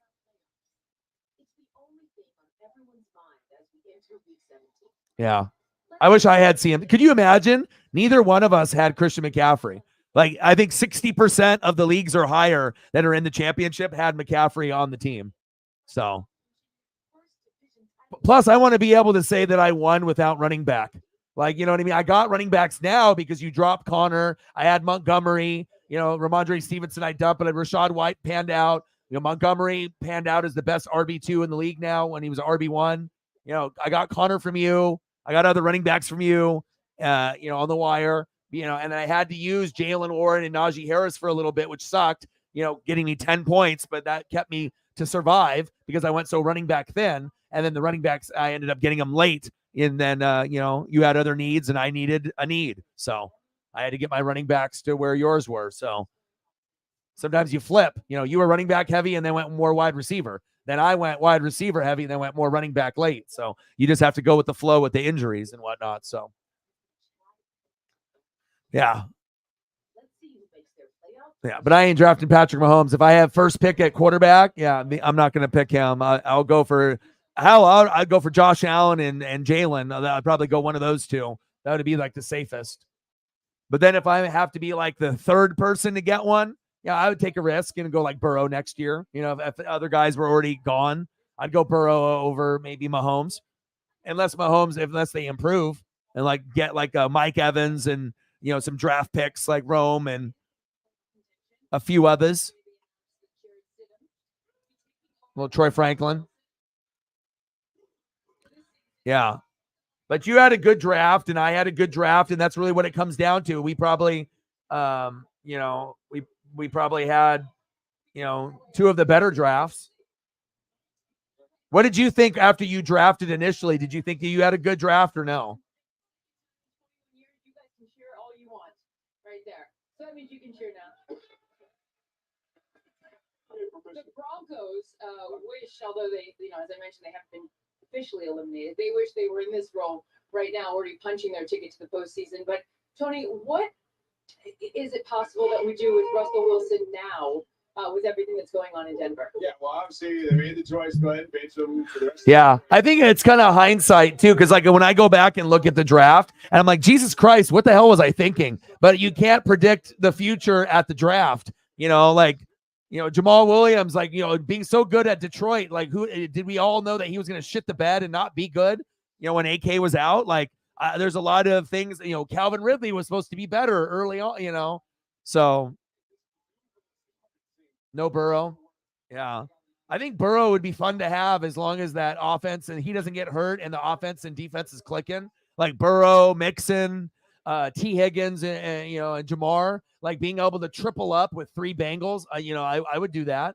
Like I said, I think that would be, something that you could win a championship that way. They have to be good though. They can't have like a bad year. But if you have a Burrow, Mixon, and 1 receiver, even if it's Higgins, or Burrow, Jamar Chase, I guess in T. Higgins, that could work too. You could have like the 2 receivers, but I think, if you're going to get Mixon, and Burrow, you're probably not getting Jamar. So you probably would have to go Burrow, Mixon, and Higgins. That would be the most likely trio, but I could see that hitting. And then if Jamar gets hurt, Higgins becomes a 1, and then you're getting big numbers there if the team is good.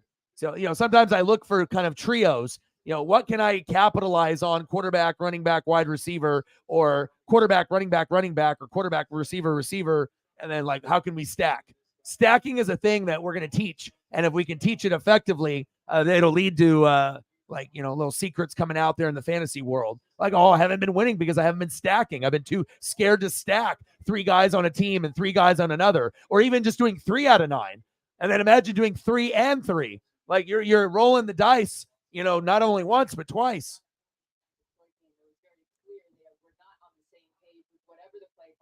So if you have the app on your phone, right, which is the best way so you click on it, right? Yes, dude, I got him in fantasy. I should have played him, though. Oh, I got 9 points. They gave me another statistic off that fumble recovery. 9 is better than 8, baby. Oh, yeah. And then when you go to league, you have the app on your phone, Reflect, and there's roster, matchup, players, league. I've probably pushed every button on this motherfucking app. I know everything on this bitch, okay? Then you go to the league app, scroll to the bottom, and it says draft recap. You hit on it, and you can scroll, and then you can see by your own team. So I can look at your team. I can I can see all your stuff. So you went Travis Kelce, Saquon Barkley, Jalen Hurts, Jalen Waddle, Breece Hall, Dameon Pierce, DeAndre Hopkins, James Conner. You had an amazing draft, bro.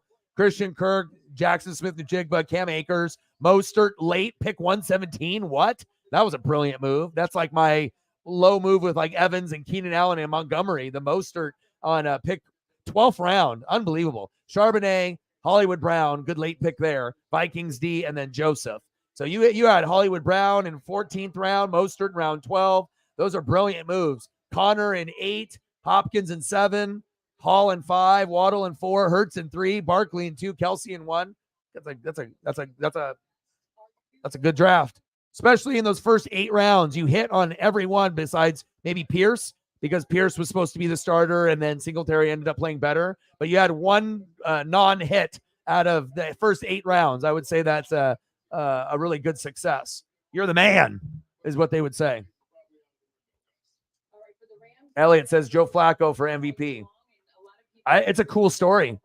A guy that was really good on the Ravens, had all touchdowns, no interceptions in the playoffs. Can you imagine being Joe Flacco, playing in an era with Peyton Manning and Tom Brady, and you're the Ravens, and you go, let's say, you can look up the exact number, right? But you go 11 touchdowns, no picks, the whole playoffs, including Super Bowl, and you win, and that's why you don't make it to the championship game or the playoffs, because if you don't finish in the upper half, you never get there. Because even if I do it, let's say I have it's a 10-man league, right? And I get 8th draft, I'm bad, right?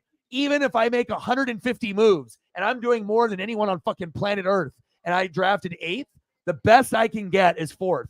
and get to like the playoffs as the 4 team and probably lose, but I can probably do that, but that's all. I'll never be able to get from 8th to 3rd or 2nd or 1st. You're just not going to be able to have the resources, even if I'm active in the first 3 weeks, you're so far behind because you drafted horribly or bad, where if you don't hit, on 7 out of the first 8 picks, you're fucked. If you go 4 hits, 4 blanks, oh, you're screwed.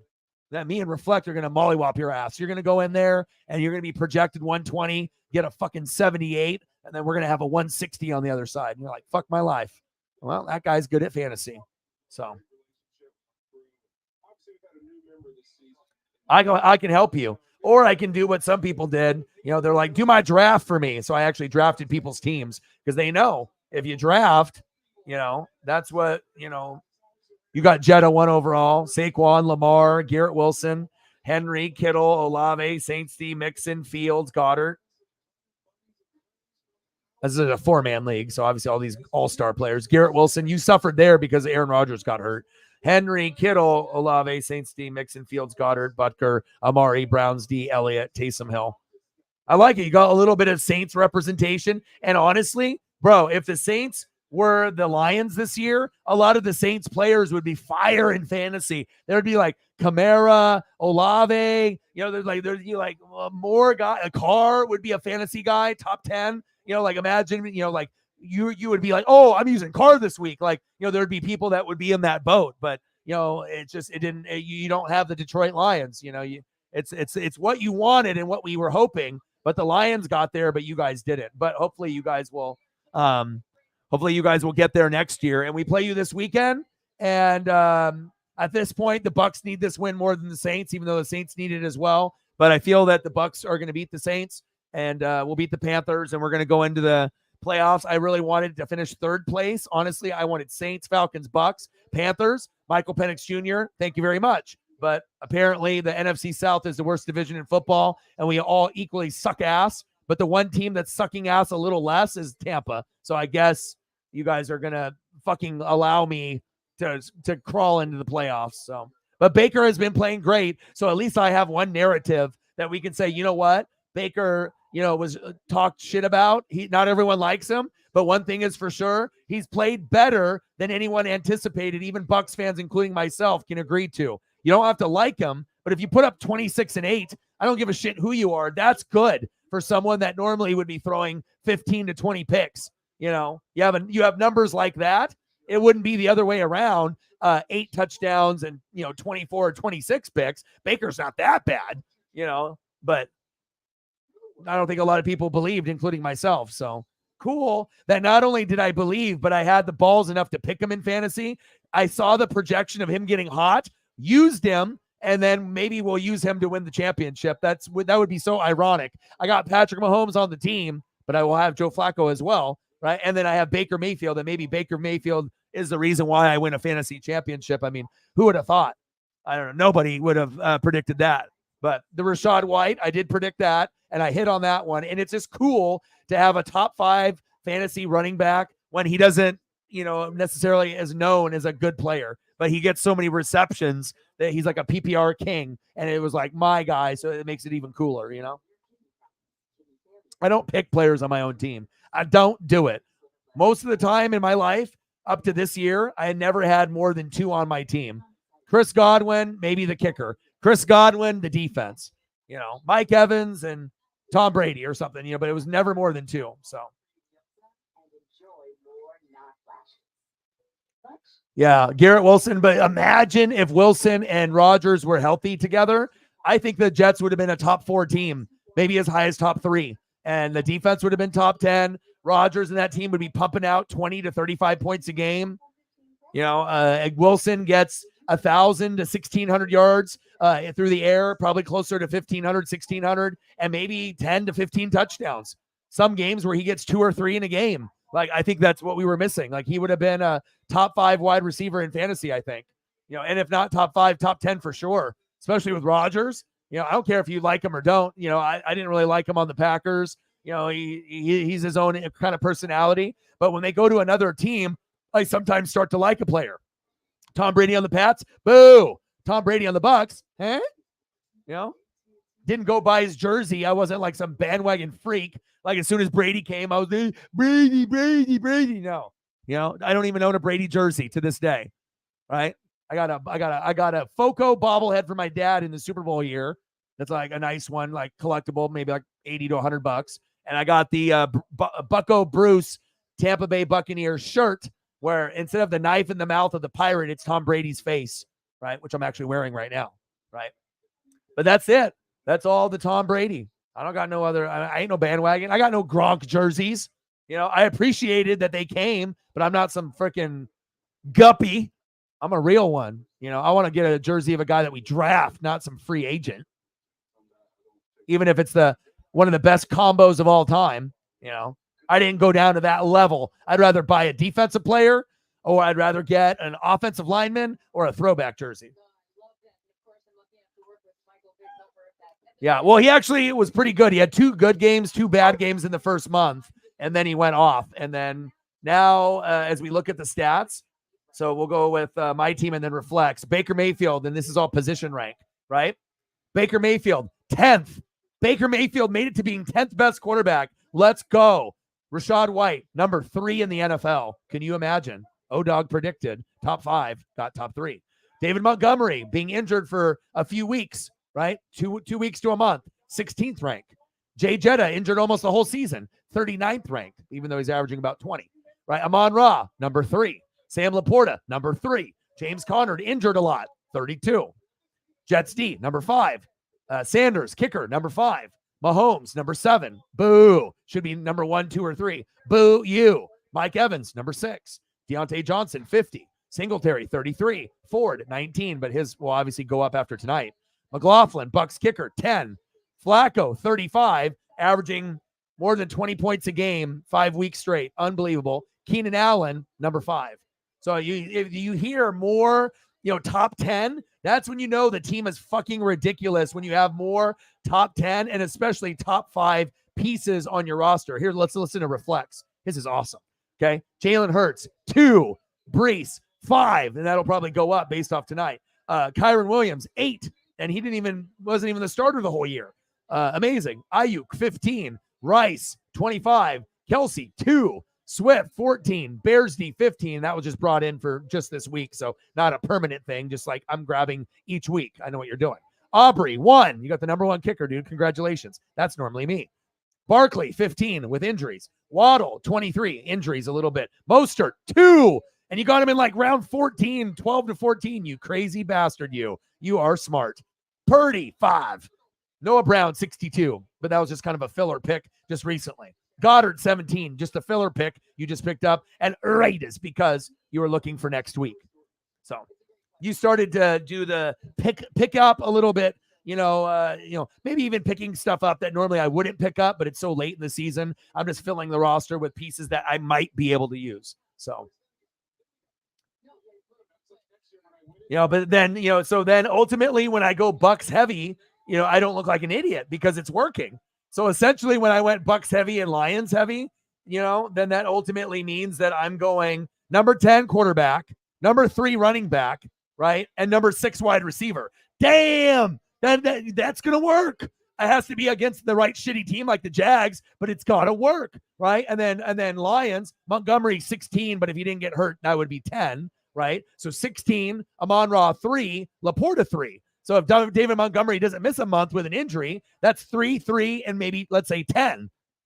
Now I kind of wish I had Jahmyr Gibbs, but I wasn't able to get him because now Gibbs is getting more of the looks late. But Montgomery is still solid for 10 points. And that's what I look for. And then if you have upside to like 15 to 20, great. But I know that now with Gibbs getting control, but it's all about trust. Do I want Montgomery, who is going to get 10 points for sure or more? Or do I go with a Singletary or a Ford where they may end up with a 4 or 6, but they may end up with 20?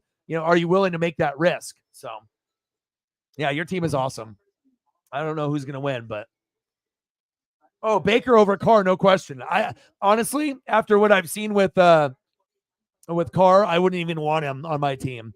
I'm not trying to be a hater or whatever, but I wouldn't want like Jimmy G, Cousins. I would take Cousins on my team if he came back healthy. But as far as like Tannehill, no, but as far as guys that are ranked like 10th, through like 16. There's certain guys, Baker, yes, that, it's like, okay. And now that's why I know I'm not going to draft a quarterback. And I guess if Baker can keep playing like this, fine. But it's like, we're not going to probably be able to make an NFC championship game. But I guess if you're happy winning the NFC South every other year and Baker looking pretty good and winning about 10 games a year, if you're happy with that, then I guess that's what we get. But I still would love to have a Michael Penix Jr. with him, but if Michael Penix Jr. goes to the Vikings, I'm a time traveler. You're like, this motherfucker knew. It's like, no one has said Michael Penix Jr. to the Vikings before this motherfucker. And then the Minnesota Vikings select Michael Penix Jr. You're like, that motherfucker. But Patrick Mahomes, mistake. Mark Andrews, out for the year. Keenan Allen, I can't even use. 3 of my top 9 pieces I can't use, and I might be able to win a championship with no running backs, supposedly. James Conner, David Montgomery, Rachaad White. It sounds a little sexier than it did maybe at the beginning of the year. Some people are like, Rachaad White, oh, he sucks. David Montgomery, oh, yeah, he was good on the Bears, but we'll see. And then James Conner, obviously when he's healthy, he was a good player. But once you go from like the Steelers to the Cardinals, people are going to think you're washed up, The perception. Christian Kirk and Hollywood, well, yeah.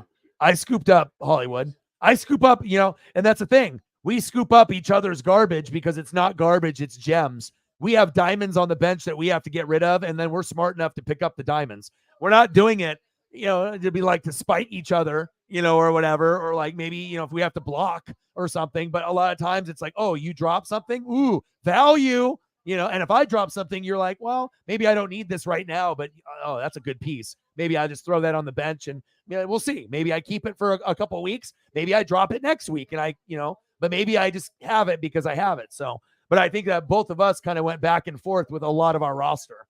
And that's why I think we're so good, because essentially your roster is my roster and my roster is your roster at some point in the season.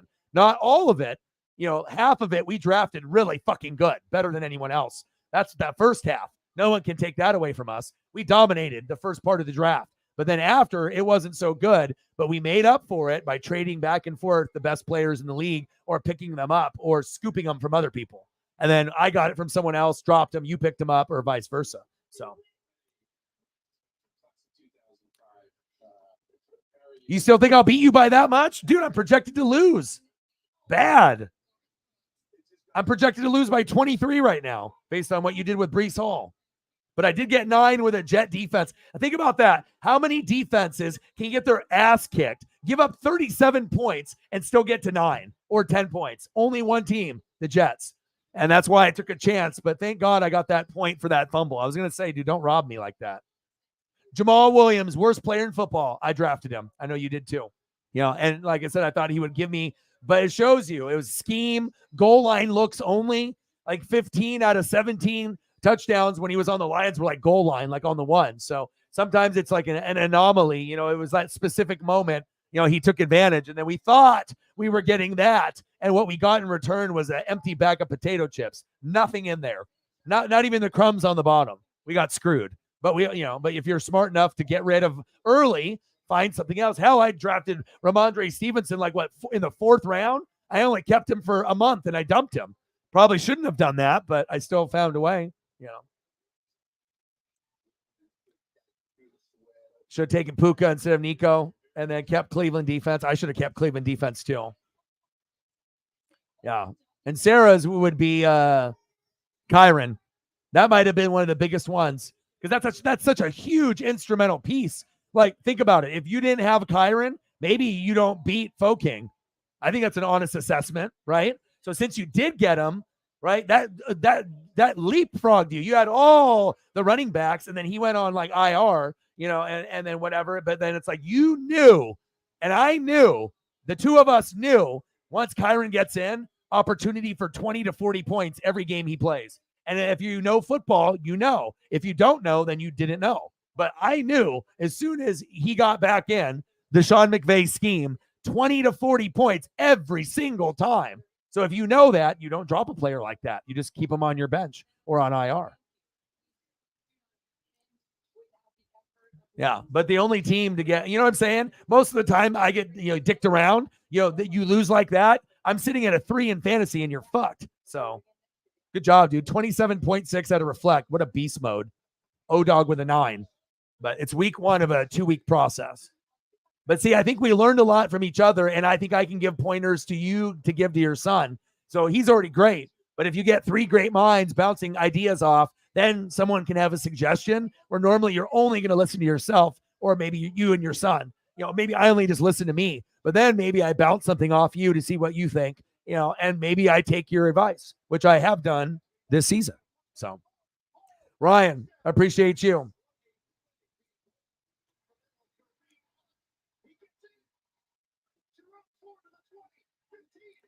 For which player? For Puka? I with Puka, if we're talking about Puka, is that what you're talking about?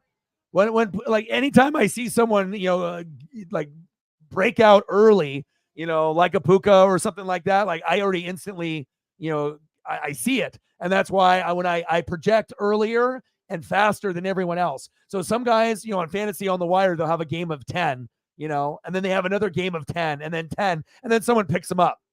But if you can pick them up on that first one and then project 3 more 10s or better after, that's how you win a league, where you can see the greatness 3 weeks before it happens. And then all of a sudden you got 4 good weeks in a row. And then you got a guy that's on your team the rest of the season, and then sometimes the guy is so good that he ends up being your flex or RB1, RB2, wide receiver 1, wide receiver 2, the rest of the year. And then you don't even have to worry about that spot because you got him.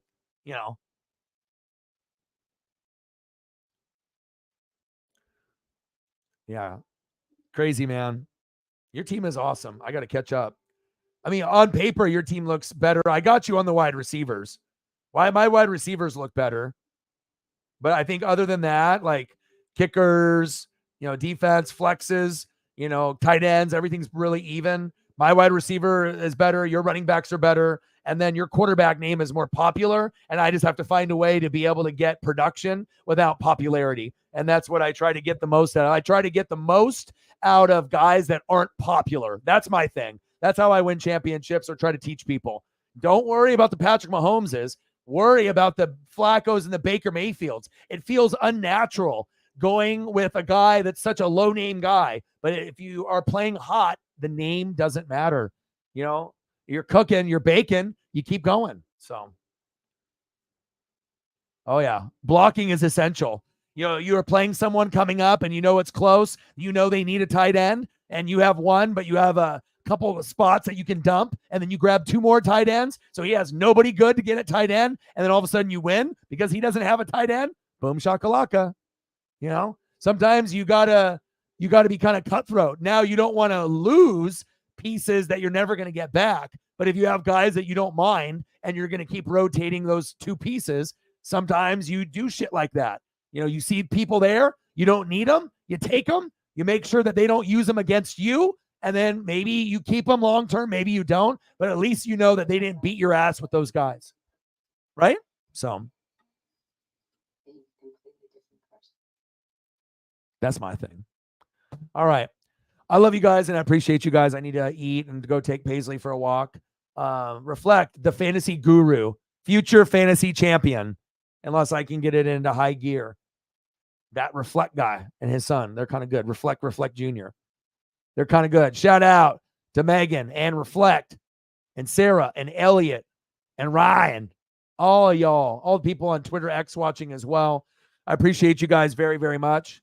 And final score, Browns 37, Jets 20. One thing is for sure, Joe Flacco and the Browns are really fucking good. And I know it's not, everyone's like cup of tea, but this team could go a lot further than people think. And it might be the only team that can beat the Ravens. So it's something to keep an eye on. And the Jets are terrible on offense, but if you have them on defense and fantasy, you still might be able to get 8, 9, 10 points. And that's normally better than most of the defenses in the league. I love you guys, and I appreciate you guys very much and the knowledge that you're soaking up. I mean, we could be charging for this information. One day we will. One day we're going to have to charge, $5 for the secrets, for each secret, that's $5, so that way they can learn. But I love you guys, and I appreciate you guys very much. Shout out to everyone that donated, commented, and shared. And I got one question for you. Who talk sports like us? Your boy Ryan, Northwest Sports Fanatics. Reflect, the fantasy god, and I'm out. Gang.